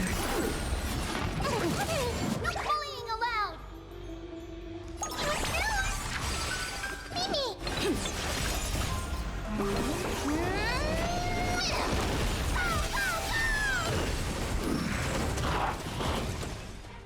How's this taste?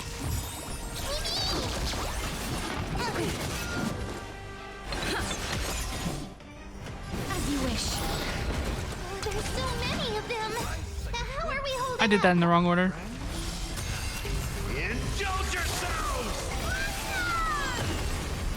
Embrace a new life.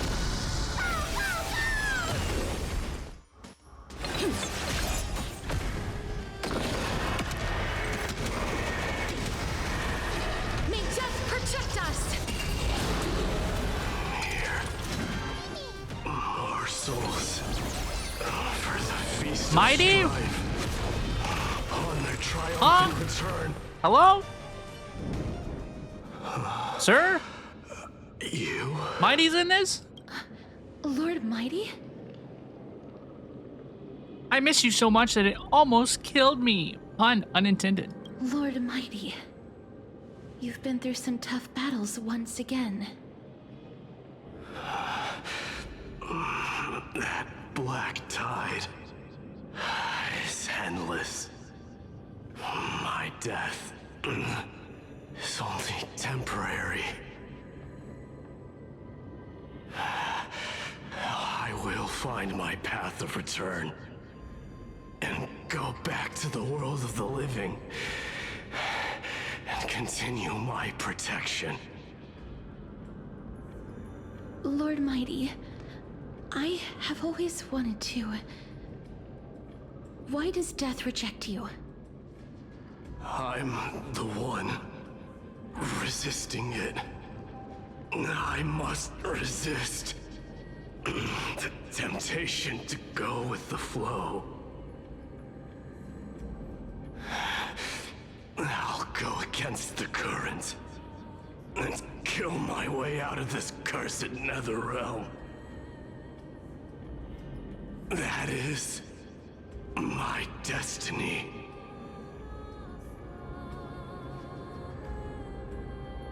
Is this really the Proud Mighty? It seems like he's completely focused on resisting the temptation of the dead's whispers. He's working hard every minute to deny death. It seems his battlefield is not limited to the world of the living. Lord Mighty, are you willing to travel with us? We're headed for the Matrix inside that tower, to summon Thanatos from their prolonged concealment.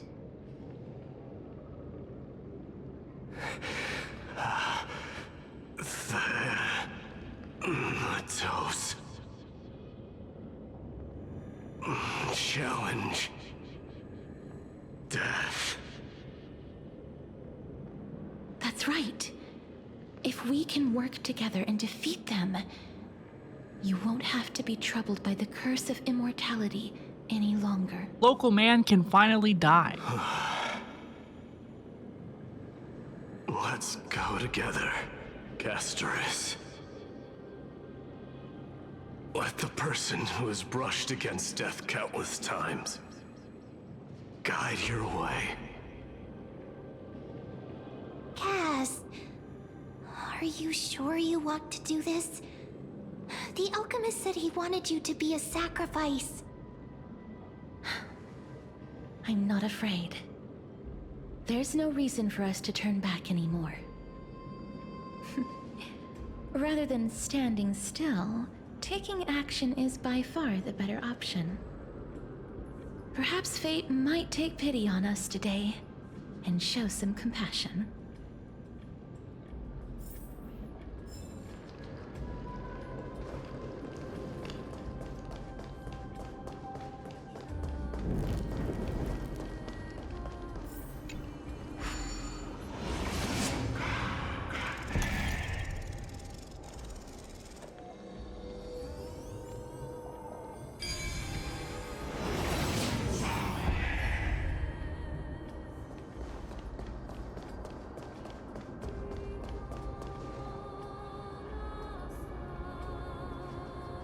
Before you were arrested in broken chains, remnants of a path that once led to the tower.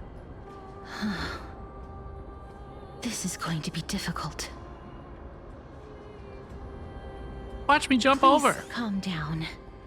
If you were to fall into the icy cold river of souls, I'm afraid that you really would die here. If I was more powerful, I would be able to carry one person with each limb and fly the four of us to the other side. The Rune of Recollection is here, but I can't find the miracle orb anywhere. So weird. Oh, could it be in that collapsed tower in the distance? Looks like it's your time to shine. It's still up to me to step up in a crisis. Wait here. I'll go check things out.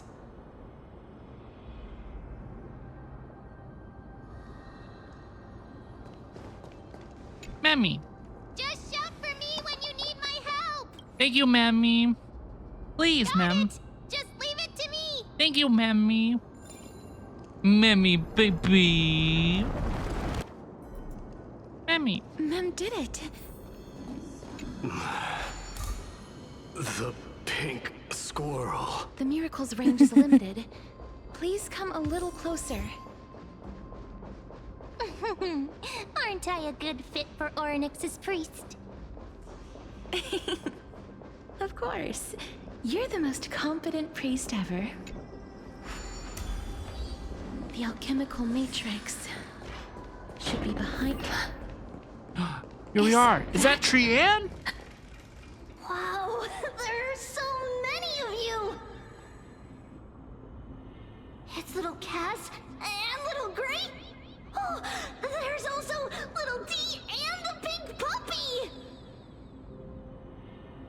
Trianne? Aren't you... Dead?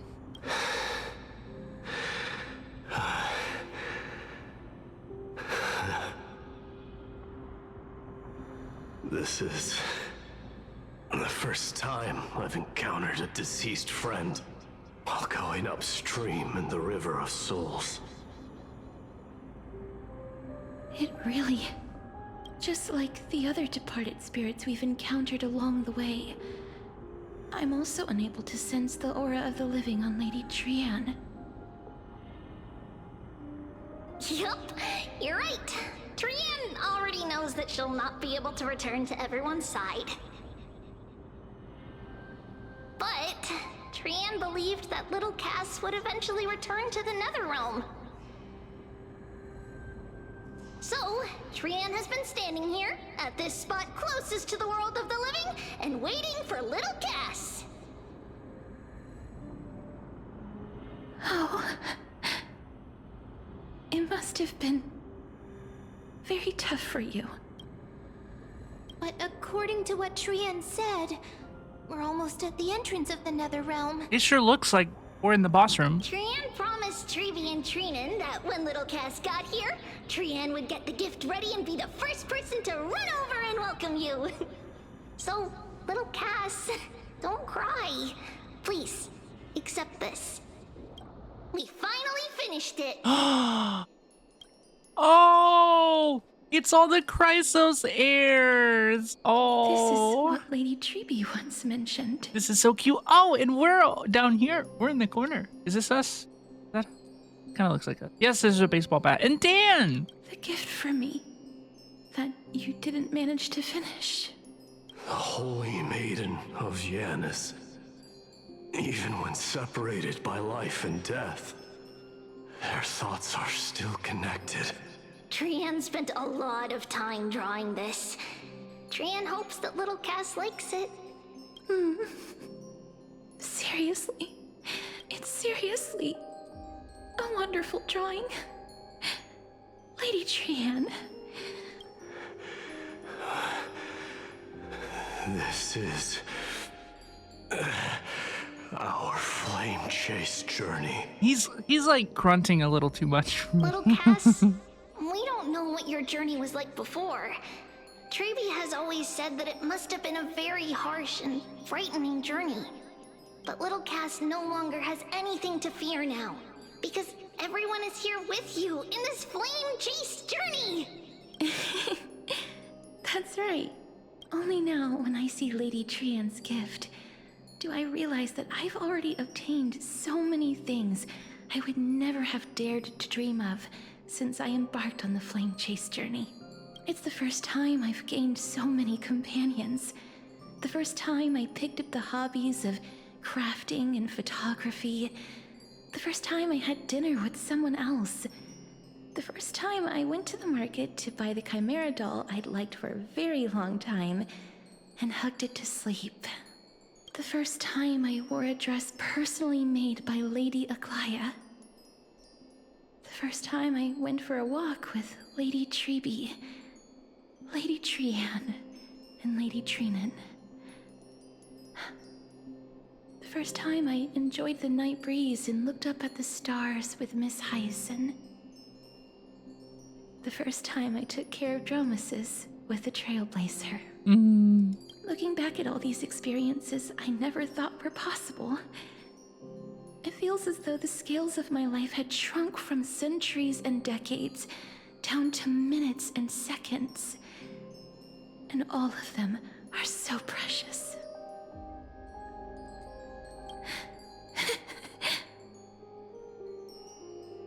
I took countless photos in the past, but they're all black and white landscapes.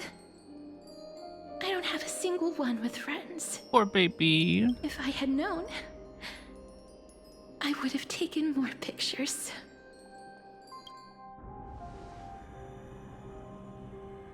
And shall we take one now? I feel like that's gonna reveal something we don't want to see. Trian says yes! Trian likes little Cass and would love to take a picture with little Cass. Sadly, What if, like, we take a picture and Cass is the only one who's there? being departed souls, our images cannot be captured in the world of the living. Yeah, that's what I thought. Unfort. I thought so too.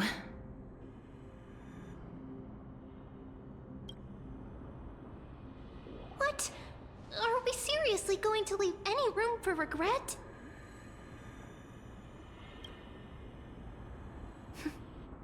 There won't be any regrets.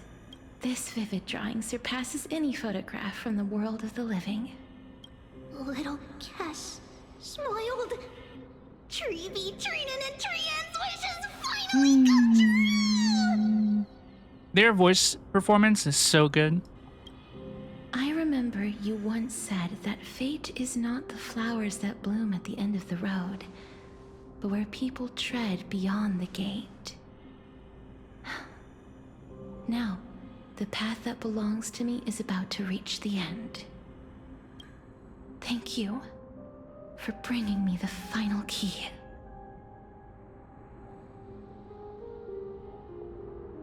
Key? Little Cass, why are you talking in riddles all of a sudden? I have a feeling that soon, this gift of yours will become the key to saving Mrs. Life. Wow, that's amazing! Then keep smiling and carry on bravely! Little Cass, little Gray, everyone, see you tomorrow! Bye-bye, Trian. The blinding smile, Trian's golden form, disappears in the thin fog of the moonlight. Lady Trian. The aura of this place. Aura. We have indeed reached the end of the stream of souls. If I go any further, I might lose myself. I must leave now, for the black tide still wreaks havoc in the realm of the living.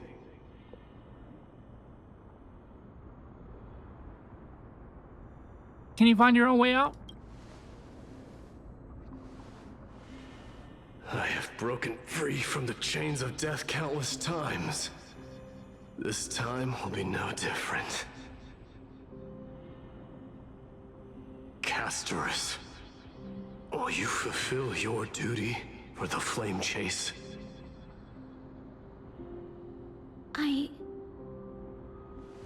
I have yet to make my decision, Lord Mighty.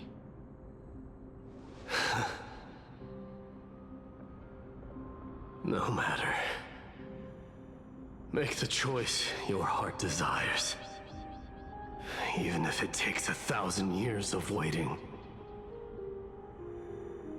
I will continue to fight till I die. Then rise from death. Till the miracle descends.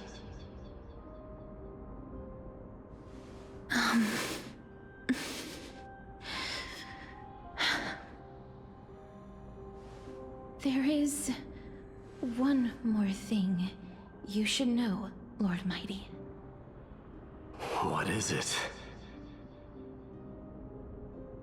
Professor Anaxa may have deduced the principles behind the Era Nova. You and I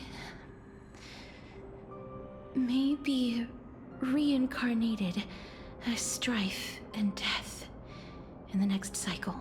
Cypher's lurking. Becoming calamities wreaking havoc upon the world. I see. They become the next Titans.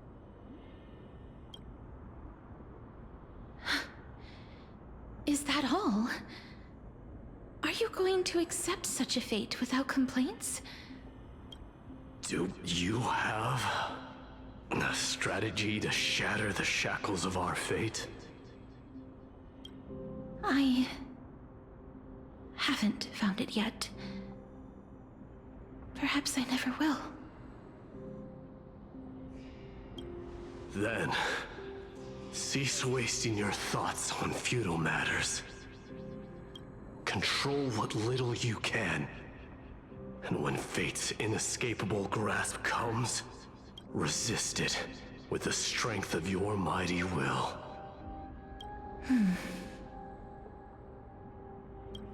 Thank you, Lord Mighty. I will find the right decision.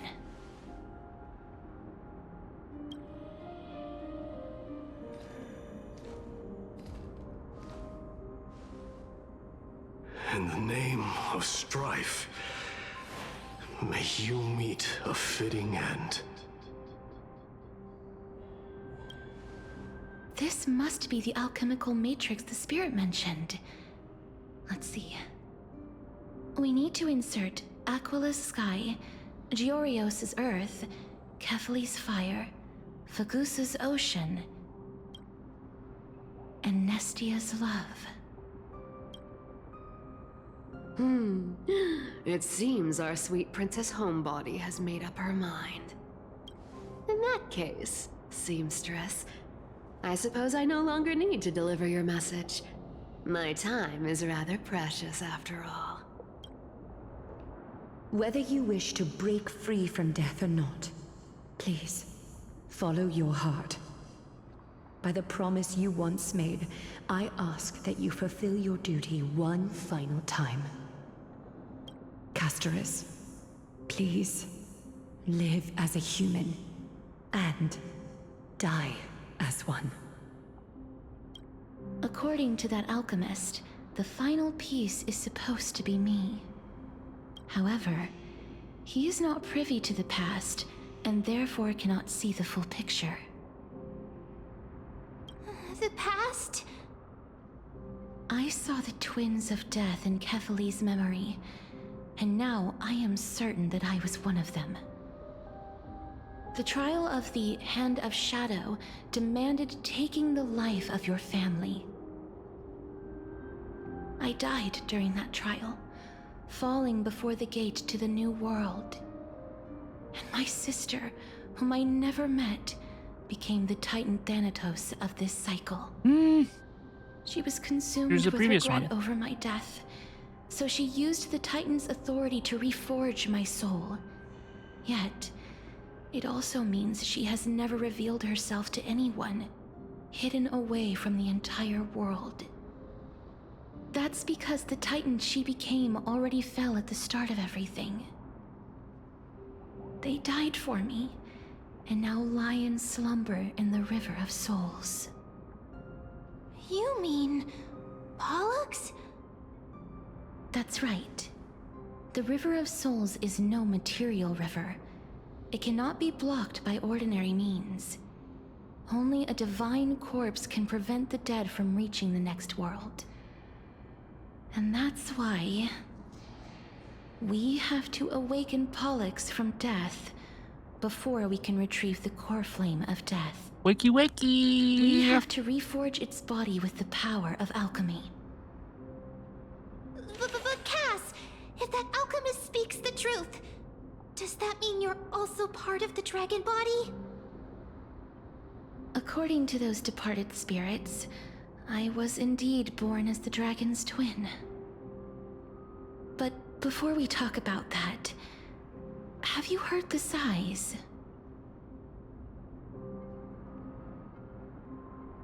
I did when I was collecting the souls. I heard them too. So what are those? I think it's probably the sign of Pollux's wish being fulfilled. They must have realized how heavy a price they'd need to pay when they used their divine authority to resurrect a dead woman. That's why they exerted every ounce of their strength to send me to Styxia, a city that called for death, a land where none is hostile to death. They never saw their wish fulfilled and fell so prematurely, all because they wanted to give me a new life. Pollux must really want to know how their sister has been after giving their all to save her.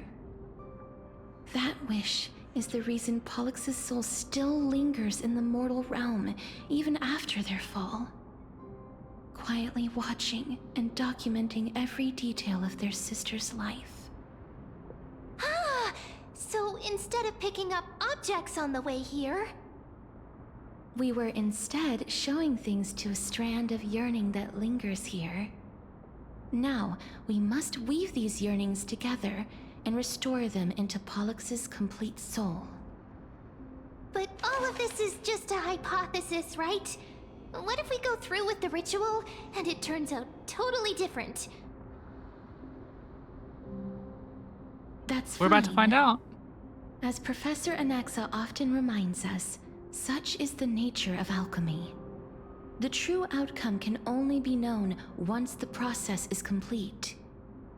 This is why alchemy is also known as the miracle of creation. Now, the puzzle of Pollux's yearnings is nearly complete, with only one final piece remaining. I shall reveal what they have been yearning to know in the alchemical matrix. I will show them my whole life since I left Styxia. Lady Trianne has already drawn a picture of my entire life, and it is now in my hands. Is it time? Let's complete the ritual. Then, let the ritual begin.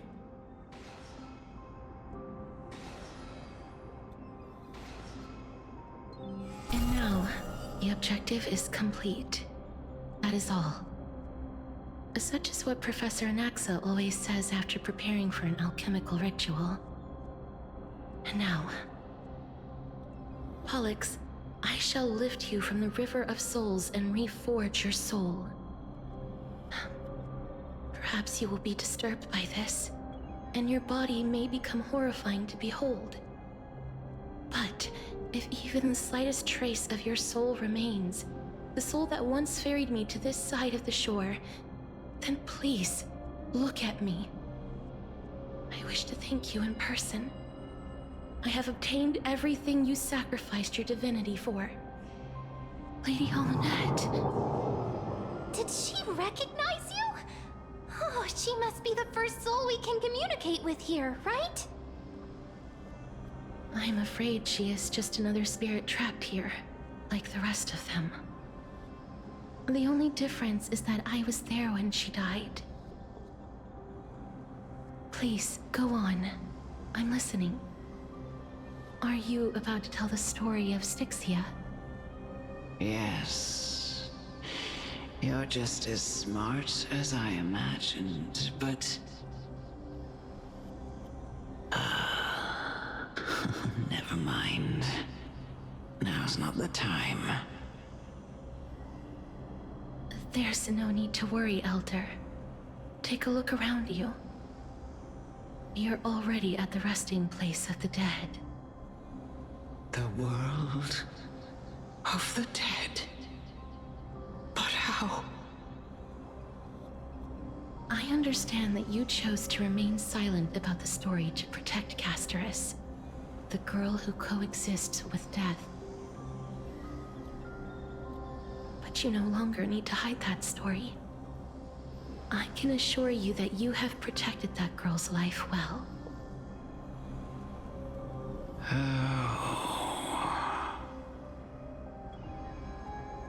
Well, in that case, let me begin. Styxia, the pearl of the ocean, plagued by unwarranted calamity and ravaged by death in the fairy tale. It was the first city-state to shift their faith towards death, even before Idonia did. From where you stand now, I suppose that's a bit hard to believe. Right? Indeed. I cannot imagine that those from the era Chrysia, blessed with eternal life, could ever yearn for death. I have pondered the same question, child. But I am afraid there is no clear answer to it. Journeys and epics are only glorious and magnificent because all things eventually fade to dust. That's how someone once explained to me why death isn't necessary to the world.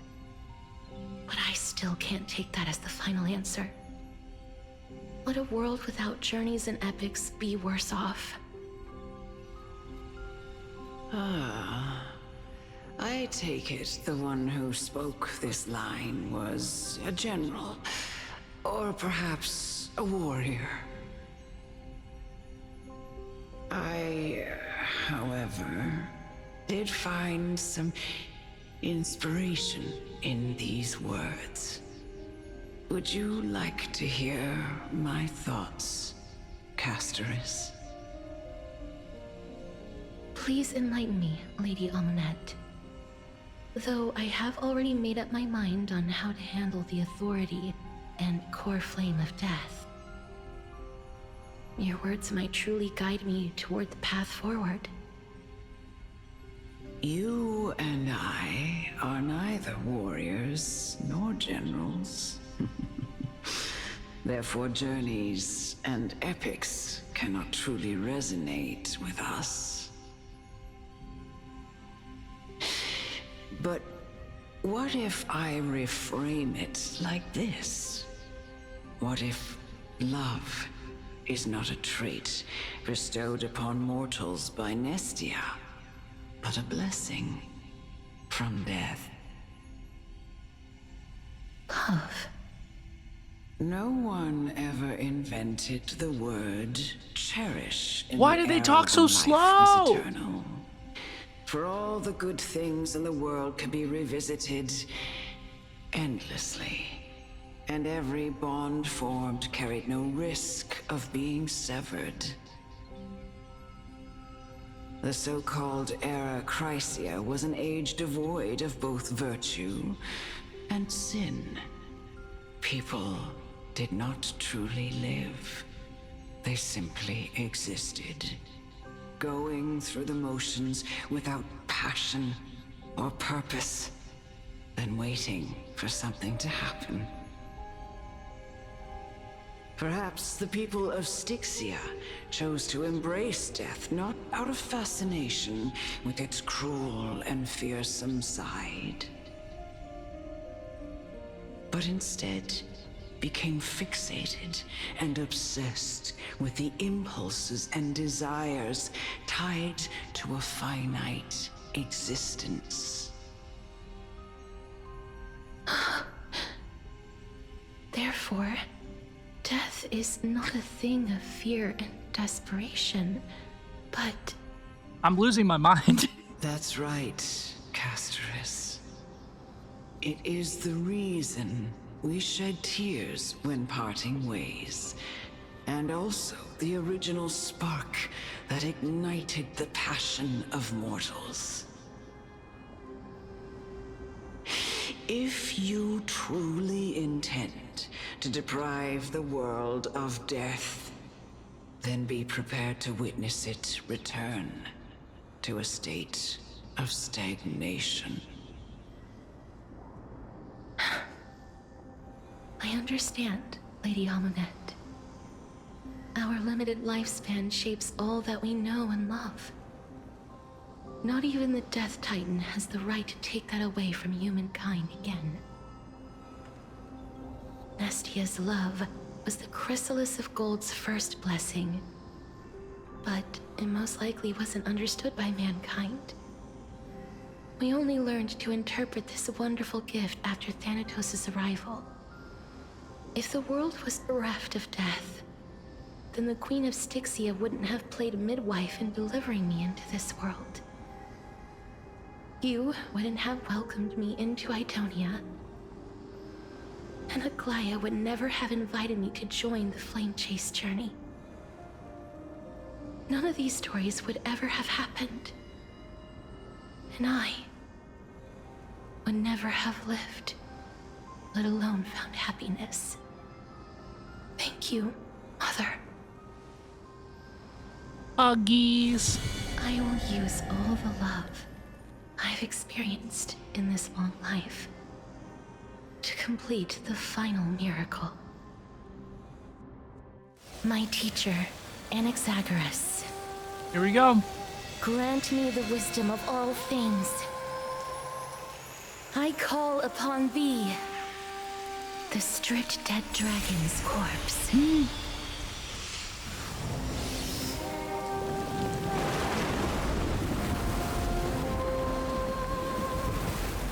Rises from the earth.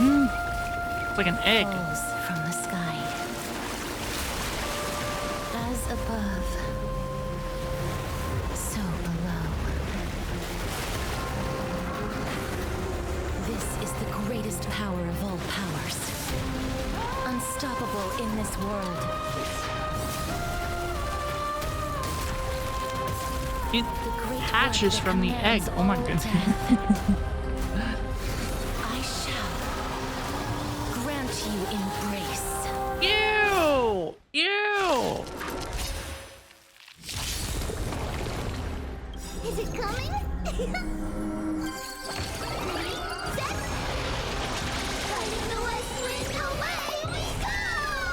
I think there should be a setting where you fast forward through your own animations, but you don't fast forward through the boss's animation. When ally target's HP is reduced, accumulates Desperate Bubble. Upon reaching the limit, remove damage mitigation and enter the enhanced state. Is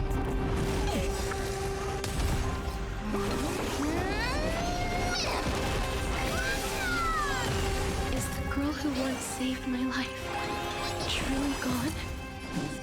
Or will you show yourself? Sis, wake up! And I know Sis, you're wake up! Shh. Don't be afraid. How long have I had this dragon?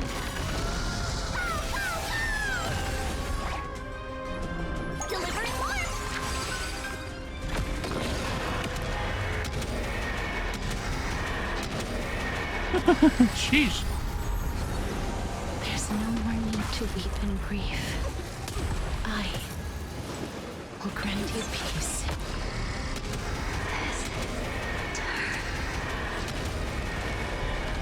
Yes, it's me. I'm back. Be careful. They may be moving by instinct, but there is fury welling up within them. My psychic, my friends. Indulge yourselves!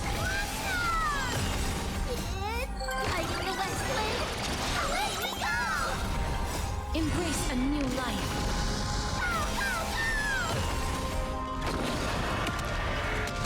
Bye-bye now. Please, don't turn back to the nether realm.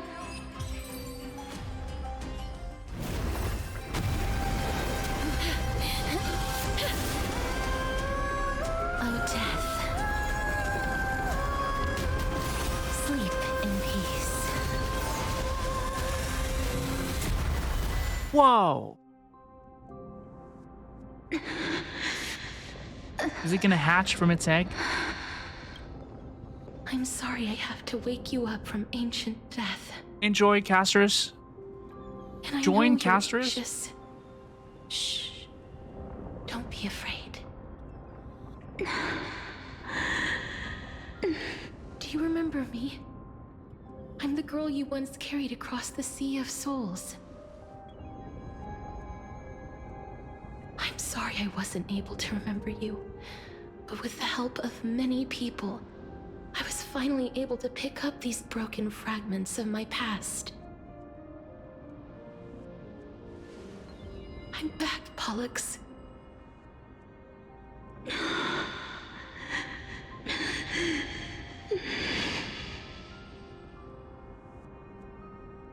I know this might not be what you wanted.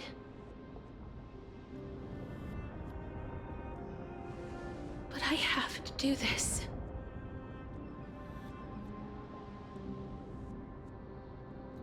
So please, carry me across the Sea of Souls again and return me to the Netherrealm, just like you did in the past.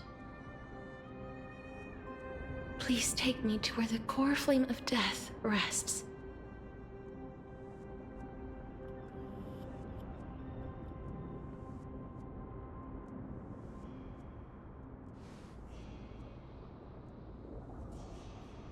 I'll be going now. Let's go.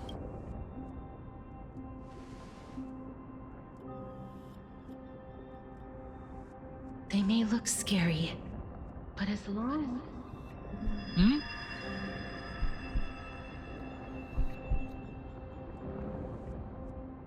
What's happening? What's wrong?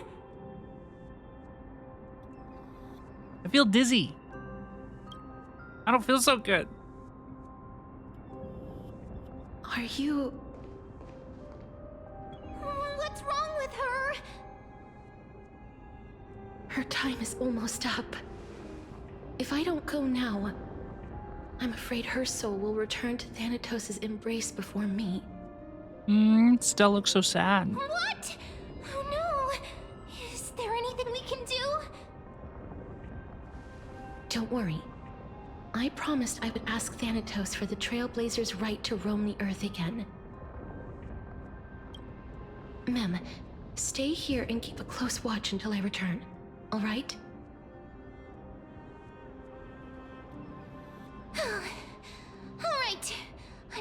taking care of others. Pet, pet, pet, pet, pet, pet, Go pet, on, pet Cass. mem. Make sure not to leave yourself with any regrets.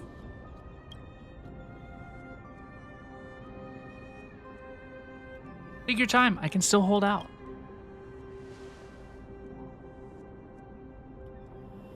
It's a deal then.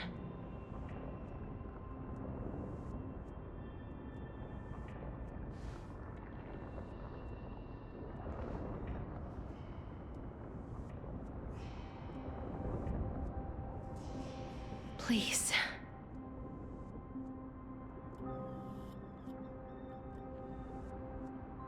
Wait for me.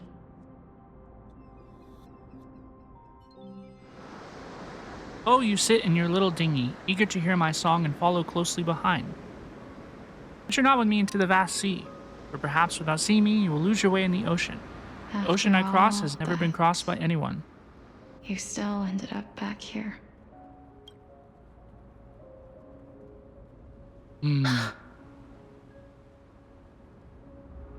Wow. So Wow. the legends were true. The Netherrealm really is a sea of flowers. Yes.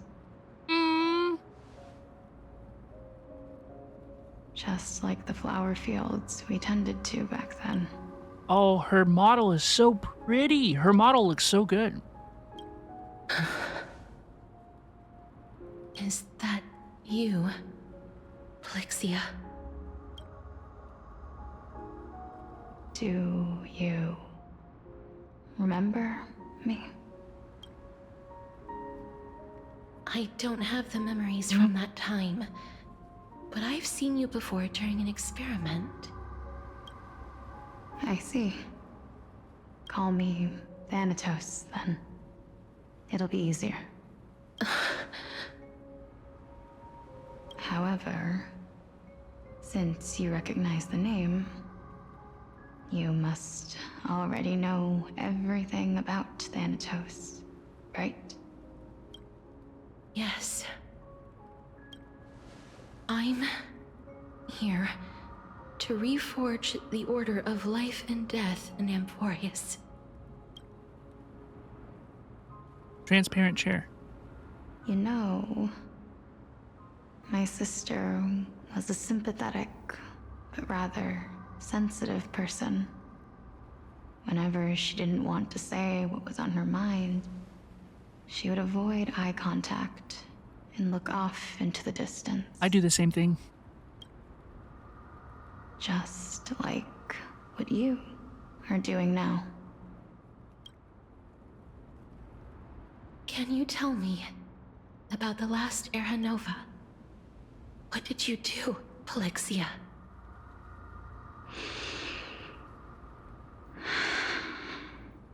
Where should I begin? I suppose we can start from the beginning. A long, long time ago, there were a pair of like-minded twins. As foretold in the prophecy, they were chosen to be successors to the god of death. But fate was cruel. The price of attaining divinity was to take the life of a family member with our own hands. That's crazy. That trial was indeed recorded in that memory. Then you should already know that my sister voluntarily gave up her own life, so that I could ascend as the demigod of death.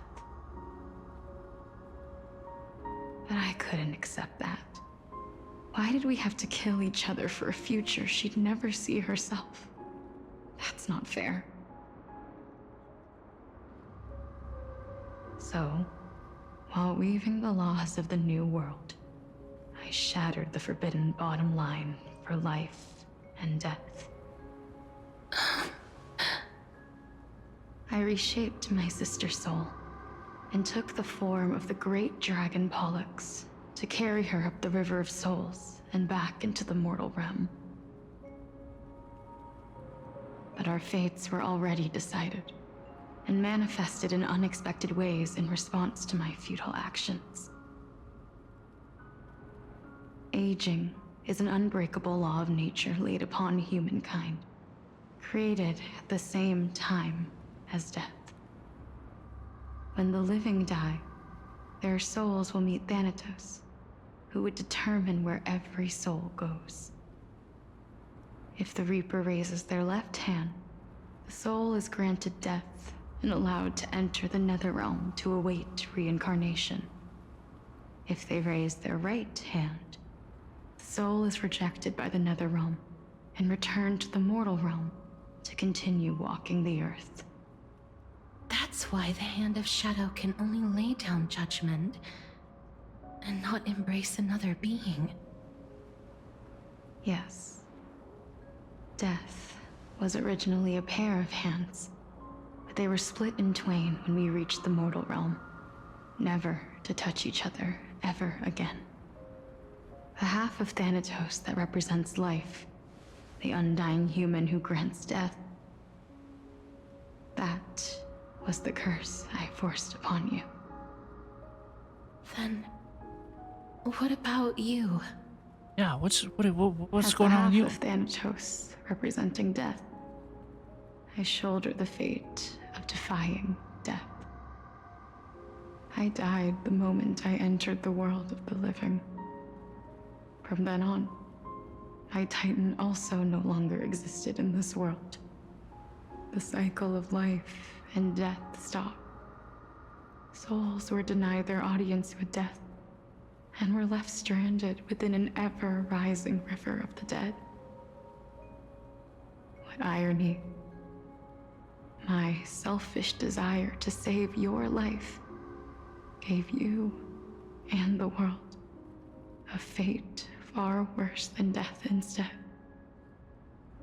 Then, what was left of my reason was left behind in the Netherrealm, where I've been taking care of these flowers day after day, until there is now a sea of them. Wow.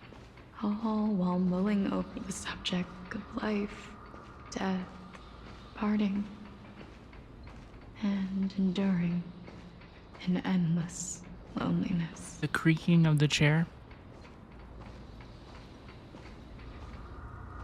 Fate is absurd indeed.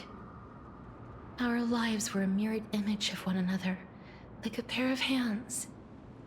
Even so, we arrived at the same destination. We walked different paths, yet experienced the same pain. I had hoped that maybe you would at least have a good life in this cycle. I'm sorry. I lived my life well. It didn't go to waste.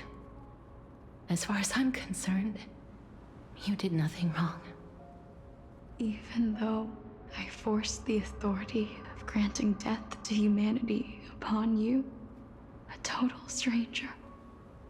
Too many responsibilities were forced upon me in the course of this long journey.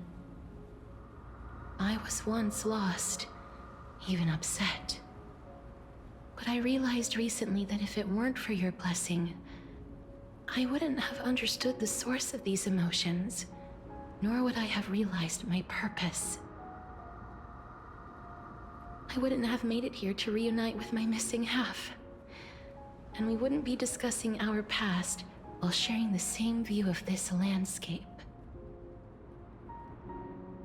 I wouldn't have understood the meaning of our existence. The meaning of our existence. This sea of flowers blooms on dead land, because we sowed it with the seeds of our separation and watered it with our tears of loneliness. Yes, the only thing death is allowed to create are flowers that bloom from blood and tears. That's why Thanatos cannot create living beings at will. Nor can the Hand of Shadow determine a person's remaining days. Because the life and death of mortals should never be dictated by another's will. Are you saying there's no point in Thanatos' existence? No. You sound so sad. No single being can bear the scales of life and death on their own. Not even a god. Life and death weigh equally heavy. We both know that now, don't we? You, too, must have had a difficult life. We've taken quite the ridiculous journey together, haven't we? I had a feeling, even back then, that we would meet again one day. Not to embrace one another after a long separation, but to come in search of retribution. Tell me the answer that's already been written, and let us draw. It's been far too long. I've waited here for centuries, watching day after day as desperate spirits are denied by this lonely wasteland.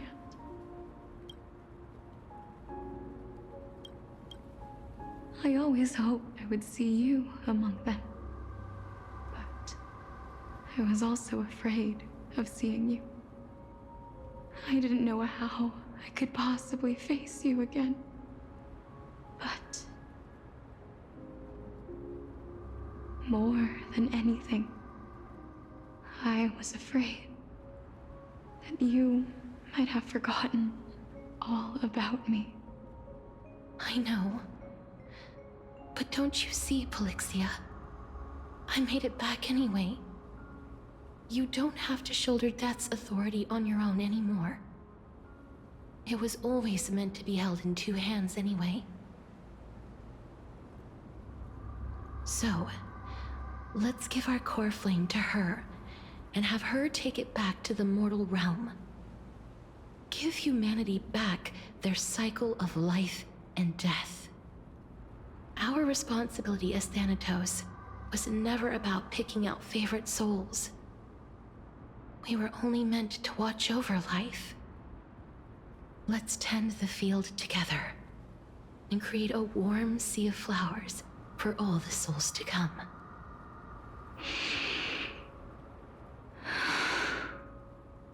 What do you think, Polixia?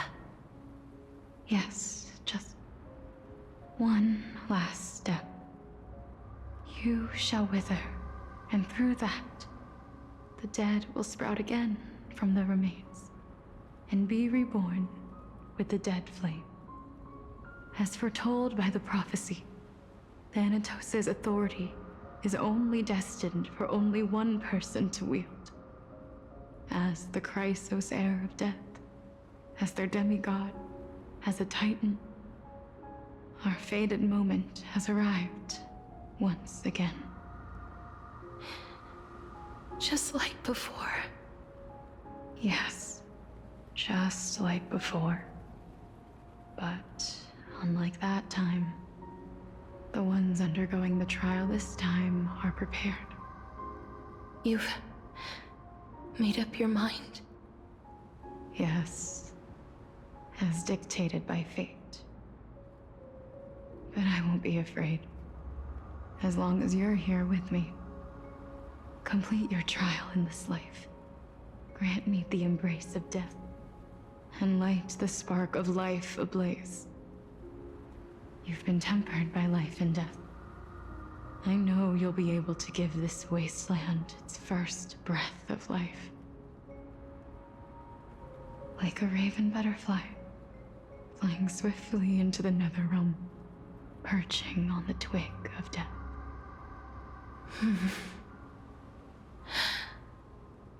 I will. After this, I will remain permanently in the netherrealm. The river of souls shall return here and rain down from the sky, scattering souls across the earth. The cycle of life and death will flow once again. This sea of flowers you sowed shall bear countless joyous or sorrowful souls, and bloom evermore.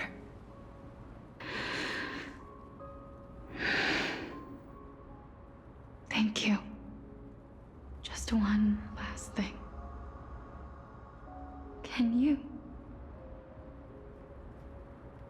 grant me one wish? What is your wish? Of course. What is it? Please.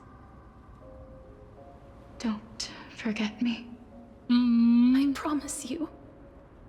When we meet in the next world, even if I have endured another reincarnation, even if we do not know each other's names, I will still hold you tightly in my arms. Just like what I did when we were born. Castorice. Castorice. You're as beautiful as a fleeting butterfly. Aww.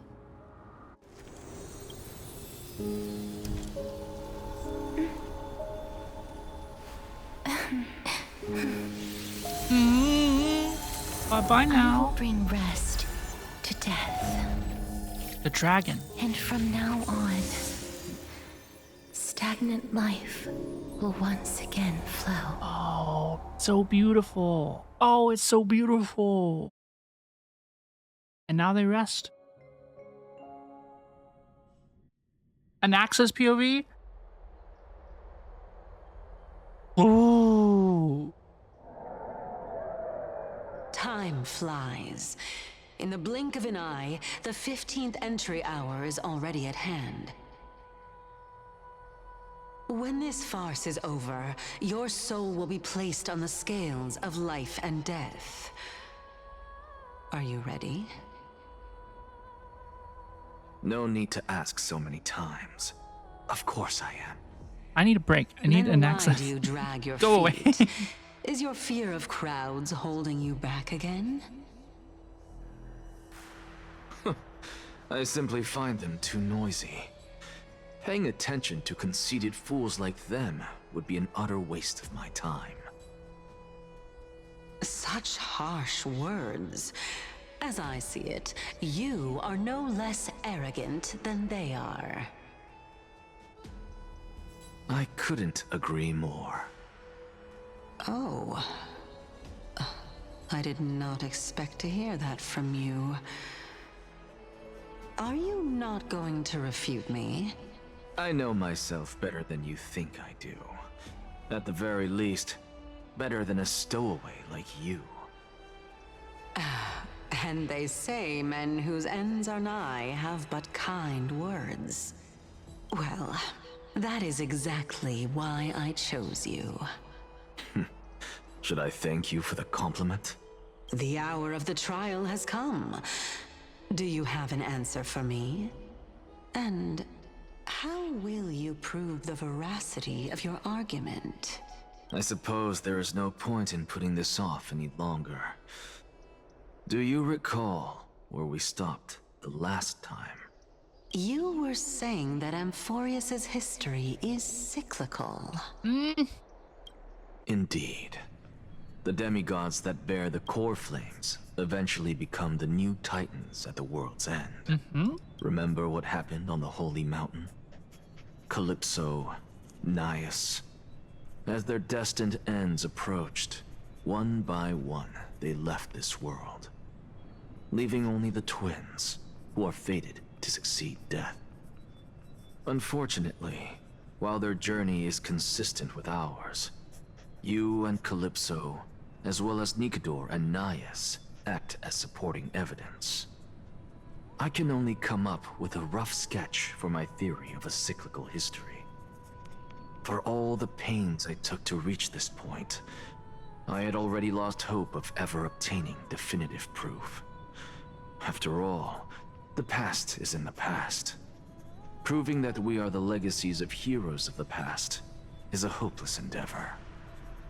That is, until I met a girl named Polixia and her sister.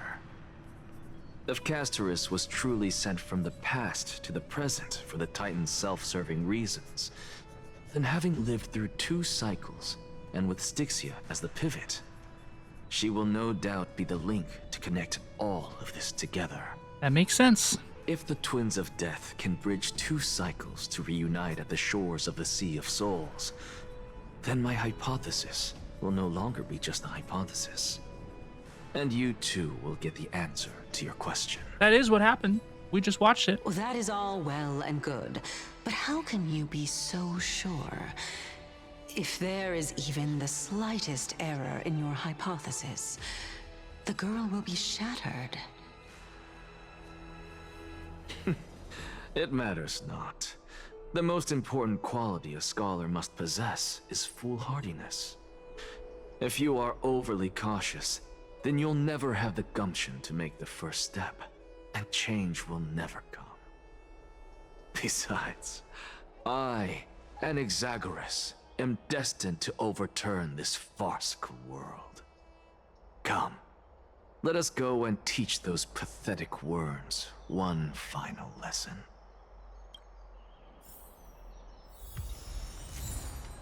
Let us continue and possibly finish the story. Let's go all the way up, up, up to the top.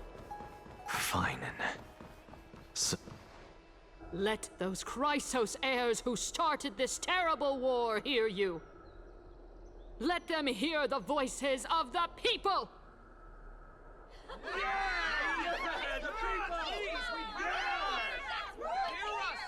I like political intrigue and like debates over who should lead the city, the humans, you know, the citizenry, or like the demigods, the people with powers and stuff. I find that stuff really interesting. I just don't think this has been executed very well. I don't feel like we have a good sense of the argument, you know? What is the citizenry's argument? What do they want? I don't know. As always, that woman knows how to stir up a crowd. You call her that woman again, and I'm gonna smack you in the mouth. He should never call Aglaia or any woman that woman ever again. Incredibly disrespectful. Professor Anaxa. Pisses me off so much. I thought you'd pass on this. Everyone must cast their vote, or this assembly would serve no purpose. Prof, do you truly think it's wise to entrust the fate of the world to an assembly like this? Akama has stood strong under this system for 1,000 years. It stands to reason that there is purpose in its existence. But that is not what you're asking, is it? What you really want to know is Aglaia making the right decision in entrusting the fate of the world to you? Nothing ever escapes you. I didn't spend all those years teaching you for nothing. Most people only take 4 years to graduate, if I recall. Did a little victory lap. To tell the truth, I feel like I'm on my way to an execution chamber instead of a podium. So, do you have an answer to that question? No, I don't. I thought so. Because that question is not yours to ask in the first place. Is Aglaia entrusting the world to you the right decision? Don't make me laugh. That is a question that woman must answer herself. Why are you fretting about this on her behalf? Or have you been seeing yourself as her pawn all this time? You said it again, that woman again. Listen up. I'll say this only once. Flip your perspective around and ask yourself this instead. What should I do to ensure that the world doesn't stray from the correct path? That is what you should be thinking about.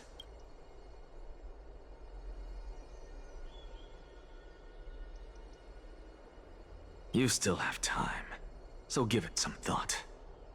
Oh, and don't bother telling me the answer. Tell it to those begging for salvation from the gods. Got it. Thank you, Professor Anaxa. That's Anaxagoras to you.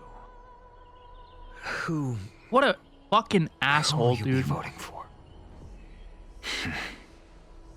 That'll depend on how well you perform. May Cersei safeguard your thoughts.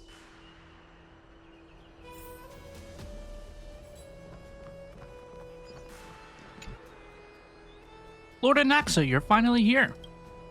The last speaker for the assembly will be taking the stage soon. The resolution will be passed after that. Lady Canis has reserved a special seat for you. Shall I show you to it? Lead the way! This way, please. I actually don't necessarily mind things remaining the way they are.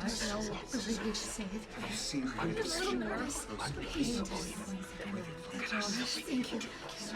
Yammer, yammer, yammer. Elders and citizens, silence, if you please. As the Theoros, I present to you Finan of Ides Elysiae, virtuous citizen of Akima, and the last speaker of the assembly. Much obliged, Lord Lycus. I remember him. He's the penniless lad working for Aglaya. Where's Lady Goldweaver? Why is she sending this guy to give the last speech? Is this really the end of the Flame Chase journey? Can this dude really face down kindness? I actually don't necessarily mind things remaining the way they are. By Kefali above, dear citizens of Akima, as you look upon me, so too do I see you. I see your fear and misgivings, your apprehension about the discord between the Chrysos heirs and the Council of Elders, and your uneasiness about the future of the Holy City. I don't like Finan either. Yet, before you contemplate something as grand as the fate of the world, he's just boring. I ask that you look closer. Look beyond the horizon illuminated by Kefali, at the crisis threatening to overwhelm us.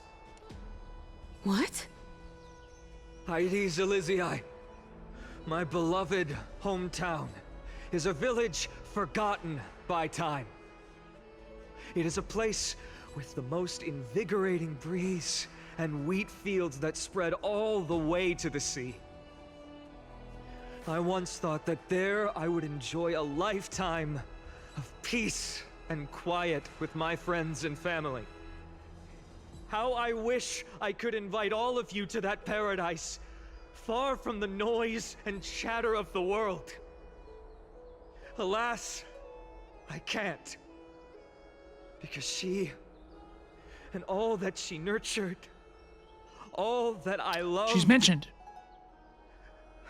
They have long been devoured by the Black Tide. My beloved home is no more.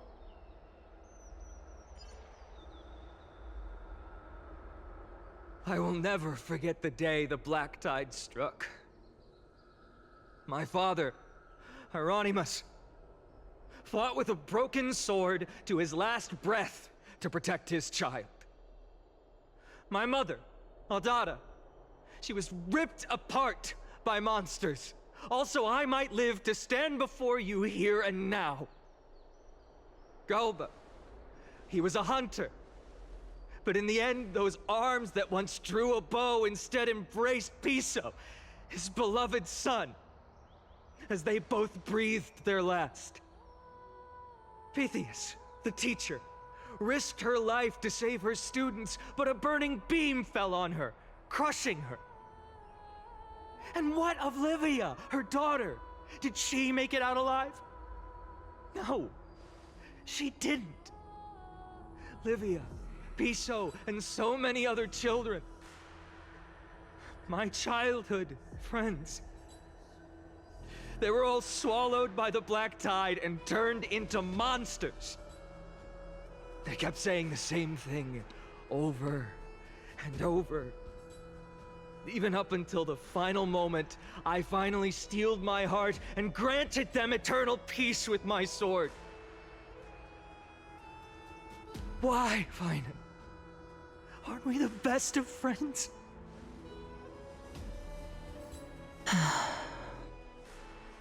That is the Black Tide. A looming threat that can bring Akuma to its knees any time. Kindness may have promised that with the 3 Titans of Calamity Con, Akuma will return to an era Chrysia once more, but much as it pains me, I must disappoint you. While the demigod of strife has done everything in his power to hold them back, they are still coming. By now, the name of that black-robed swordmaster, the Flame Reaper, has likely echoed throughout the city already. The roaring thunder is a message from the strife demigod. The Flame Reaper has risen from death, and they hunger for the core flames of the gods.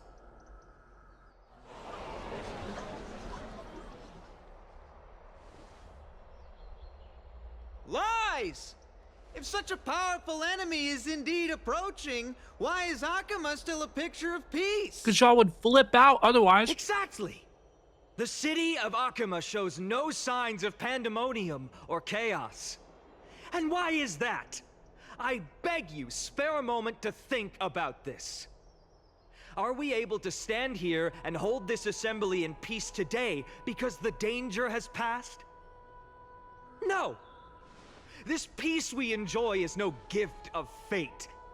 We are able to stand here today only because the Chrysos heirs have stepped up and shielded Akuma from calamity. With her golden threads, Aglaya has preserved and continues to preserve these idyllic days that all of you hold dear. Mm-hmm. The Council of Elders claims that Aglaya will one day forsake the people because her divinity is eroding her body and soul. But ask yourselves this. Rather than offering her aid and support, why do they choose to watch and push Akuma away from the Flame Chase journey? The answer that no one can bring themselves to speak of. A truth stained in blood and buried in greed, fear, and vanity. Allow me to lay it bare before you. It is because the Council of Elders, which bears Akuma's history and honor, along with this citizens' assembly we once took so much pride in, are now infested with vermin.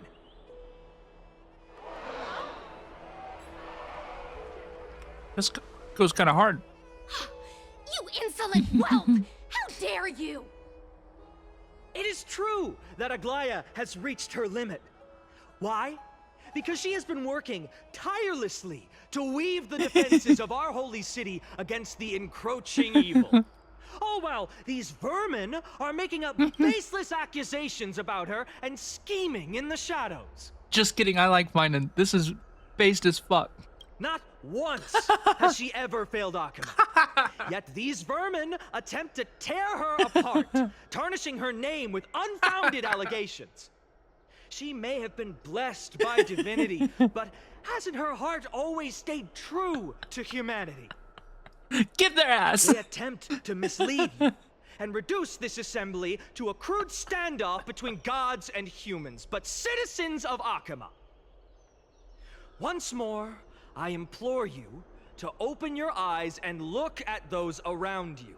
Yeah, the VA performance is amazing. It's just amazing. They've done such a great job. Examine them closely. Beneath all that finery, do you see the good heart of a human or the poisonous glands of a pest?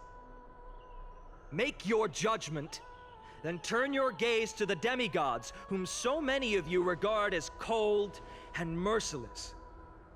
Do you not see the light of humanity in them?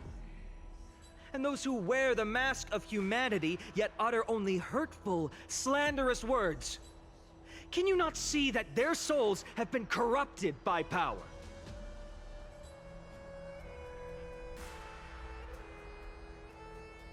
Yet, no matter what your answer is, and no matter who your vote goes to, rest assured that you have nothing to fear.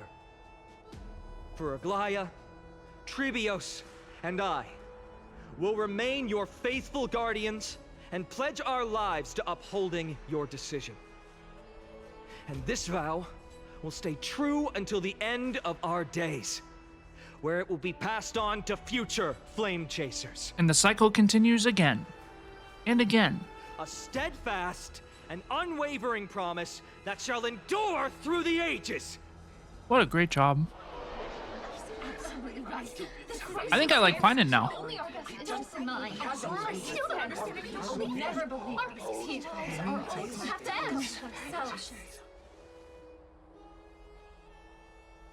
In an uproar, representative leaders from different cities in Akama throw pieces of pottery into the Dolium. At the present time, on the scales of Talentum, those who call for the continuation of the Flame Chase journey, and those who demand its suspension. Each faction holds an equal share of votes, resulting in a perfect balance. As expected, this is the moment when the Flame Chase journey is the closest to its end. And now, it's your turn to vote, Lord Anaxa. Is there anyone else who hasn't voted? No, you're the last. Cast your vote with care, for your decision will break this impasse. I have long since made a decision. Very well. May you bring much needed change to this farcical world.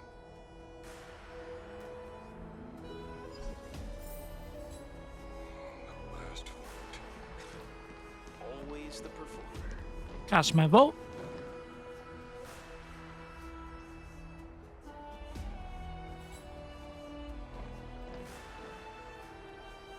You've done well, Finan. Given the circumstances, delivering a rousing speech to stir up emotions was a prudent move.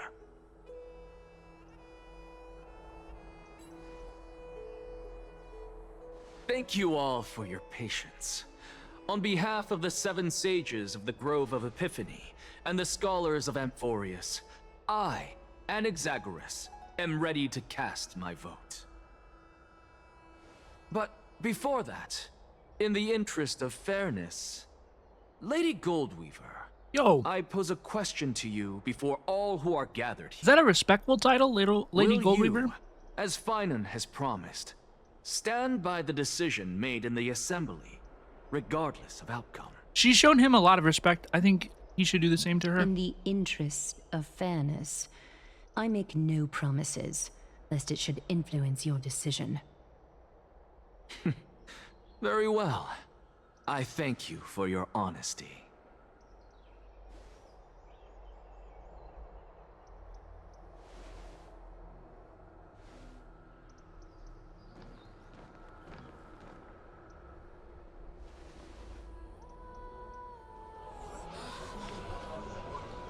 Hmm?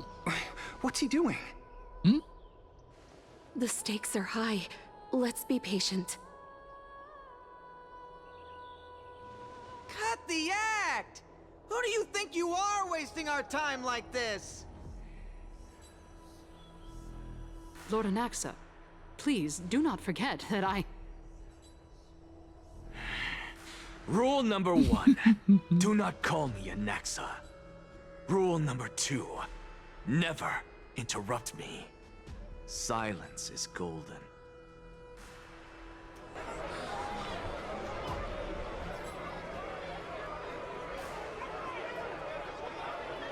Just vote already. What are you waiting for?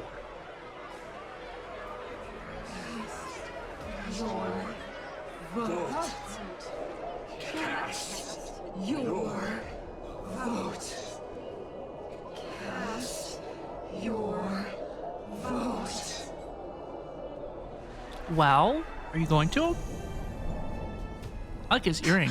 I cannot help but wonder, Is every hardship in the world something you will exploit and use to your advantage? How else am I supposed to make use of this situation where my body and soul are separated?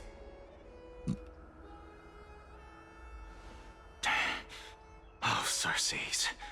Or should I say Calypso? Accompany me on this final journey. Let us journey to the Netherrealm and see how she will substantiate the answer to your question and validate my decision. We need only to follow the sound of the tides.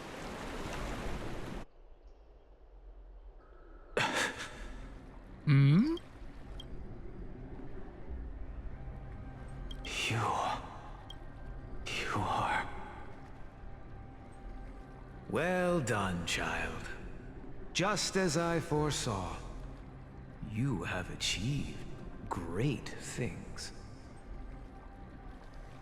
Teacher. What a twist of fate. A blasphemer raised in the doctrines of the Venerationists. It's like a foal kicking its mother in the belly after taking all her milk. I respect you immensely, sir, but... You cherish the truth even more. So, child, do not be troubled by the criticisms I have borne. Do not let those voices hinder you as you forge ahead. As the sage of the Venerationists, I am duty-bound to oppose you. But, as your friend and mentor, Anaxagoras, I say, go forth, for the truth is already in your hands. I will keep that in mind. Go now, child. Your lonely pursuit is about to welcome a new chapter. And when you reach the end of this journey, may we meet again with the truth before us. You have my word, sir. May Circes safeguard your thoughts. May Circe safeguard your thoughts.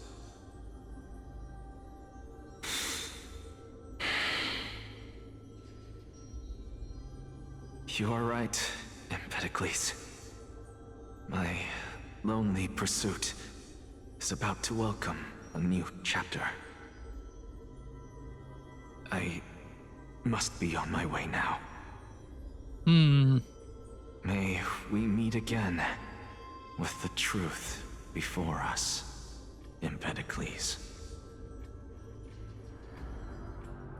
What are you waiting for? Just cast your vote. Silence! Silence, everyone!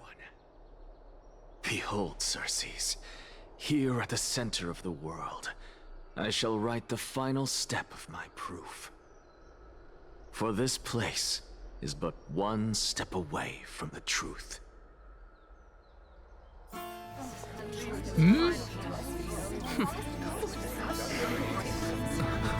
Professor, I completed the proof you wanted.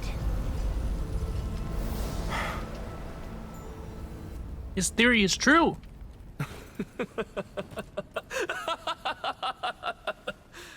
Thank you, Castorice. Are you okay? The answer is plain as day.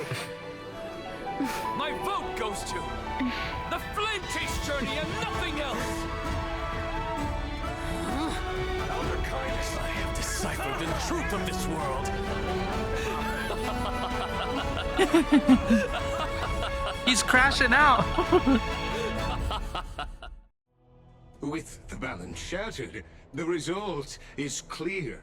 By carefully enter Lenten above, as the Theoros I have observed. No! Ligus, you can't! Anaxa, what have you done? Have you lost your mind? I hope you are prepared for the harsh punishment awaiting you. Mark my words, I will make sure that clever head of yours never forgets the price of betrayal. Have you forgotten? I told you that happens to be one of my rare talents. You put on such a grand performance just to aid their preposterous flame chase journey? Performance? No, you are quite mistaken. I may be paranoid by nature, but I've always been known for my honesty. If you really understood me, Lady Kindness, you'd realize that I never had any interest in your pathetic little game of politics. Factions, standpoints, they are jokes in my eyes. I have never once switched sides. Because I, and I alone, am the truth. Lady Kindness, with all the citizens here as witnesses, we should honor the spirit of democracy and respect the decision of this assembly. I have observed that Akama has chosen her destiny. This citizens' assembly has resolved to continue the flame chase journey. This resolution shall be put up on the Wall of Heroes, such that all citizens are aware of the city's way forward. You! It seems not everyone is ready for the assembly to end. Very well. Let me entertain you for a little longer. By your leave, Lord Lygus. Interesting. Elders and citizens, your attention, please. Stay for a moment more, if you will. Anaxagoras of the Grove of Epiphany has an announcement for the assembly. What is this performer up to now? What do you think he'll continue? I don't know. So apropos. Frankly, still. Just moments ago, all of you made a decision on the fate of Amphorius. As a supporter of the Flame Chase journey, it pleases me to see the choice you have made. But I regret to say that I still harbor doubts about this outcome. Thus, I hereby challenge this resolution. Tell me, who among you dare swear to Kefali's name that Era Nova will truly welcome the fairy tale ending that the Chrysos heirs have promised? A beautiful new world free of calamity and madness? Nonsense! What is he getting at? Of course he... What is bro yapping about? No one? Must I pick somebody to answer? Professor, choose very well. Somebody. You, the one acting so wise and profound. In front of all present here, do you dare swear that it will happen for sure?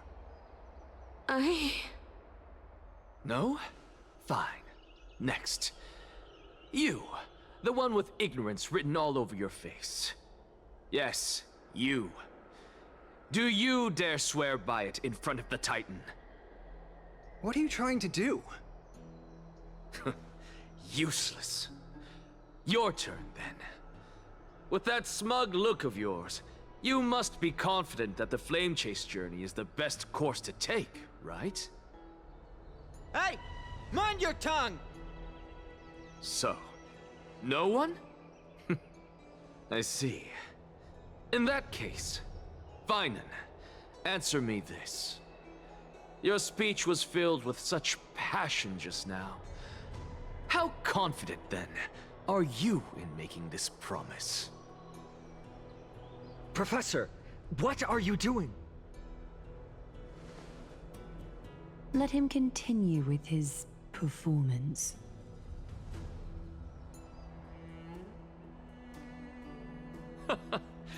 Will you look at that?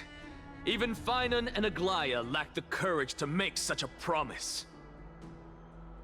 And what's even more absurd is that no one but I can promise you this new world. And yet, the Assembly passed the resolution anyway.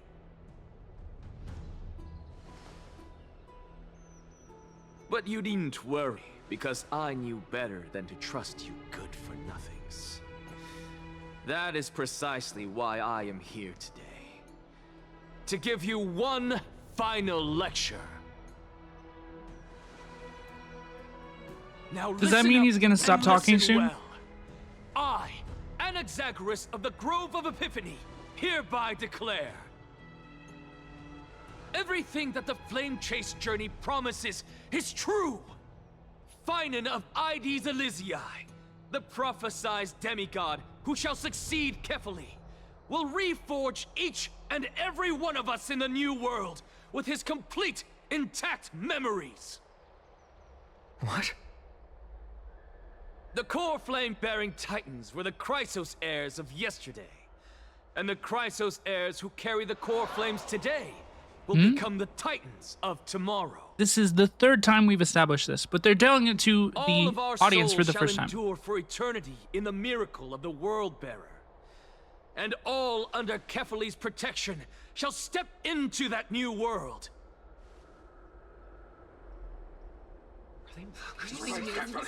This is pure blasphemy! It's impossible. What?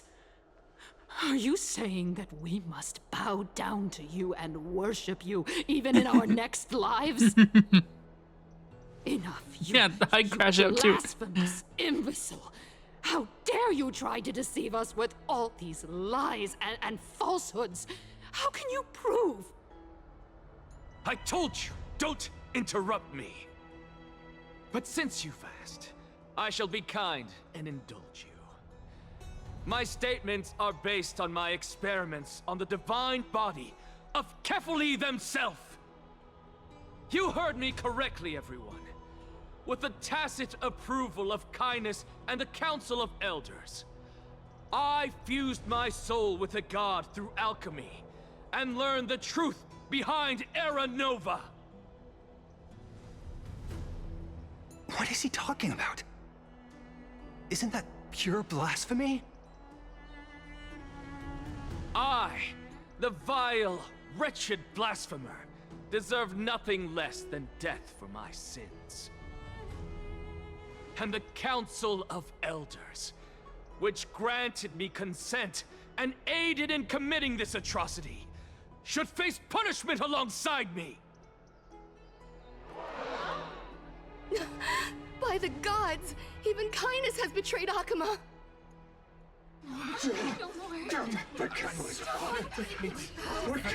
Imagine crashing out, lecturing everybody, and then being like, plus I want to die. I had no knowledge of his transgressions. He did that on his own. That's kind of The true. Council of Elders bears no responsibility for his actions. Yeah, get them both out of here. You know what? That's fine. Lord Lygus, as the esteemed Theoros, are you going to simply stand by and allow the Council of Elders to be dragged through the mud? If the accusation is true, I will acknowledge it. If not, my conscience stands unburdened. Lady Kindness, the reputation of the Council of Elders was not built in a day, nor will it be shattered overnight. Repercussions await those who fool the people, and punishment must be meted out on those who abandon their vows. We should respect this beautiful city and her people. You... Lady Aglaya, the Gold Weaver, I humbly ask that you take on the responsibility of overseeing this judgment in the name of the fairness of Talantin and the justice of Kefali. considering the circumstances, and in accordance with Akima's codex, as the only demigod among us, you shall rightfully wield this authority. The honor is mine to bear. How is this permitted? Somebody do something. This is how we're supposed to call it. Elders and citizens, silence, if you please. Anaxagoras of the Grove of Epiphany has made his statement clear. As per Akima's codex, I request all present citizens to stand with me in exercising the right of judgment. First, Elder Kainis of Akima and Ligus the Theoros stand accused of neglecting their duties and abusing the law, leading to the egregious blasphemy against a god. In the names of Talantan and Kefili, Akima is to form a committee before the 7th action hour to conduct an investigation and disclose the findings to the public for subsequent judgment. Yes! That's what we deserve! Agreed! Curse you! Now, concerning Anaxagoras of the Grove of Epiphany, he has confessed to grave blasphemy against Kefili. In the names of Talantan and Kefili, the accused must be allowed to hear the people's voice prior to the execution, for a chance at a reduced sentence and possible pardon.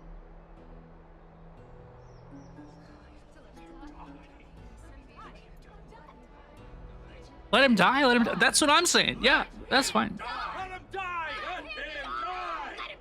Let's go. Let's get it over with.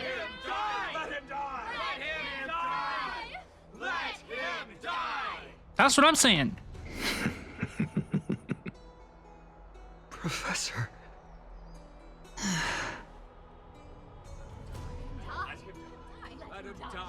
That's what I'm saying. Come on. Off with his head. Let him die! Let him die! Let him die! Let him die! Let him die! Works for me, dog. Let him die! Mm-hmm. Let him die! Let him die! Let him die! Let him die! Let him die! Let him die! Is he pleased? Let him die! He seems... He seems pleased with this outcome. So I don't know if I want that. You know, if he wants to die, I don't know if I want him to die. I want the opposite of whatever he wants. What decision will you make, Lady Goldweaver? Enough with the hesitation, Aglaya. This is not like you. Let him die! Let him die! Let him die! Let him die! Let him die! Let him die! Let him die! Let him die! Let him die! Then, in light of the people's voice, O Talantan on high, may you bring death upon him. God bless us, everyone. Me, if you look carefully, that's me in the crowd right back there. Returning to the Trailblazers POV. Hello? Are we here with Castorice? Sea of Flowers.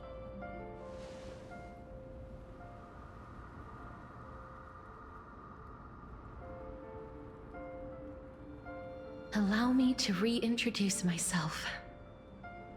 I bore the name of Castorice while walking among the mortals. And now, I stand as the demigod of death, the living side of Thanatos. Oh, I caught her doing the hand to chest pose. Welcome to my realm, where the west wind ends. Hello.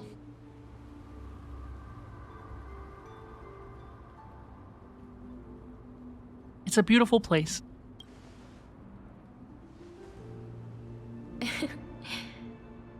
departed soul who has arrived here has expressed the same. Did you know? Every flower here was planted by Thanatos themselves. These flowers were originally both lifeless and immortal, but in the first rain brought by the River of Souls, they were given new life, flourishing as the bearers of countless souls. And it is my duty as the Master of Death to tend to their well-being and foster their growth in this serene haven. Similar to the structured cycle of life and death in the mortal world, these flowers too shall wither and fade, returning to the earth and then ascending to the sky with mist and tides.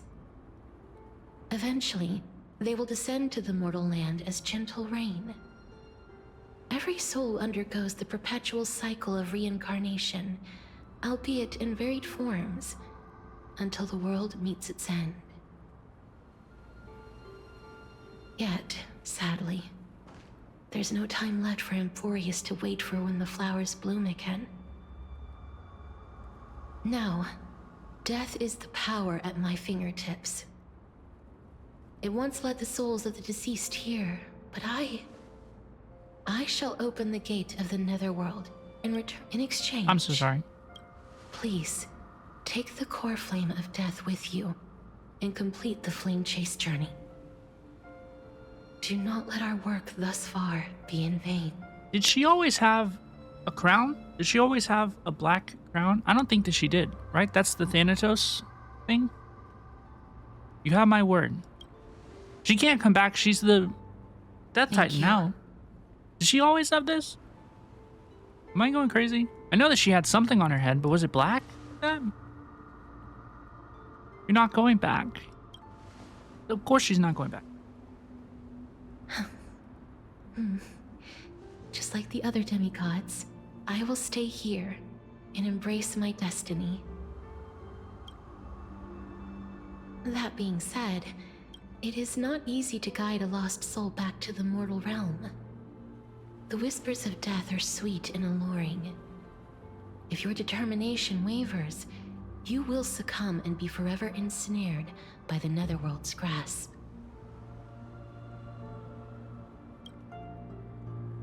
Please consider this a one-time exception. I will do everything in my power for the flame chase journey. And for your life, the only life I can save. I'll do my best. I am glad to hear that.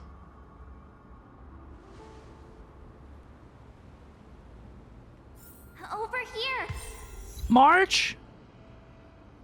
Miss March? Keep going. The Express is right here with you. I believe in you. Hello. Hello. Hello, pretty March. Hi. Hi, dear. Listen, just keep moving. Kafka? Oh, Kafka? One day our paths will cross again. I hope they don't. That was cute, but I hope they don't. I hope I never see Firefly again. Up high and step forward with us toward tomorrow. Yo! That's right. Keep your eyes on the dawn. Keep my eyes on you, beautiful. Sheesh. Onward. Show me your courage. Mighty, you really grew on me. You're pretty cool. Yeah. Thank you. Thank you, dude. Partner. No. We shall become heroes together. Do not call me partner.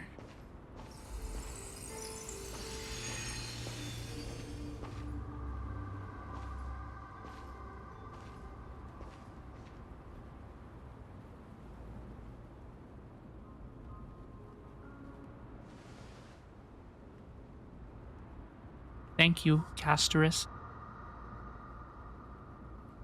Since I've already made it to the end, maybe I can have one last glance at that sea of flowers.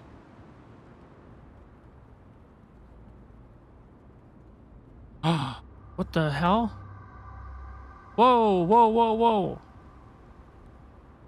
Don't turn around, keep looking forward. Don't turn around, keep looking forward. Don't turn around, keep looking forward. I'm picking number 4.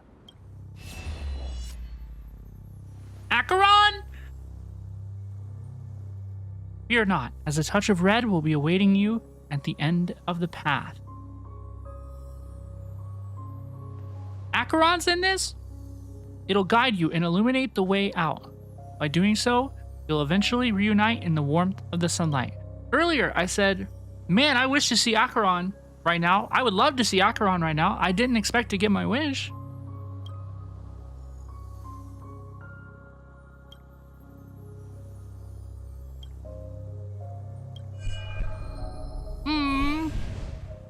What's this? What in the world are these shadows and voices? All of this is proof that you once lived. Your soul, your memories, the years you've journeyed through, and the path they revealed, leading you back home.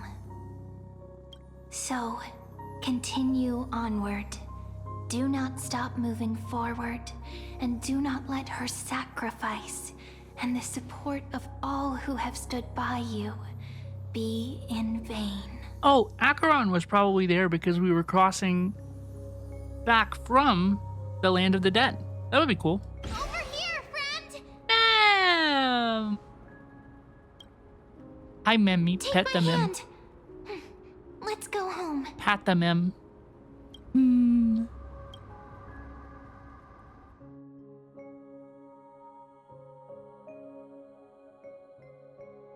Goodbye, Netherrealm.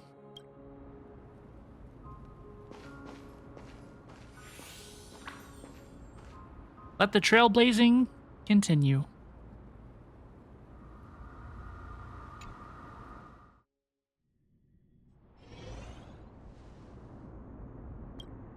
I'm back. At last. I knew you could do it.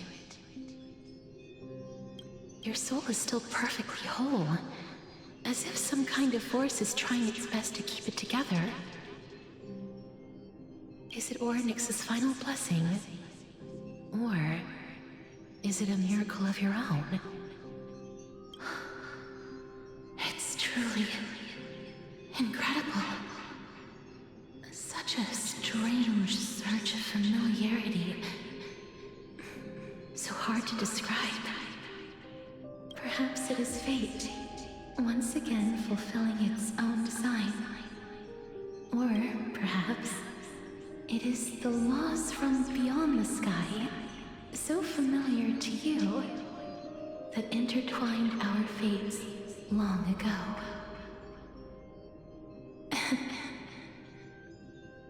It seems that this is the riddle which cannot be solved anytime soon. The sensation of becoming a demigod is truly wondrous. It's as if the river of souls is winding its way through the depths of my spirit, transforming with each breath into a fine rain that nourishes the world. Do you recall that prophecy? At the end of the sea of flowers, the souls of the living shall warm thy fingertips, and after an embrace, there shall be eternal separation.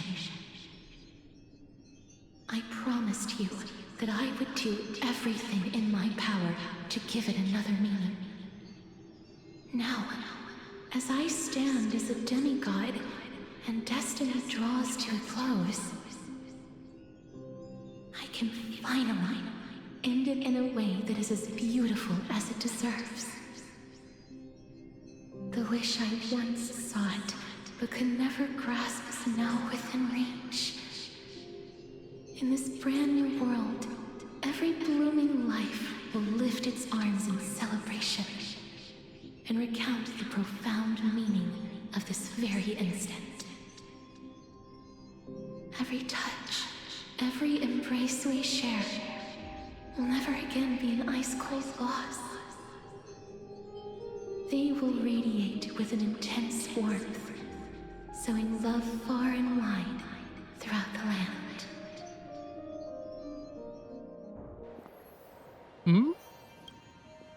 The other shore is very cold. The dragon? Is she riding the dragon? Oh my gosh. May I borrow your warmth? One last time. Thank you for fulfilling this wish of mine. Cool. The place I'll be going to is what humans call the Land of Sorrows. But with this heartbeat and the residual heat of this embrace, I shall turn the nether realm into a gentle place of rest.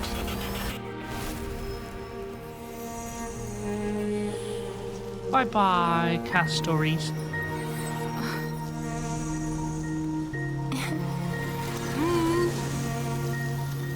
This embrace may be brief, but it's the proof that I once lived. That's beautiful.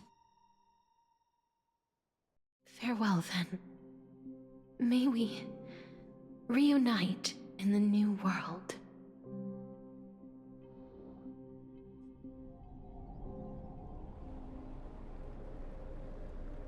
That grand and absurd performance was what you've been seeking your whole life? I gave up everything in search of truth, and it culminated in this very moment. You, on the other hand, performed as I expected. You did not hesitate when you saw the chance to attain power. It's as if you...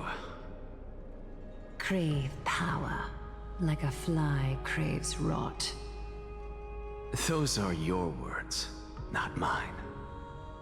But what you said at the end, did you already know what I had planned for Thainan? I may have lost an eye, but my vision is clearer than anyone else. You've nearly exhausted your humanity. You're no different from my current state as a walking corpse. That's true. I've long since burned to ash over the past 1,000 years. Only he is capable of unleashing a raging fire that rivals our final great enemy, Aquila. So, this is our last chance. How about we let go of the bad blood between us? May I resonate with your core flame, Aglaya? Please do. That's impossible. To persist with your soul thinned to such an extent. You're insane. Just as you fight to lug your corpse onward to complete your unfinished goals, I have my own reasons for doing this. Until Thainan grows into his position as the prophesied leader, I must continue to lead everyone on the flame chase journey. I must keep inching forward, even if only as an empty shell. I've long predicted this was the case, but I didn't think you'd already lost so much. How ironic. We would have avoided so many misunderstandings if you and I had just spoken this candidly before. But casting aside our ideological differences, there is one thing you and I agree on. Thainan. Yes. He was born to be a hero. He understands the hearts of the people, and I can confidently say he is a far better leader than you. Only he is capable of fulfilling your mission. Sadly, he is a man cursed by Nestia. But by my estimates, his horribly elaborate sense of style should not impede Era Nova. Congratulations are in order. We found common ground at the very end of our destined paths. When you put it that way, it makes me want to take back what I said. Aglaya, we're back. Come welcome our great hero reborn from the ashes. I hope he didn't hear your earlier assessment. It wouldn't be the first time I criticized him. A man should be aware of his own shortcomings.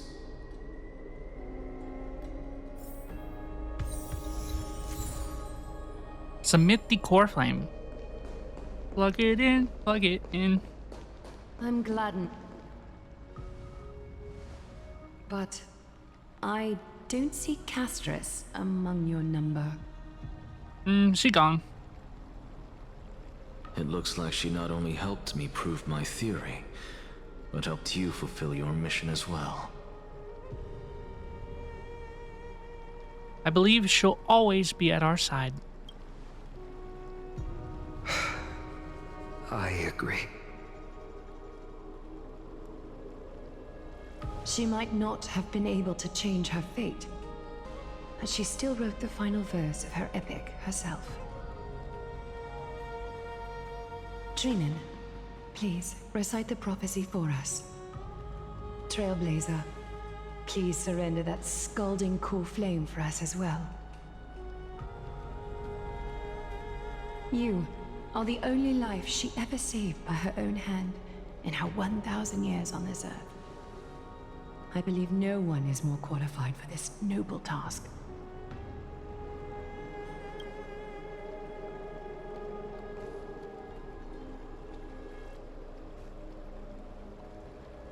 O gods who have returned, and gods who are still watching, today we bring you a soul laid bare. The Hand of Shadow, Thanatos, remembered their name from the past. From daylight they came, and to their fragrant dwelling they return, to walk now among your ranks. And there was one who joined hands with the Titan, a traveler risen from the dead, and reborn among mortal kind. She is the everlasting night, and shall now proclaim in her good name, O Majesty of the 12 Titans, pillars of the world. We seek your divinity to mend the rifts of the world. Fill our bodies with blood of gold, till we wither in willing service to the prophecy. Step forward, trailblazer from beyond the sky, and together with us, surrender the core flame and carve their star into the sky.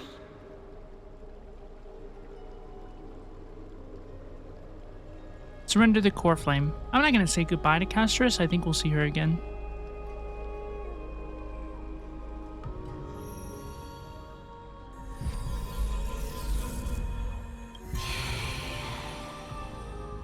I like how we did that at the beginning and then at the end of the story as well.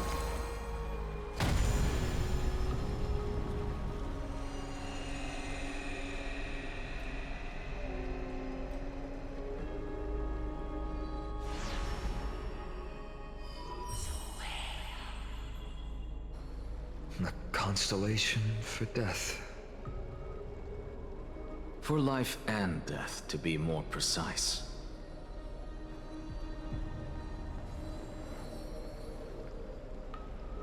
Look, it's...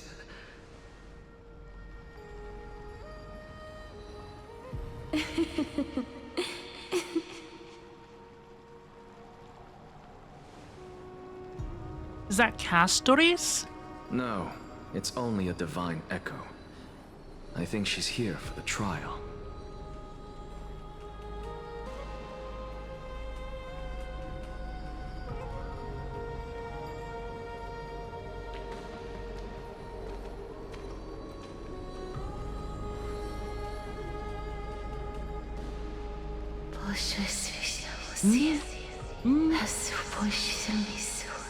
Hello?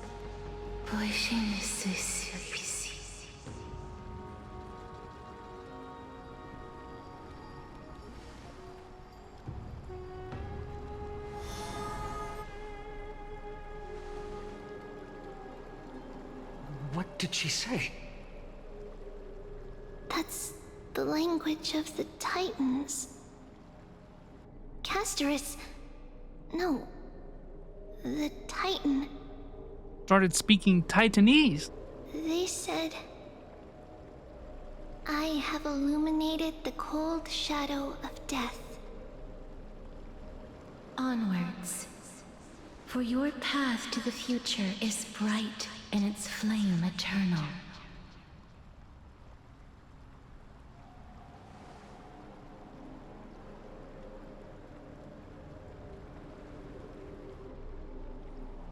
Do not forget.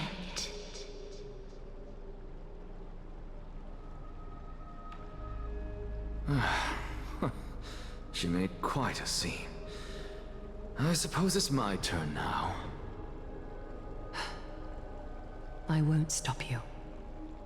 Professor, you...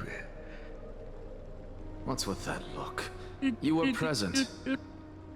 So, let's get this execution over with. We wouldn't want to bring shame to Akima's divine laws. Let's go. Keep me from creating a new world. Off with his head. You never change, do you, Professor? Misogynistic little bitch. I don't understand. If your theory is correct, you'll lose all memories of your past life once you become a Titan. So what's the point of becoming a god? Of course there's a point. Even if I forget who I am, I'll still have my brilliant mind. It goes without saying, I'll find a way to retrieve memories of my past life. Besides, I still have you, don't I? I still don't really understand what you said during the assembly. Even if it were true, things reforged from memory could never be the same as the original anyway. Then allow me to tell you right now that you're wrong. What exactly are we? My answer is that the Chrysos heirs are the future Titans and vice versa. Of course, this answer only applies to us. So, what are we when it comes to regular mortals? The very essence of the world, our souls, are tiny invisible seeds that hold records of each person's memories of the world. And we are the buds that sprout from these seeds to grow into great trees.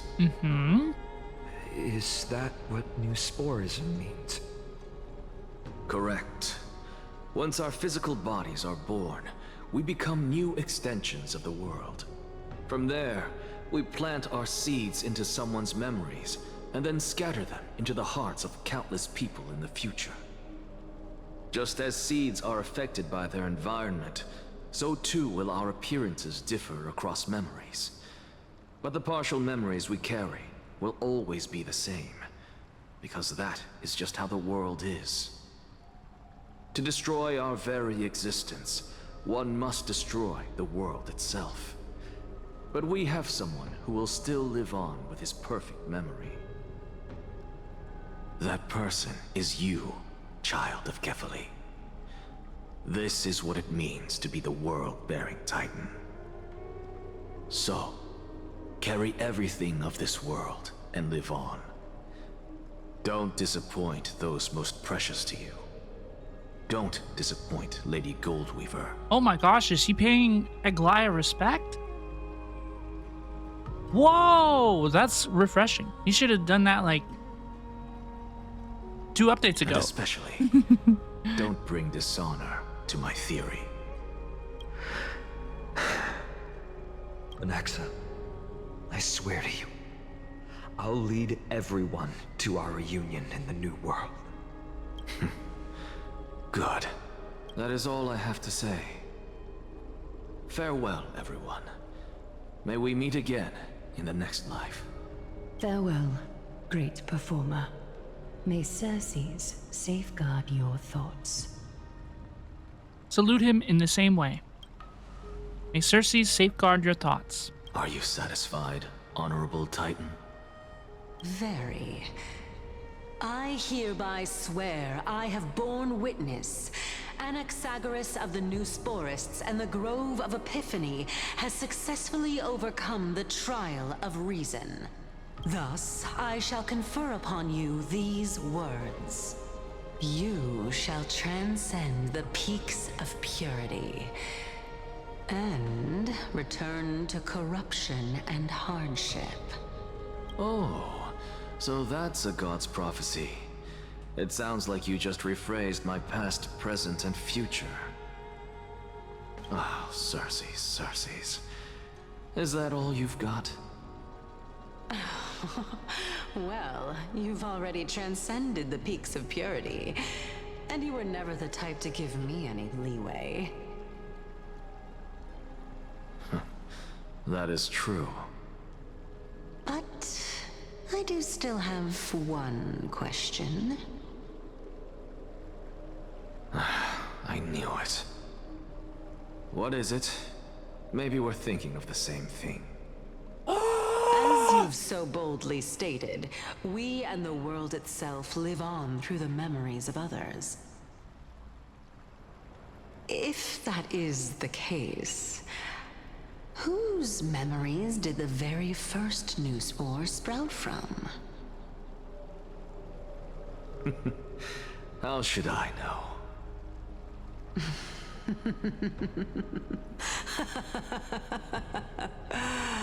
Oh my. But, since we are both equally curious, we should allow the children of humanity who come after us to investigate in our stead.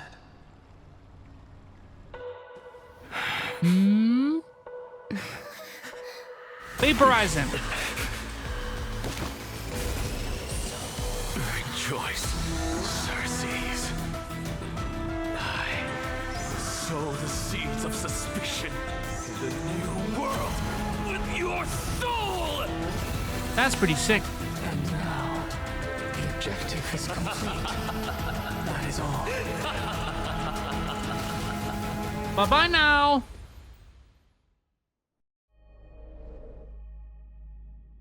Thankfully, she's still alive. March? Was March 7th also in this condition when she was first rescued by the Express? March mentioned her condition was very similar. It's just at that time, the Express did not have a memo keeper who could diagnose her condition. But she still woke up naturally. Looking on the bright side, that might happen this time as well. Black Swan is so beautiful. When March awakened from her ice, her memories were completely wiped clean. I want to prepare for the worst and prevent something like that from happening again. Can you share with us your hypothesis? I do not have conclusive evidence, but judging by her current condition, perhaps March 7th's memories have been hijacked. No! Give my girlie back her memories. Immediately. Hijacked? Think about it, Miss Himiko. What will happen when someone loses their ability to remember? Her voice is so beautiful. I'm not a biologist, but I hear that there's a species of fish on Vanuatu that has the memory span of less than a second. It forgets anything that occurs in the very next instant. Perhaps something similar will happen? Unfortunately, short-term memory is an entirely different concept from the inability to remember. Perhaps it is difficult for you to imagine, but an individual who has lost their ability to remember turns into nothingness. Nothingness? The belief of the Garden is that everything in this universe can be interpreted through memories. This is the driving force behind the continuance of this path. The past is made up of memoria, while the future is a possibility that will eventually be converted to memoria. But the present, it doesn't really exist, and it's only an abstract expression. Therefore, when a person is affected by the path and loses their ability to remember, their physical form will also be affected. These ice crystals are a manifestation of that. Miss Black Swan, there's one thing that I haven't looked into deeply until now. You've guided us to Emphorius, but refused to tell us your true intention. Collecting memories is simply not a convincing answer. Is Miss Himiko suspicious of me? I mean no offense. I'm merely speculating, but I'd appreciate your honesty, if possible. In other words, now is the time for me to prove my innocence. That's not a problem, of course. The true reason behind my intentions is that Amphorius holds special significance. For some memo keepers of the garden with extremist views, it is a perfect example. Perfect example? A world that can only be seen through the garden's mirror means that memo keepers have the right to keep the world in their private collection. If those Pathstriders of Remembrance were to uncover the secrets of Amphorius first, they might unleash their wild ambitions and remodel more worlds into a similar form.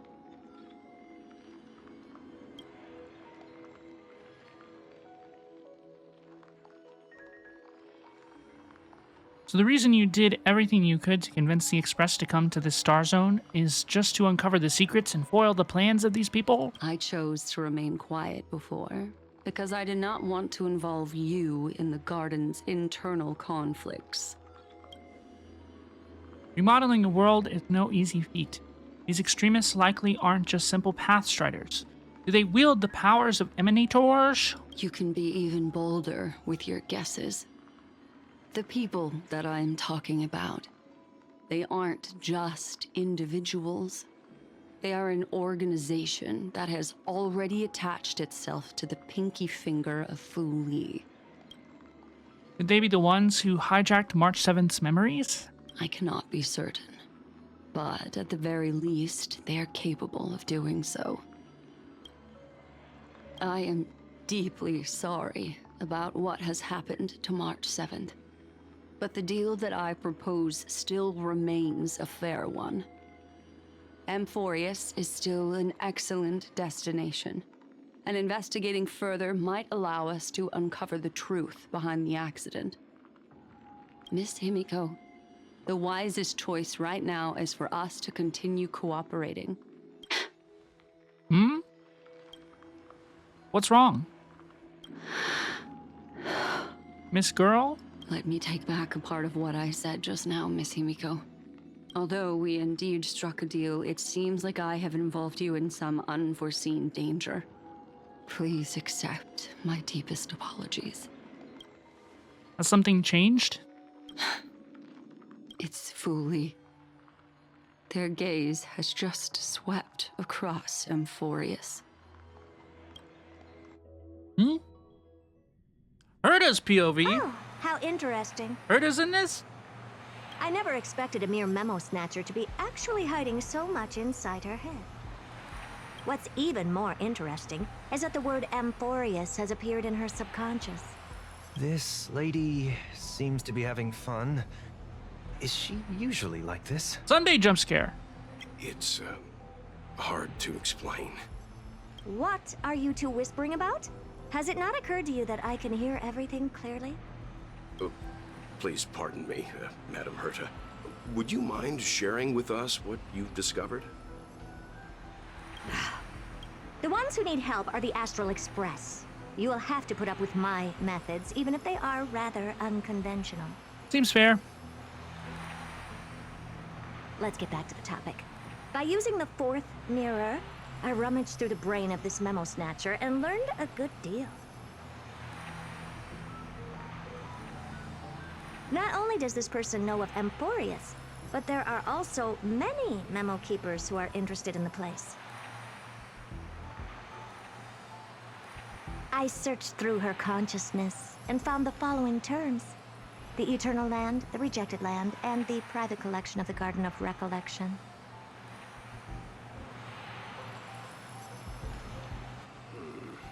It seems like Miss Black Swan is indeed hiding some things from us.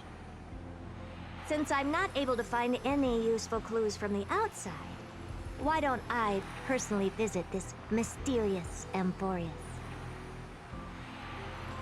You're planning to head to Amphorius yourself? Yes, but not in the flesh like you all foolishly did. See these Herta mirrors?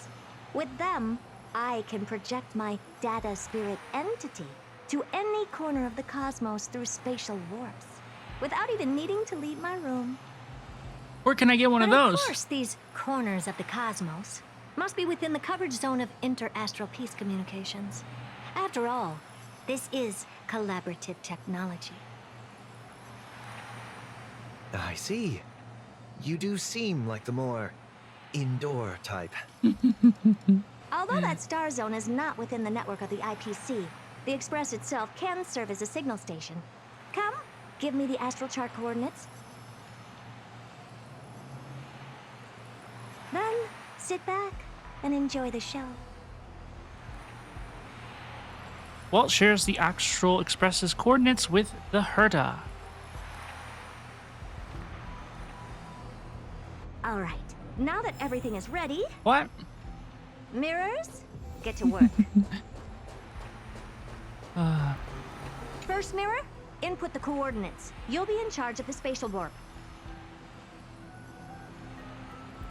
As you command, Madam Herda. The preparations are complete. I wish you a pleasant journey ahead. Second mirror, prepare for the thought refraction. There's still some distance from the Astral Express to the Amphoria's celestial body. You're in charge of sending me over. This time, raise the power to the maximum. Don't be stingy. Oh, okay. I won't fail the mission, Madam Herda. Third mirror, you're in charge of generating the data spirit entity. I'm happy to help, Madam Herda. What kind of appearance are you planning to use this time? Good question. Let me think. Forget it. Just use my own appearance. There's no one there that'll recognize me anyway. As you wish. We not use the fourth one? Preparation of the data spirit entity complete. Thought refraction at max power. Excellent. The first mirror. Let's get going. Have a safe trip, Madam Herta. May your journey yield good results. Coordinates input complete. Preparing to activate spatial warp. Destination, unknown celestial body, Amphorius. Spatial warp countdown. 5, 4, 3, 2, 1. Warp activated. Meow. Oh! So that's Amphorius? Pretty. Its appearance is... well, sure is unique. Second mirror. Prepare for thought refraction. It's time to send me in. Alright, please read the safety protocols carefully. Can't you hurry up? Yes, ma'am. I didn't expect it to be so turbulent. I should have asked the second mirror to use slightly less power. Oh, what a magnificent sight. Is this the entrance to Amphorius? Not quite. Let's see. Perhaps I'll be able to find a way in. Is that the Flame Reaver? Oh, I finally found your traces. How esteemed must you be for the great Herda to come out personally? When we return, get ready to become free labor for the simulated universe for the rest of your lives. I do not like Herda. If I never hear the word simulated universe ever again, I will be a very happy girl. What's this? Oh, how creepy. Very creepy. Oh, it moves? Who are you trying to scare? Oh. What's this? A statue? It's ugly. I don't like it. It's either a projection or a fake. There doesn't seem to be much to take note of. My deepest apologies, esteemed lady. I'm afraid that you cannot proceed further. Who's there? Your visit, although not part of my calculations, is a pleasant surprise. It's a pity that the preparations are not yet in place to receive you with the hospitality that someone of your status deserves. Are you not going to answer my question? Who are you? I have many identities, and I'm going to have even more in the future. But if you just need a form of address, you can use my common alias. Lycurgus. Lygus. All right, Lygus. But you can't possibly think that I'm just asking for a name, can you? Regrettably, I do not have the authority to share more information. However, standards are always flexible. While not violating the ultimate agreement, I'm able to disclose this piece of information. As you thought, this is the entrance to Amphorius. Oh, yeah, it is. Because I remember finding in Castorice we're going to send us home from here. Amphorius is not a world that you should be involved with, regardless of what kind of magnificent achievements you have accomplished. This place will not open its doors so easily. You seem to understand me very well. Then you should know that I have no reason to listen to you. Your reaction is completely within my calculations. Despite my long years as a watcher, it seems like my assessment of human nature still remains accurate. From you, I'm able to sense a beautiful desire for knowledge. But my answer remains unchanged. Madam, it is with the utmost goodwill that I suggest you return to where you came from. Let's assume for a second that I'm not so well-mannered, and that I insist on uncovering the secrets hidden behind you, Mr. Lygus. How do you plan to dispel this notion of mine? Within the scope of the ultimate agreement, there are 178,244 logic chains at my disposal to convince you.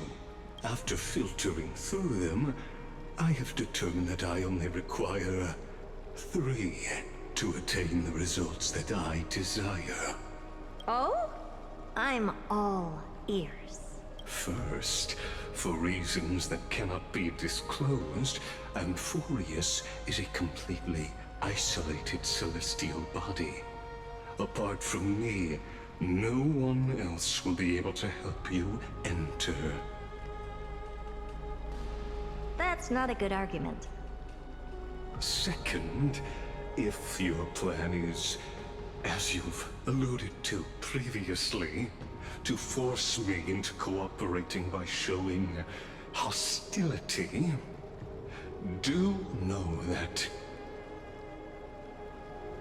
just like you, I have basked in the gaze of the erudition. I stake my honor and assure you that, in the worst-case scenario, our mutual destruction will be inevitable. Oh? No wonder I couldn't find a back door. When I did a scan of our surroundings, the safety protocols on you are comparable to Screwy's. How interesting. I assume that you still wish to hear the third logic chain? Of course. Why wouldn't I? Third, even if you exhaust all your means and find a way to break through, You will surely give up once you understand the consequences of your actions. After all, throughout your long life, as much as you'd hate to admit, your conscience has played a crucial role. What a brazen robot. You think that you can actually understand me through your paltry calculations? But since you put it that way, why don't you tell me what these consequences will be? It concerns the third path that is entangled with Amphorius. A path that you and your friends still very much lack understanding of. The destruction. So, if you ignore my warnings and persist in your ways, you will break the shackles of a Lord Ravager. And when that happens, their fury Lord Ravager? will engulf the cosmos. There's a Lord Ravager on Amphorius? Oh my gosh. Oh my gosh. That is the end of the story. The Honkai Star Rail version 3.2 story. She sank into a sea of flowers for karma, and he turned to ash as the answer. The farewells experienced during your travels. Head to the book and write it down. I will do that later, possibly. I don't know. It was really, really, really slow.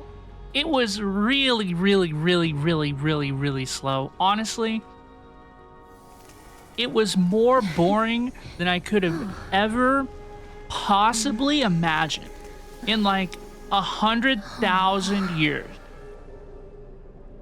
Like, this is the big anniversary story, you know, the big anniversary character, Castorice.